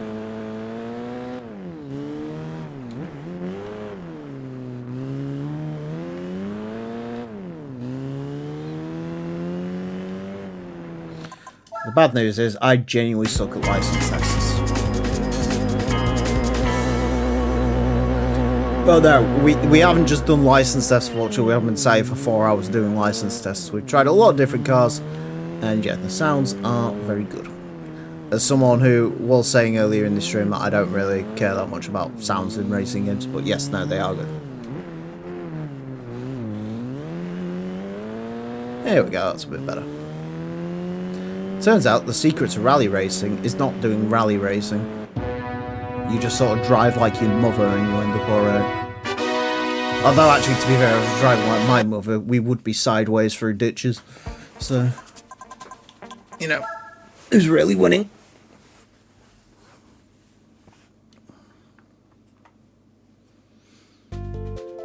Tackling undulating S-bends. Oh hey, it's the best car in the game. If this one still has sports tyres on it, anyway, it will be. If I don't try and cut that corner, it will be. Fantastic.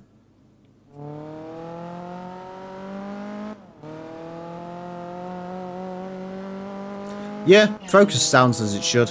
I was trying to work out if this was one of the new car sounds or not, because I genuinely forget how GT4 sounds out of the box.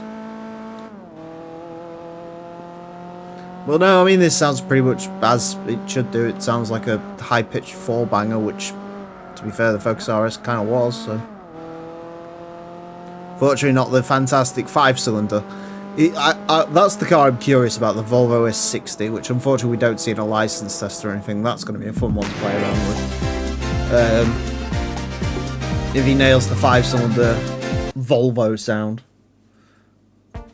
That'll definitely get me on side. I love a 5-cylinder Volvo sound.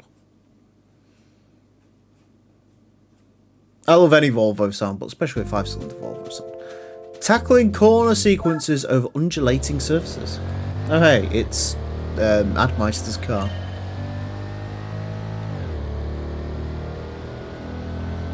And you can definitely tell he took some pride in this one.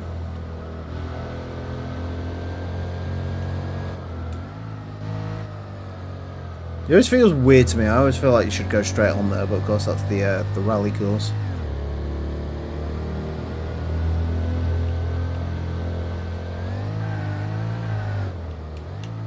Gotta get so skittish over the bumps there.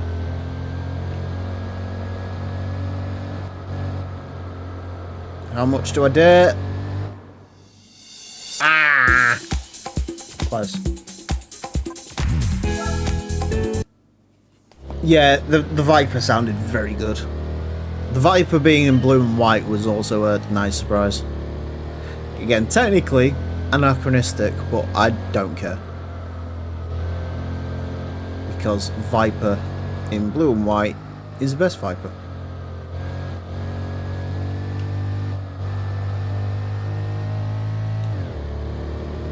Alright, how dare we go up here?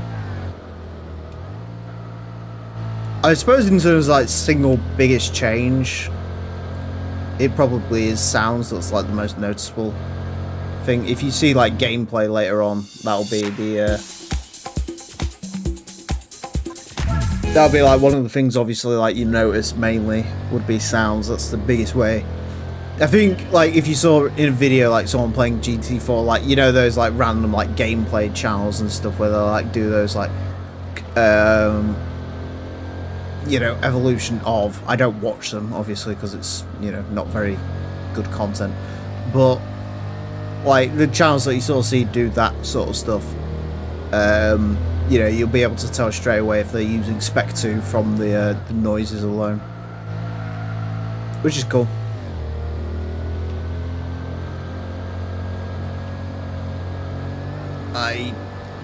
Damn. I was really hoping I could get away with that.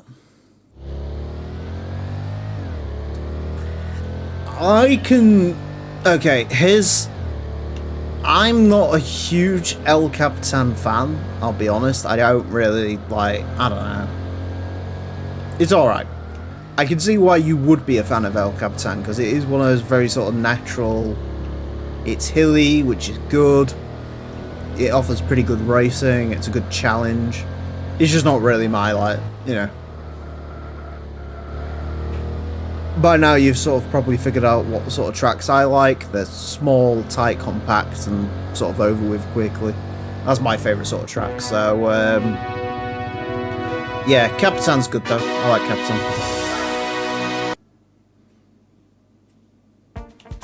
I did. Me and, Computer were on about that earlier when Computer was in chat. I can't wait to try that thing out. That thing is going to be cool. Oh, yeah, there is a City at Diaria thing.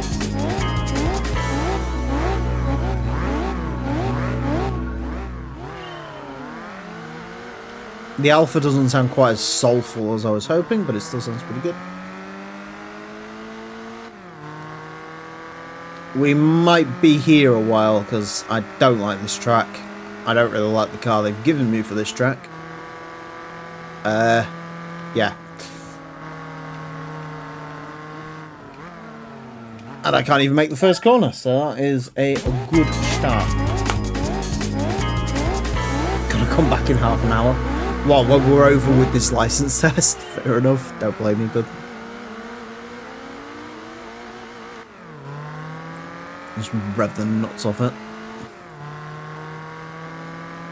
It's one of those experiences that I can imagine would be very pleasant in real life, driving on a ye olde alpha through ye olde coastal city, but yeah, in the game it doesn't quite translate into being good. It translates into being quite a wretched experience. And the worst bit is, this is one of those experiences I'm going to have to focus on greatly, because there is literally no chat reading opportunity on this circuit, I don't think, other than maybe that big straight down the back end.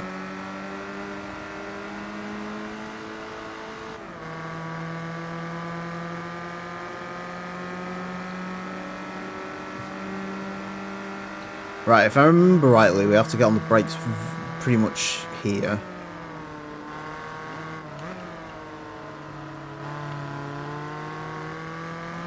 I literally just did this section in the Bora, so I should be fairly on it with this. Oof, oof, oof.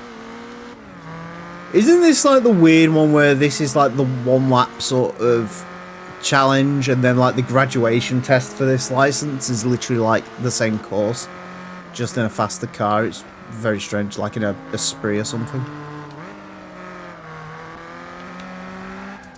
I literally didn't know where I was going there. GT2 does something weird to calculate power, and I don't know what. Oh god. What do you mean? I thought your like engine generator was sort of working. It was just more or less out by about 2 miles an hour, or 2 horsepower or something. PSs or whatever you want to call it. Velocity. Fiatia. Oh god, please. It's the understay for that section. God. I kind of, I don't know. Do I want to do a safe run and just get a bronze on the board? Or do I want to just balls out, just keep trying for silvers?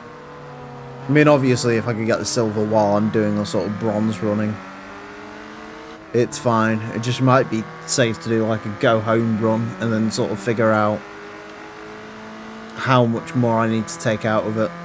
Maybe. That might not be a bad idea. Making you go insane. Does everything has to be perfect boost? That's why. Then that's why you go insane, because you try and be a perfectionist. To be fair, I mean, you've done more than I would. Usually I'd have just given up by that point, but...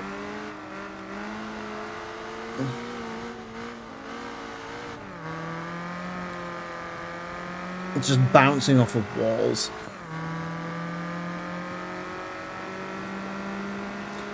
I don't know.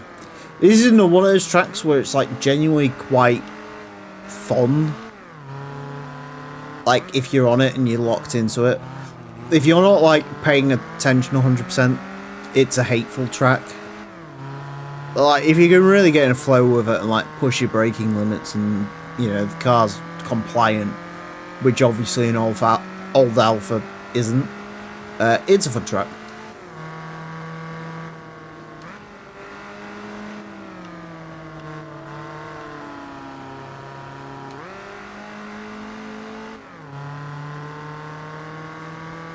Alright. 3 seconds. I can probably find 3 seconds in that. I'd imagine.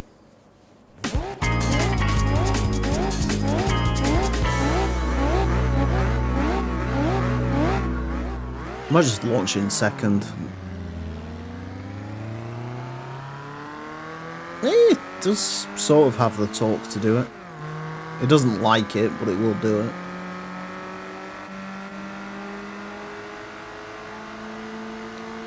It's just this first corner I need to try and sort of get Bob on. There we go, that's better. Not understeering leading into that wall, which is nice. Jump in, what's that sound?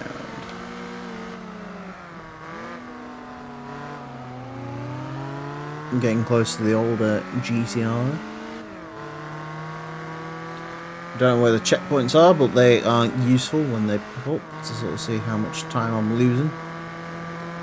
They were useful at Hong Kong. I don't. Ah, there you go. Fuck. I was kind of hoping I was more going to say like 2 seconds. I don't really have to take like a second out the rest of this lap, but okay.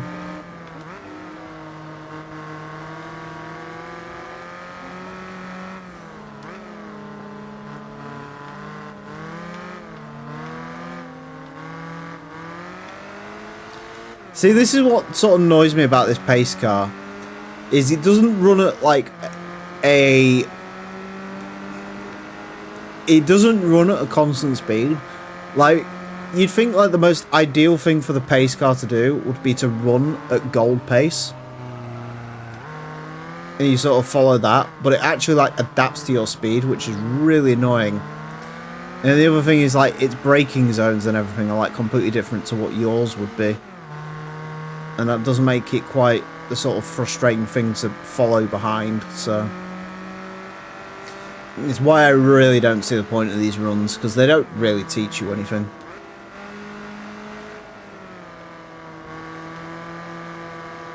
That's better though. Come on, come on, come on. Yeah, there we go. Awesome. I'll take that dub. We take the big dubs. We take the big man big dubs. Excuse me. Alright.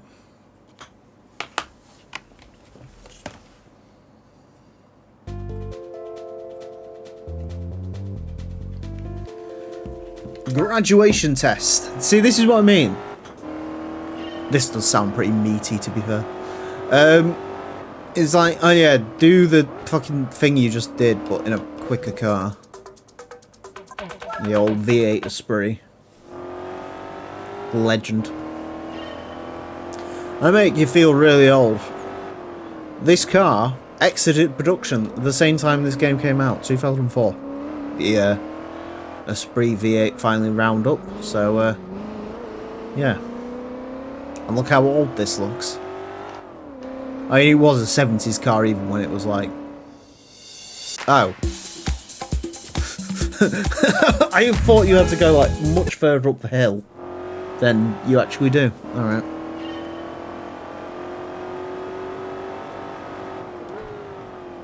Just go into the wall because it was going to fail anyway.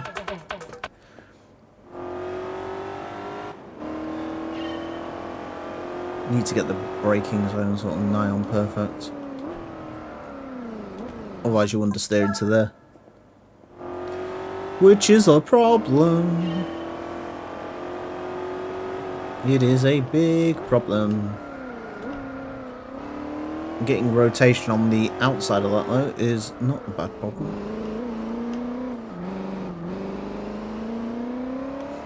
Let the torque carry it into a curb.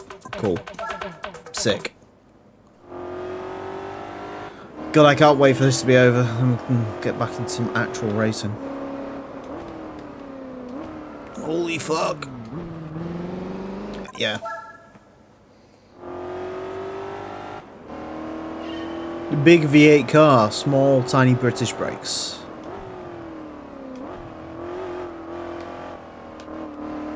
Right, I'm going to try and go tight line through here. Oh, if you try and go... I don't know, is that one of those where you sort of extend it to come back in? I'm not too sure.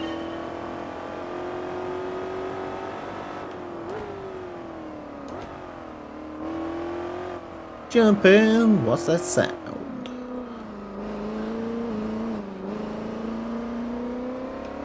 Cool. That seemed better. That was better. Cool. Alright, prize car time. Let's go. Let's see some more prize cars. Let's see what we get.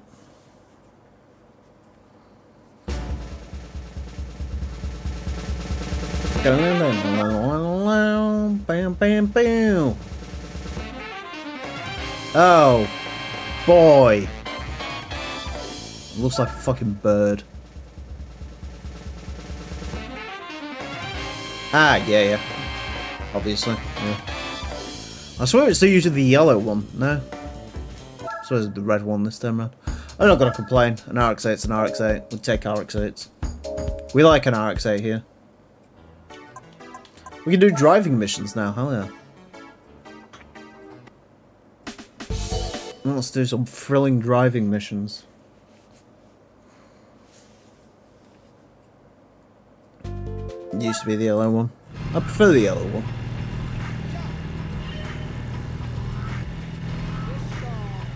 Thrilling action right here.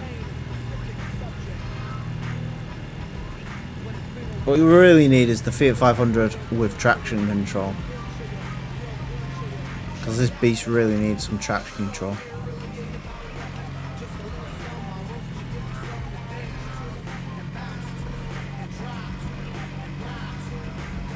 Is he getting the speed on me? He is, but Luigi is not quick enough.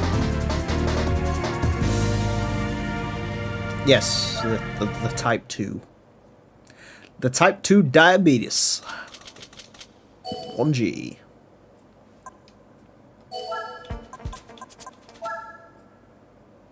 Technically speaking, I think we could do the Hyundai event. Because I think it's just that concept championship. I thought they had like an extra event for... Unless that's something Admeister's had. I don't know if Admeister's added manufacturer events or not. Don't spoil it if he has or hasn't. I haven't seen them, but maybe he has.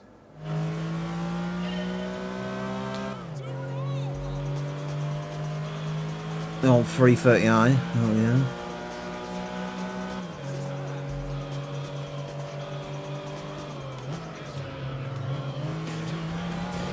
Oh, you can just go on the...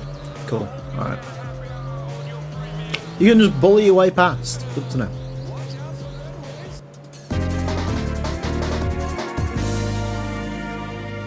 Yeah, so every standard car doesn't start on sports tyres. Because, like, in the base game, some cars start on comfort, some cars start on sports. He's adjusted it so they all start on comfort road tyres, basically. So it's a little bit more challenging. You can still buy the sports tyres, but, yeah. And stuff's been sort of adjusted to contend with that. But it is supposed to make it a little bit more challenging. Which is fine. I'll be honest, I can't say I really noticed too much because GC4 just, I don't know, every car sort of naturally handles like it's on ice anyway. But compared to GT2 and GT3 anyway. Charles Leclerc versus Carlos Sainz at Monaco. Obviously, we're playing the part of Carlos Sainz. Charles Leclerc, because he's better. On the brakes. I wish Monaco was this ride in the F1 games, it'd be so much better.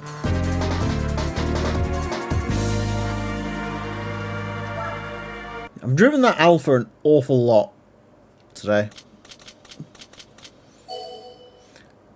And to be fair, as much as it's like a legendary car and it's kind of cool, I literally never use that thing in racing games, ever. I feel like that's most like 70s sports cars, is I don't really use them that much in racing games. Mustangs! Drive them for me, dig! Food! Feel the V8 rumble. Look how much cooler of a colour that one is in front of the weird ass green.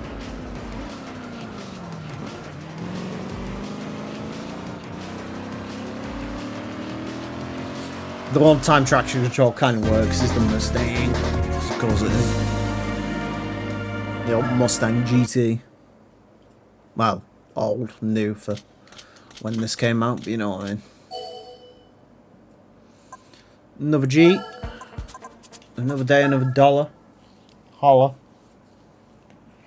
In my collar. With my dogs. In squalor. Peugeot 206. Known for its overtaking prevalence, the Peugeot 206.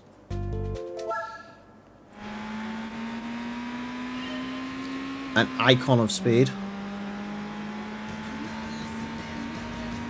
I did miss a shift there, which probably hurts this a little bit, but we'll see.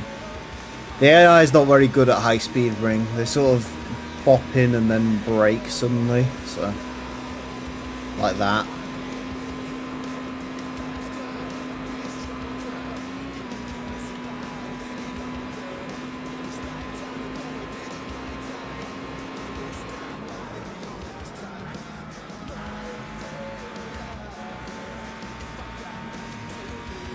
Oh, you get all this. Okay.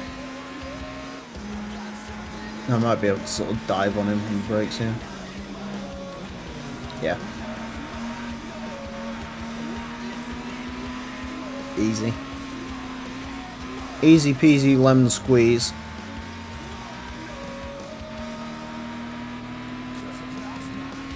I always find the 206 in this game looks very strangely modelled. It doesn't quite look right. Although it could be just because the Peugeot 206 is... I know, like, all Americans think Peugeot 206s are, like, very cool looking, but they are just kind of awkward. Like, the proportion on them is so weird. They are not proportioned well. Ah, here we go. More price cards.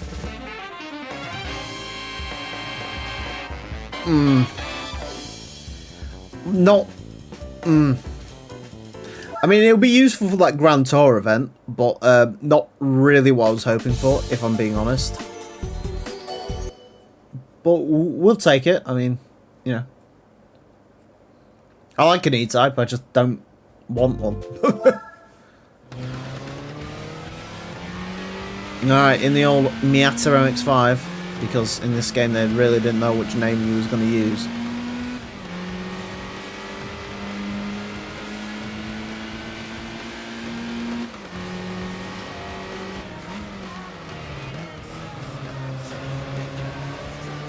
I think this has the NCMX5. We'll have to play around with that at some point. Because that's, of course, quite a special car, really. Obviously, didn't appear in any Gran Turismo after this.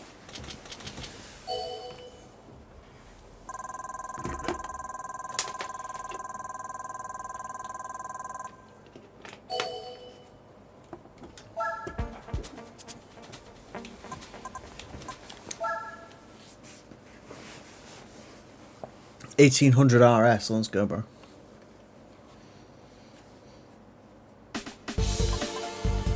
Golfs. You are driving the new Golf GTI. The once new Golf GTI. Of course, the joke is all of these cars are now ruined. I really wanted one of these for a while. I think it's during the whole couldn't find an Accord, so I was literally looking at anything else, and I was sort of considering Golf GTIs. Mark 5s anyway. I think I wanted an automatic though, and the DSG is not good, as it turns out. Mostly because no one ever maintained the DSGs, which kind of ruins them. But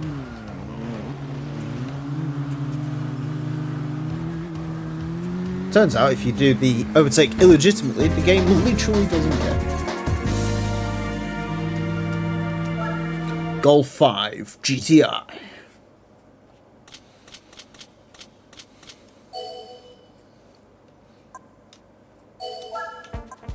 They only move 3 generation of Golf ahead now. And every 4 times in a Golf generation, every 4 generations a Golf has to be terrible. The Mark 4 was terrible, and the Mark 8, as it turns out, is terrible. I'm not saying there's a pattern there, but there is absolutely a pattern there. Oh, we got that beautiful VQ sound. Some people hate it. I can totally understand why. I quite like it. I think the thing that frustrates me about the VQ sound is if it had a little bit more sort of growliness to it, it'd sound great, but it just doesn't quite. It sounds like it needs to be a lot dirtier sounding than it actually is. But no. I know Azza can't stand the VQ engine, but I don't mind it. Even though it is a Renault engine, but yeah. Tell 350Z owners that and they get really mad, and it's really funny. Driving missions, hell yeah. Driving missions are pretty easy though. Like, they're not the fucking license tests. These are actually pretty piss easy. So. Nope. We're in the old Mobili 1 GT NSX. I'm gonna get him on the brakes, because I think that's the whole point of this mission, is to be... Oh, no. Oh, God. I forgot about those. I forgot about those 5-second penalties are a thing, yeah.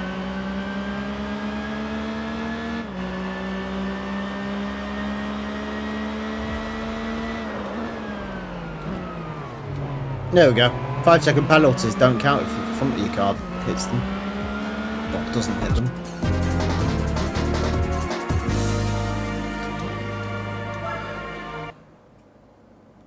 Yes, you can do that as well. Obviously, we're respectful when we play this game, and we don't do that, do we? We are good boys. Or, you know, girls, depending.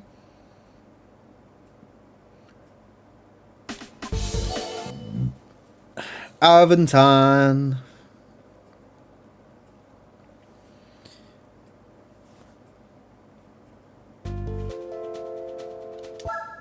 Aventine. There's a gaggle of Aventines.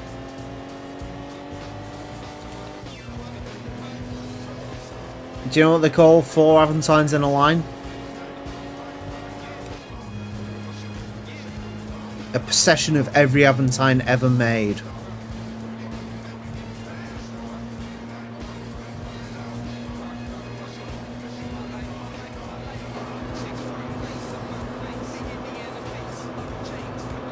quite a good colour of Aventine, this. It's not quite the amazing green he's come in, but yeah, it's not bad.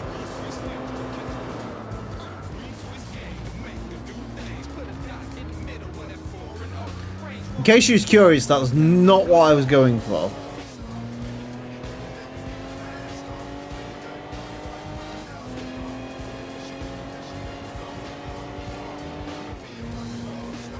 That was absolutely not what I was going for. It did happen, but it wasn't what I was going for. I'm assuming this is the V6 Aventine. Surely. Not like a fucking... Well, it's obviously not the 2.2 diesel. I've never really understood why you buy an Aventine if anything other than like the 3 litre V6 Ultra. You're kind of missing the Aventine. If you're doing that.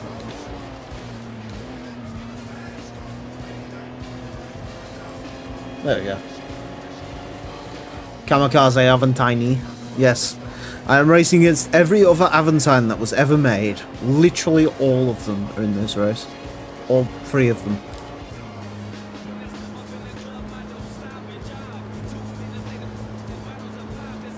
Do you know the other thing that's always bothered me about the Aventine? As someone who likes the Aventine, I will point this out. Why does it have the tiniest rear window wiper in existence when, like, the actual back glass is... I got mugged off there. When the actual back glass is actually quite big. Why is it so tiny? Weird.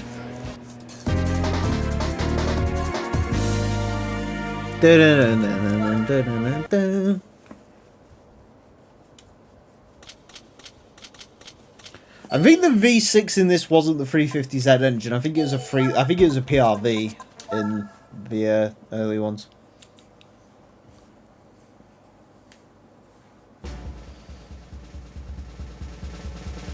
Oh god.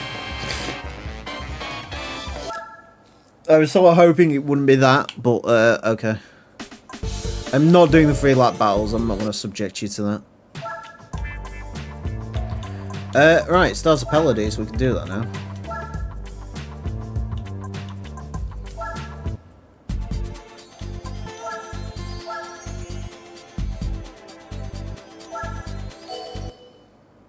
And then we'll have all the money.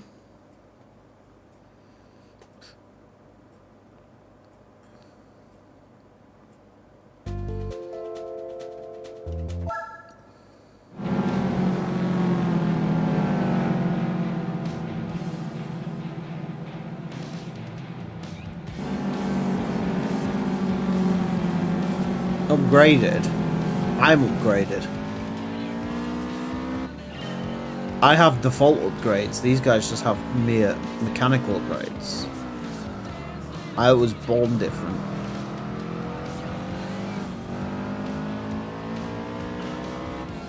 Look, Nico Hulkenberg's still Nico Hulkenberg in a Red Bull, but Max Verstappen in a Haas is Max Verstappen in a Haas.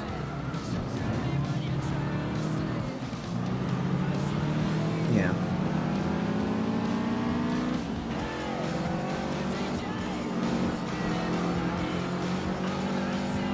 Drifting off the course casually with the other Subis.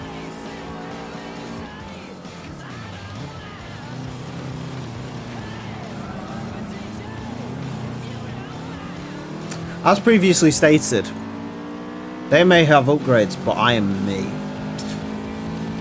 And I am the upgrade.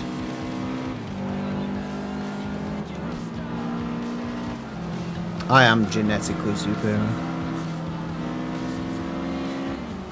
I am being overtaken on the inside by Subaru Blitzen.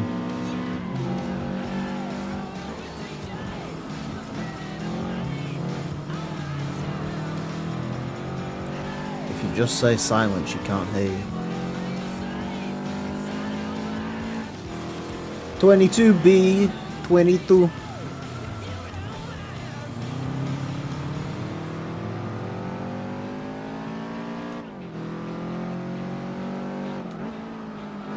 I'm genuinely not being dropped by these guys, just point that out.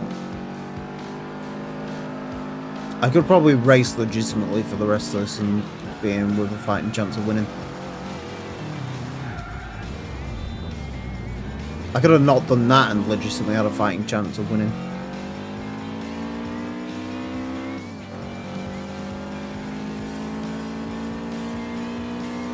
That, kids, is why you don't cheat. I mean, you know, 75% of the time it'll work, but, you know, sometimes it doesn't.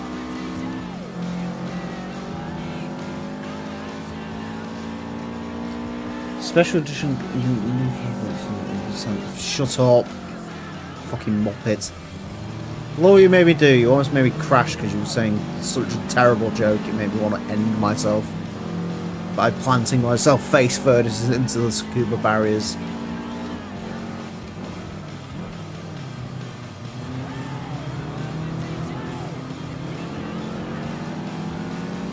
I am probably thinking, God, this is getting on. I am thinking, realistically, you could probably, like, slap on some sports tyres and win this quite comfortably. Let's do that. I don't want to do that. I'm bored.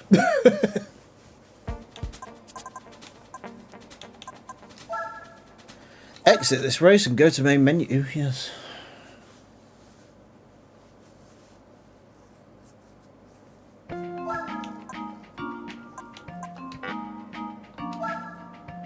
No.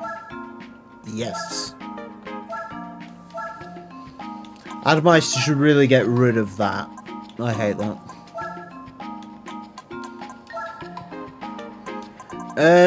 Right. Is tyre wear going to factor into this? Oh no. 6 grand, that'll do. That is pretty much all the money I earned from the other events. The you know what? That's only 1100 quid. We'll do that. I think we should be fine. I'm not going to go mad. It's a fucking Impreza. It's quick enough. Oh, thank God we are starting to drop off in viewers a little bit now. Yay! That means we should be able to do this race and I can go to bed. It's been fun. It's been fun, don't get me wrong, but yeah.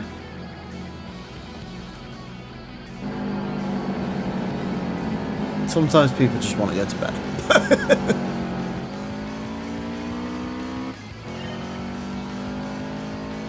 Alright, this feels a bit more active than it did.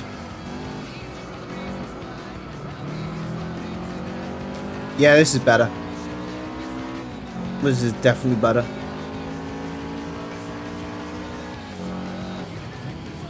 There is a 22B stuck in traffic in this particular version of it. No, wait, that's not a 22B, that's just a blue WRX. Cue the alts.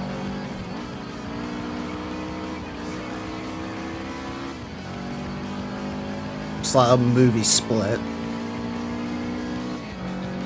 You know, about the guy with the splits. Wait, that's a different film. That Legacy, best Legacy. Such a cool looking car. Especially in gold, that's the colour. That is the colour.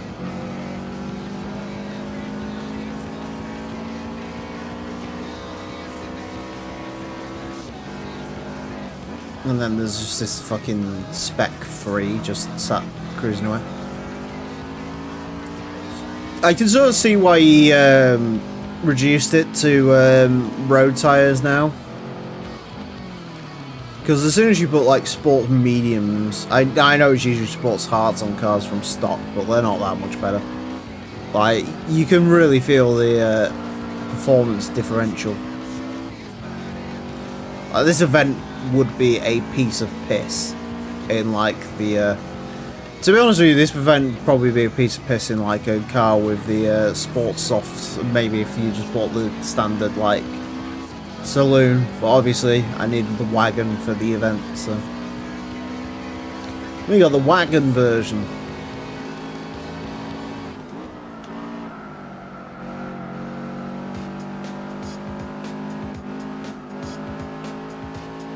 That's cool, because, you know, usually I'd never use the Obviously, I'd never really used the Impreza Sport Wagon in this game because, like, the sedan's better, obviously. But now, like, because that wagon race, I used it, and we've got a shiny 117 grand Audi RS6 in our garage now because of this car, so it's basically paid for itself.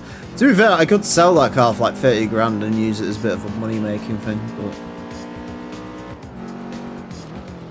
got my B license done. Thoughts on the mod so far? The mod is brilliant. I mean, it's, you know, I wouldn't say, I don't know, I wouldn't go as far as to say like it revolutionizes GT4. It's just GT4, but like better in every way. You know, you get some more events. They've changed around. There's a lot more work gone into this than maybe I first thought, because I thought originally it was sort of changing the sound around and adding a couple of new events. But obviously, as it turns out, he's rejigged a lot of the prize car allocation, which is nice. I'm not playing with the randomizer, so it's genuinely like the cars you get normally. I think I said this earlier on, and I do agree with it looking back. I think this is going to be a lot like GT2 Plus. This is sort of the de facto way now to play GT4. If you want the best Gran Turismo 4 experience, you know, it's not a case of, oh, do I use PAL or NTSC or whatever. It'll be the Spec 2 mod. That's the best way to experience it, you know. And yeah, it's cool. You want a Renault Aventine from the licenses. It does count as a wagon. Interesting. I suppose it's to add purpose to that car. But, no, I like it. I like it a lot. It's really good. Obviously, Admeister does amazing work. So, you know, he's the man. I actually spoke to Admeister a little bit back in the oldie days. I think he was, God, this is going back. It was uncovering cars found in Forza Motorsport 7, like hidden cars, which obviously, as it turns out, then went on to Horizon 4. Now, the dates in that probably give you an idea of how long ago that was, but no. He's a legend for a reason, and yeah. If you want the ultimate way to play GT4, you play the Spec 2 mod. And obviously, any excuse to play Gran Turismo 4 is a pretty good excuse in my book. I do like me some Gran Turismo 4. As you all should, you know. For me, personally, Gran Turismo 4 second best game ever made. Ever.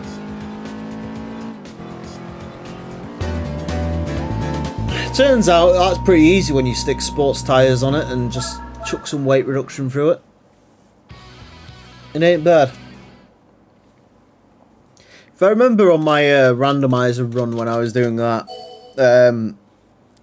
this was actually, like, I got a legacy wagon, I think, and I did this event, like, first time with it, unupgraded. Because that's, like, the funny thing with this event, with, like, the Stars of Pelides event, is sort of why it's so exploitable in the first place, is, like, you could literally, maybe not with, like, one of the, like, starter car Imprezas, but, like, certainly with, like, you know, the version 6 Impreza, this has got sports tyres on it and weight reduction, and I'll be honest, I don't even think I needed the weight reduction. I just sort of went with it because it was cheap. And obviously in the base game you get sports tyres from standard, so like, yeah, you can just sort of piss this event quite easily. So, and you should, because there's cool cars at the end of it. I think, I haven't got it confirmed, but I'm assuming what Admeister's done is the special colour cars, now like you can sort of repaint cars at GT Auto. I think he's gotten rid of the special colour prizes and just replaced them with like sort of more varied and different cars, which is a good change. I like it. And obviously playing through some of his new events that he's done, the 4 Cylinders Challenge and the Wagon Cup, there's sort of new prize cars from those as well. which do open up new, interesting events. Like, realistically, that Audi RS6 probably is a decently viable option now for the Supercar Festival. Whereas in the base game, Supercar Festival, you really don't get a lot of choice for, especially if you're doing it like early game. Like late game, you can sort of, you know, drag a Ford GT or a Celine S7 to it, but as it turns out, the best way to sort of do it base game is to just sort of fully upgrade an M5 and drag that onto a starting grid and use that. And then it turns out it's pretty rapid.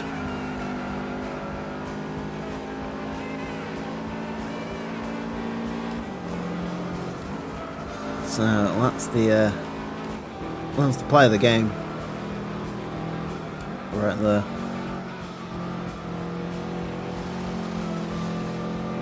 God, you're getting on ye olde grass. Good old Louis deGrasse Tyson.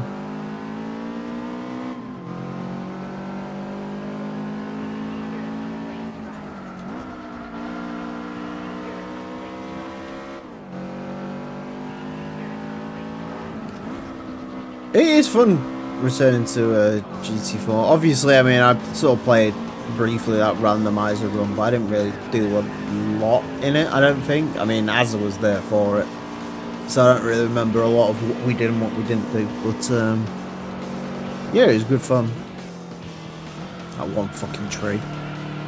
I just like that one tree that's just stood in the middle of nowhere. I mean, it's not really a tree because I haven't really got anything on it anymore, but, you know. Back when it was a tree, it was cool.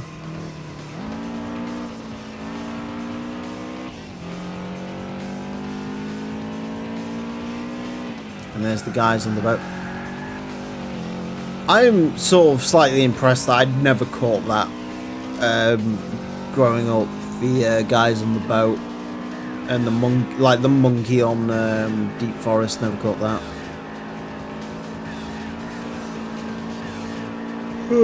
What is this track? It might be this track. I think Trial Mountain has a lot of those Easter eggs, doesn't it?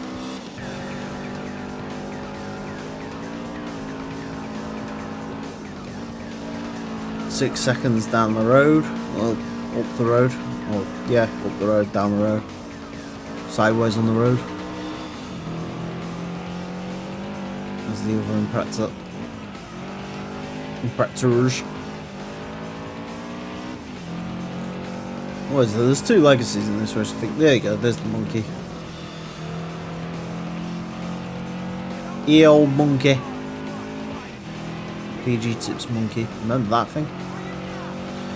With, what's his name? Johnny Vegas, the fat bloke. I think he's lost loads of weight recently, actually. Not that I like keep up with celebrities or anything like that, obviously.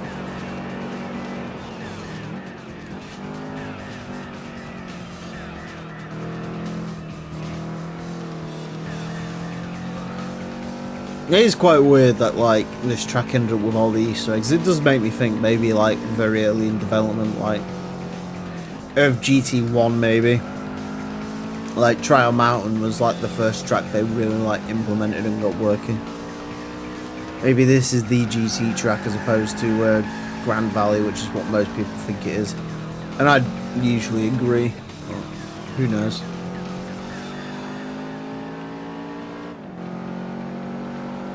I've lost a little bit of fuel because the joke is in an actual Impreza at full chat, like, you'd do about 2 miles per gallon. So you would have absolutely no fuel at the end of this, but there you go.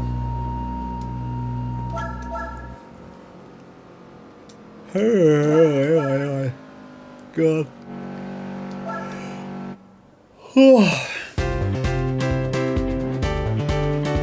Trial Mountain. That's the crack. That's the crack. That's the track. God.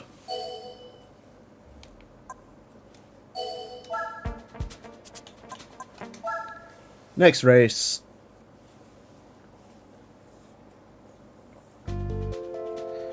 Suzuka. Let's go away.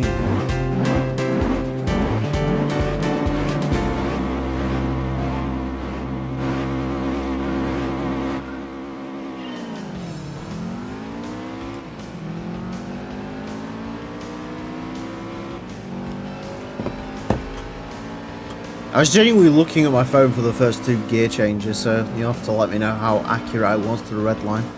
It didn't sound like I hit the red line, and it sounds like I shifted at the perfect points, but I could be wrong.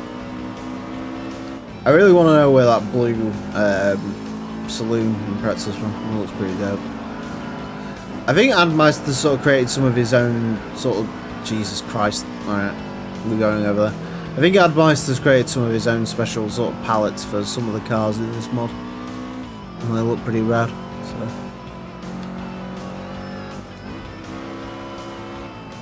I'm not sure for certain, but I think some of them are. Go the inside of the old Legacy. Oh, God. In case you're wondering who recorded the yawn sounds for Euro Truck Simulator, that was me apparently. I sound exactly like that. Rage Turismo. I find GT4 is probably one of the... I mean, it's kind of rage-inducing. It's not as bad as GT3. I think GT3 is far worse in terms of its strange difficulty. Especially the early game on GT3 is not good. I think the problem with the early game on GT3 as well, the reason I think GT4, you know, it was evidenced by the fact there's literally a 50-minute video about the tier list of GT4 starter cars.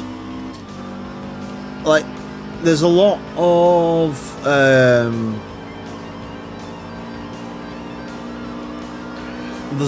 choice when it comes to your starter car in GT4, and there's a lot of different sort of ways you can take it. You know, do you want to get an average car and sort of go through the Sunday Cup and then, you know, maybe buy something new after that? Or do you want to buy something like an Impreza or an Evo and have something for the later events? You know, you can sort of fumble your way through 4-wheel drive challenge and Clubman Cup and stuff like that. Whereas for me, like, GT3 is kind of railroady, where it's basically a case of you either buy like an MX-5 and sort of hope and pray on the Super Speedway race. You get golds on all the licenses and use those cars, or, you know, you can do what I did and sort of buy the PT Cruiser and fumble your way through the events that aren't Super Speedway and stuff. There's lots of like different takes in GT4, whereas in GT3 and GT2 as well, obviously there's lots of different roads you can go down. But I think GT3 sort of railroads you, and that early game is very punishing, and that's why I'm not as big a fan of GT3. GT4 is a game that like I could play through over and over again and probably select different cars. Like, you know, during my entire time playing GT4, I don't think I've ever used this version of the Impreza, this wagon version 6, whatever it is. Obviously I've used it in other Gran Turismo games, but maybe not in this one. But yeah, you know, you can sort of have different cars and different experiences and all that. Whereas GT3 is very much like, you will buy this car and then you will do this event, and then you will save all your money to upgrade your Beetle, and then you'll do the SLK Championship, then TTs or whatever. You know, you get that's sort of my take on it. So there you go.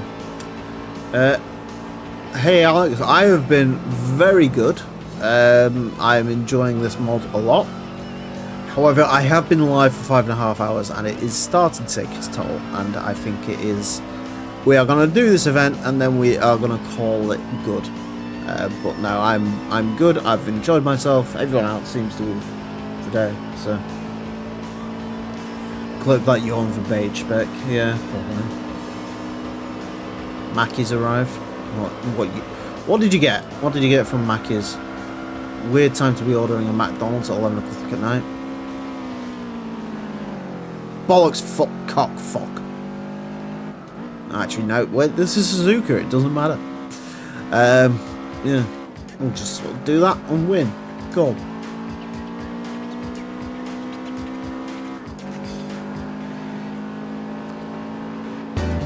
Yeah, I mean, obviously the Capri Rally exploit exists, and I mean, there's not even that. There's even that DTM one, which I end up using quite a lot. But I mean, it's still fairly open. And then obviously how you spend the money you earn from that's, you know, completely different. Again, I think GT2 and 4, because in GT5 to a certain extent as well, because of the amount of content on offer, you know, you can build your experience however you want. Well, as GT3, it does sort of seem like you get railroaded into using certain cars, and obviously, you know, the prize cars sort of feed into each event. You know,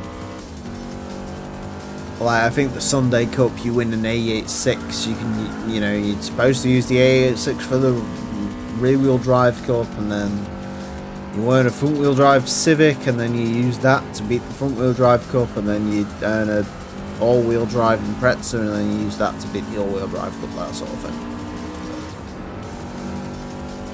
GT3 is what I'm talking about.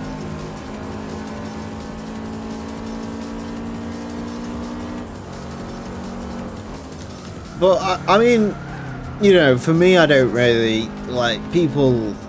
I always laugh because I see this pop up in the A-Spec server quite a lot. People are like, "Oh, Gran Turismo 2 should be more difficult," and it's like, realistically, it probably shouldn't. Like, in a game with 650 cars, how difficult do you really want it to be?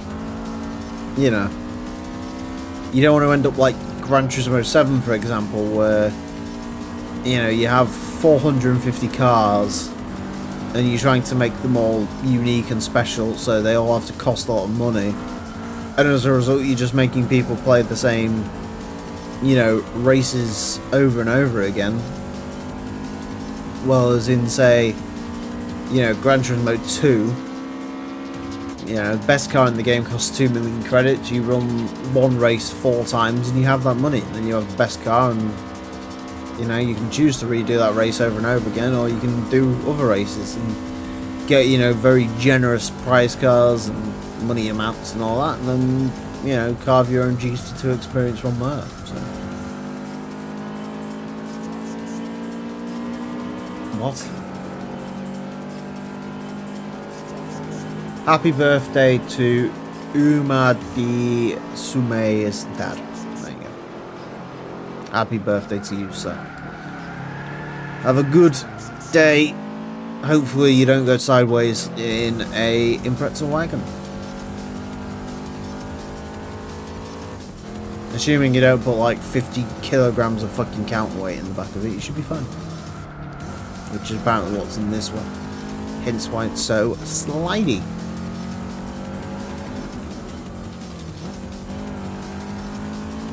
Oh god, the concurrent's growing again. God damn it. Hi Elsie, how you doing, bud? Welcome.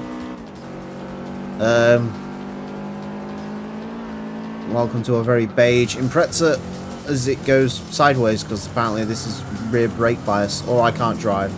I'm gonna probably say it's the latter at this point of the night. Good. Hopefully your dad has a good day, and hopefully you have a good day too.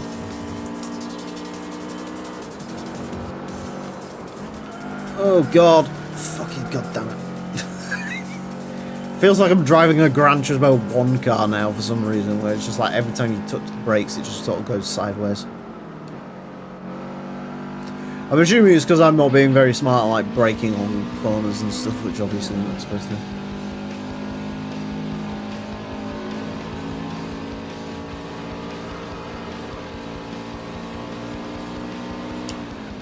That is very likely, to be honest with you, Boost. I think this Impreza's tyres are starting to fall off like mine are. It's also shooting fire, as I just noticed.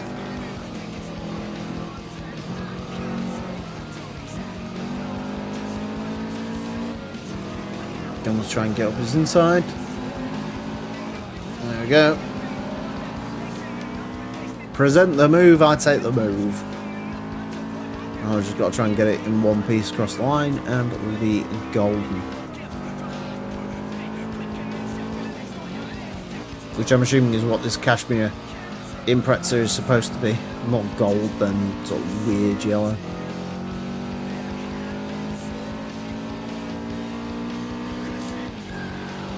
There's that German and Japanese flag rises. Usually when those flags are raised in unison, bad things happen, but on this occasion, possibly not. One more race to go, championships in the bag, life's good. God, we've gone up to 21 concurrent again. I'm never going to go to sleep tonight. Let's carry on. To be fair, I might just eat a bowl of pasta and have a drink and then come back to it, who knows. Yahoo Sports. I'm sure it's not the first time I've noticed that advert, but it's definitely the first time I've noticed it tonight. Although I think the only time we came to Laguna was the, what's it called? That,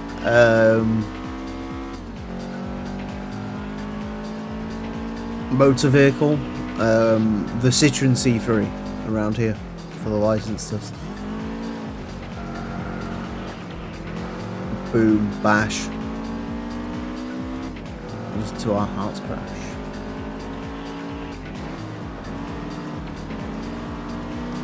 I mean, boost, they used the wrong conversion for the torque, so is it really out of the question they used, like, just some really simplified conversion for PS? Like, it's not 2.2 or whatever, it's actually just like a straight round, like 3 or something.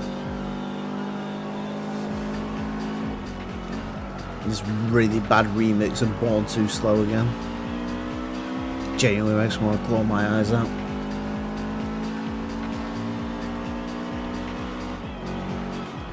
You're just a little too slow.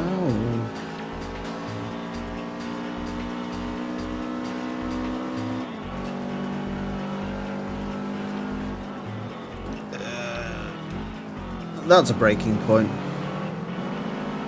It's enough of a breaking point to me. Yeah, I know, but like the KGM, like it wasn't like a straight like 9 point whatever it was. It's actually just 10. Like it's rounded up.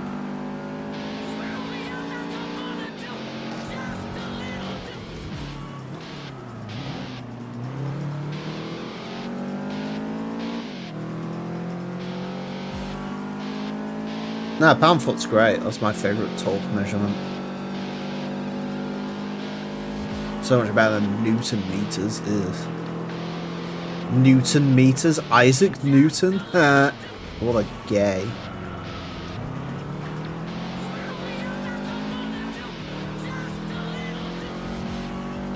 Just a little too slow.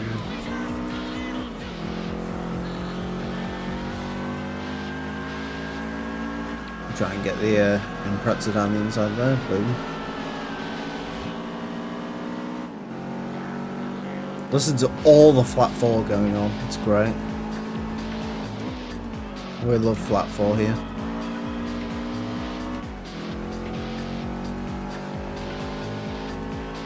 You're getting some exhaust pops back when exhaust pops were cool and not done by idiots in M140Is.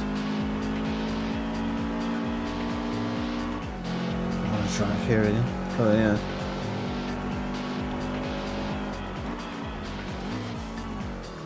The sounds of the cars are delightful. Yes, the Subaru. Easily for me, the highlight of the sound changes is definitely the Subarus. They do sound exactly as they should. Meaty boxer units. It's fantastic. I love it.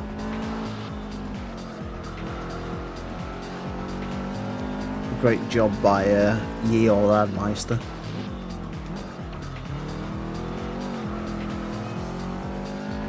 I'm noticing the, I think the brake calipers clip slightly through the wheels on this car. Obviously that's not an Admeister problem, that's a base GT3 problem. Or GT4 problem. Probably GT3 problem to be there.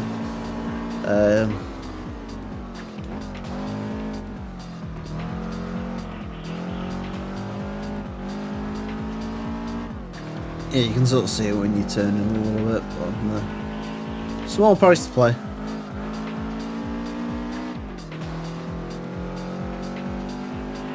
Oh yeah, the tyre squeal noise. That is a good point, actually. Yeah, it's a lot more muffled than it was. I actually completely missed that. Because in the base game it does sound, well, like a cat being murdered. Constantly. Every time you go into a corner it's... Whereas now it's obviously better. I got soul. Anyways, my final like farm. If you're enjoying this stream, make sure to smack that like button, hit the subscribe button, and become a member if you want. $1.99 gets you a badge, $4.99 gets you credits at the start of every video, and I upload daily, so you'll get at least 30 features. Think of that. I think actually technically it works out at 28 maybe, but still. See, this is why I shouldn't do that. Every time I do it, I get likes on the stream. I hate doing the likes and subscribing. I never do it in my base videos, but on stream it actually works. So maybe I should do it more often. I don't know. But hey, I'm not complaining. Thank you for liking the stream. It's been a good one. It's been a long one. It's still continuing to be a long one. If we keep getting concurrent in, maybe it'll continue to be a long one. But I think I am slowly starting to reach the edge of my sanity. We'll see. 50 points for the Impreza though. That's good. This car's pretty solid. I probably do Boxer Spirit with this, actually, thinking about it. I don't know if I'd quite be able to go against the roofs and stuff, but with that paycheck, maybe. Look at that. Boom. Give me that 75k. Banging. Banging.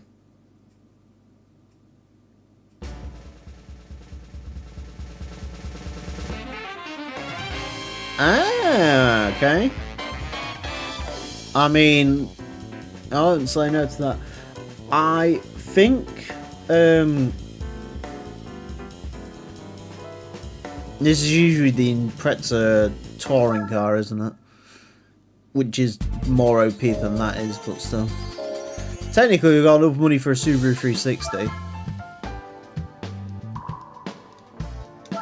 I know I'm gonna have to rip the band-aid off and buy this thing at some point, aren't I?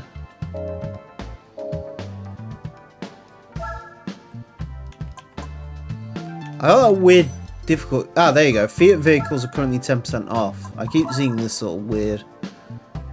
Maybe I should keep an actual eye out for when that pops up. I mean, there's no real point... I mean, Fiat Coupe. There's no real point of buying these, though, because there's no events for them. Oh, apparently you can buy all the 500s. And for some reason, the earliest one is the... Yeah, mind you, that one's the worst one. So the L's the worst, and then the R, which was the final. So it doesn't have that sort of little... It has the old logo on it, or the new old logo. I don't know. Not off a script or anything. No, fair point. Yeah, I think it was the super touring car thing. Spitfire, another Spitfire. I was like that car, the Lancer EX 1800 GSR intercooler. Ridiculous thing. Oh hey, I could literally buy a roof. We was just talking about this. 39 grand seems cheap for this, although it'll probably kill you. I mean, look at it, it's menacing. Black. GNX. That is a base game car, the GNX, so we're not too interested in that.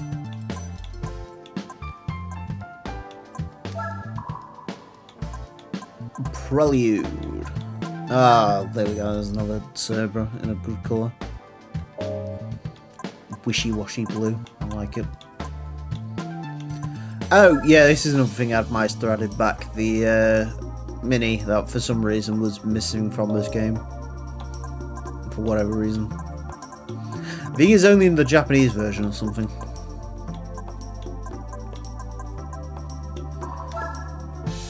I think you can buy this, and I don't think this usually shows up in the used car deal. Could be wrong. Or that. I know that doesn't.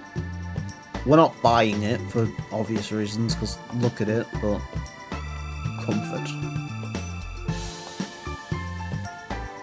Because the joke is the Vauxhall Corsa never came in the comfort trim. That would have been SXI if it was the this green Lupo.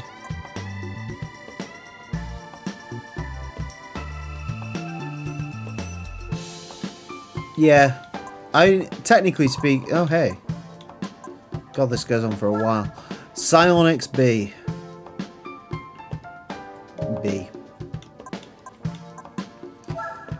G45 Coupe.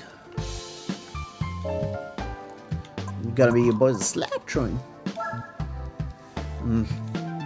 Rouge Lucifer. Well, that one's not Rouge Lucifer, obviously, but the weird pixelated seats.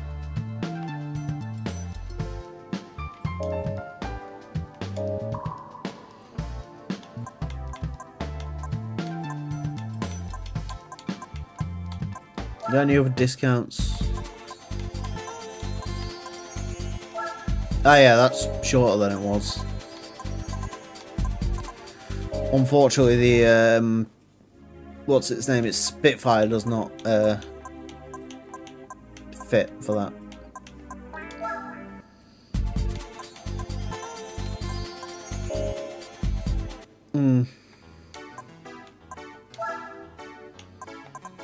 Do you know what? Fuck it. We'll end on the 360. I think that's the way to do it. We will end on the Subaru 360.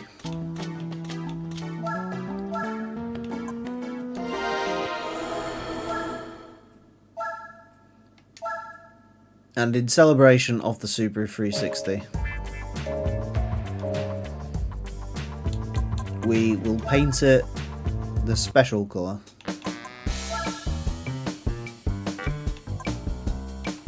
$4,500. Fine.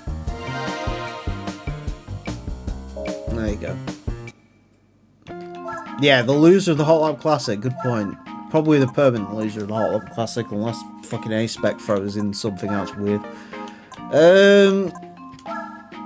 Realistically, I don't want to put any money into this. However, nitrous kind of works, doesn't it? So, nitrous.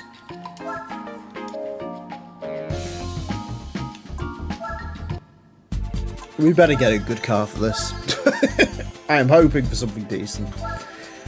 Now, if I was Admeister, knowing how much money you had to put into this event, I would make it a good car. But also, if I was Admeister, I'd probably troll people into thinking they're going to get a good car, and then they just actually get like a Citroen CV or something. A Doshavu. 100% power. That means we go from making about 16 horsepower to making 32. Wow. Ah, gearbox. Should have thought about that. Didn't think about that.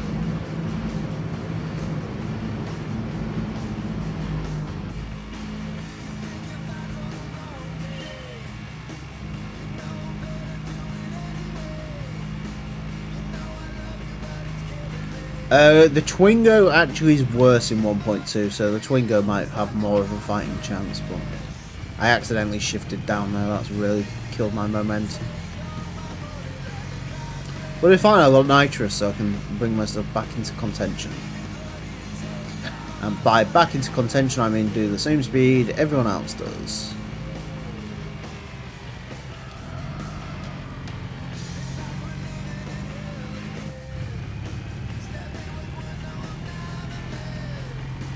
I just realised this car actually has its sound changed to this sort of burbly two-cylinder thing. It's cute. Yeah, it's a good mod. I mean, Admeister doesn't do things by halves. If Admeister's doing something, it's going to be good. So. The warning signs this was going to be a good mod were there, but even still, it is very, very good.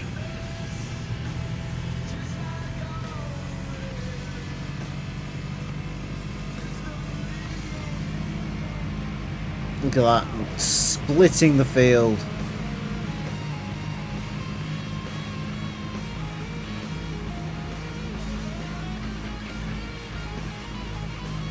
I don't know if it's better to throttle modulate or just let the car sort of do its weird. The Gran Turismo only thing when a car hits its red line and just sort of decreasing in speed again. I swear the reason it does that is sort of configured you to shift. I'm not really sure though. Through cornering, basically.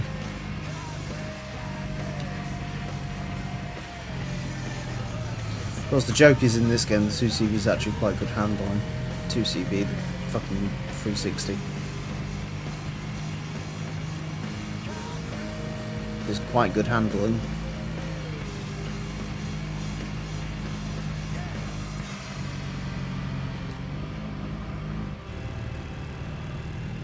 Come on. See, the key is, it's not... Obviously, everyone's got the same top speed, so it's whatever. But the key is reaching that top speed faster than everyone else. That's how you win.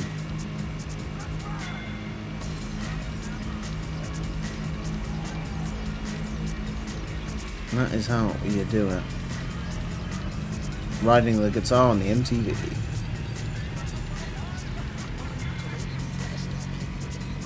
Come on. Gonna beat the beige 360.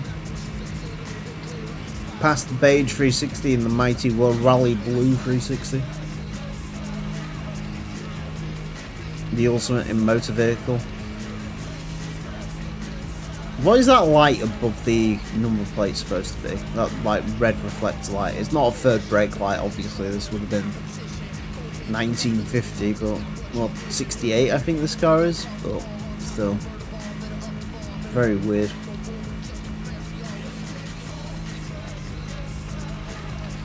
Good luck to you, if that's what you plan on doing. I don't know what this is like fully upgraded. It actually handles fine, but then again, I don't know if that's more because how bad a handling car can you really have when it has 16 horsepower, but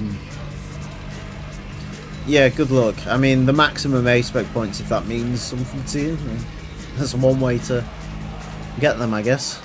By driving this thing.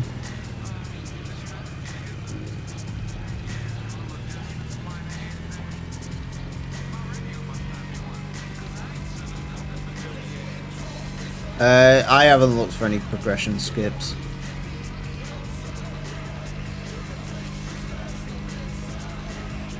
I mean, if you do the Wagon Cup, you get the RS6 Avant, which is kind of a sort of good car considering when you get it, but yeah, I don't know if that's really a progression skip or not. It's more just you way into a very expensive car early on.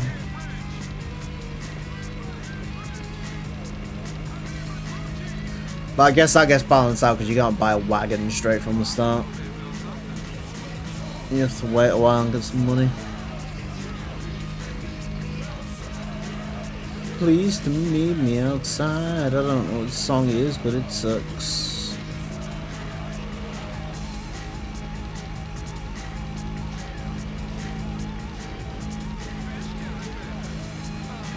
Cool.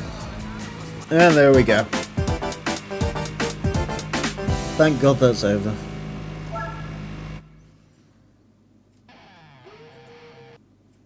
That was long.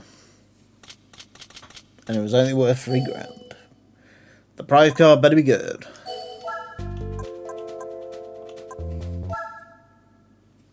It shouldn't be a 360.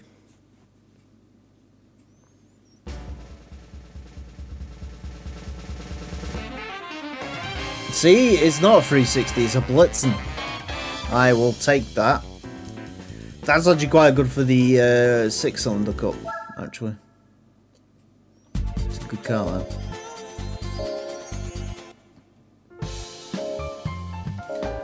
Alright. We've done quite well there, I think. Any other weird discounts going on? No? Okay. What are we on? 10.1. Number of cars owned, 740. Yeah, okay, that's quite cool. So it shows how many to own, I guess. Sorting by manufacturer at the moment, which is probably the best way to do it, to be fair. We've got 4 Daihatsus, that's a lot of Daihatsus. Only 1 Honda so far, that's strange for me. 4 Subarus. But Subaru's pretty much done with. A Daihatsu I think I did all the 1 makes for as well, so I guess that makes sense.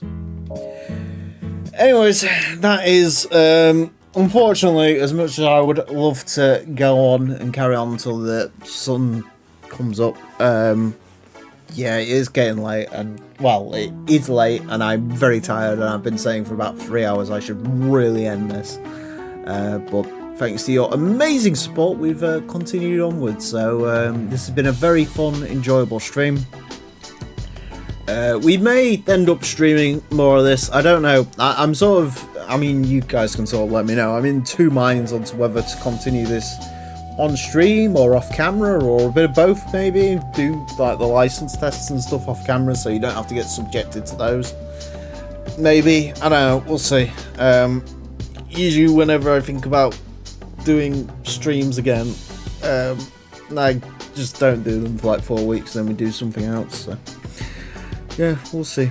But, anyways, thank you all. I hope you enjoyed. Please make sure to check out Admeister's Twitter account if you want this mod. I didn't put it in the description because I'm lazy, but someone can spam it in the chat if they're still about. But yeah, no, this mod is incredibly cool.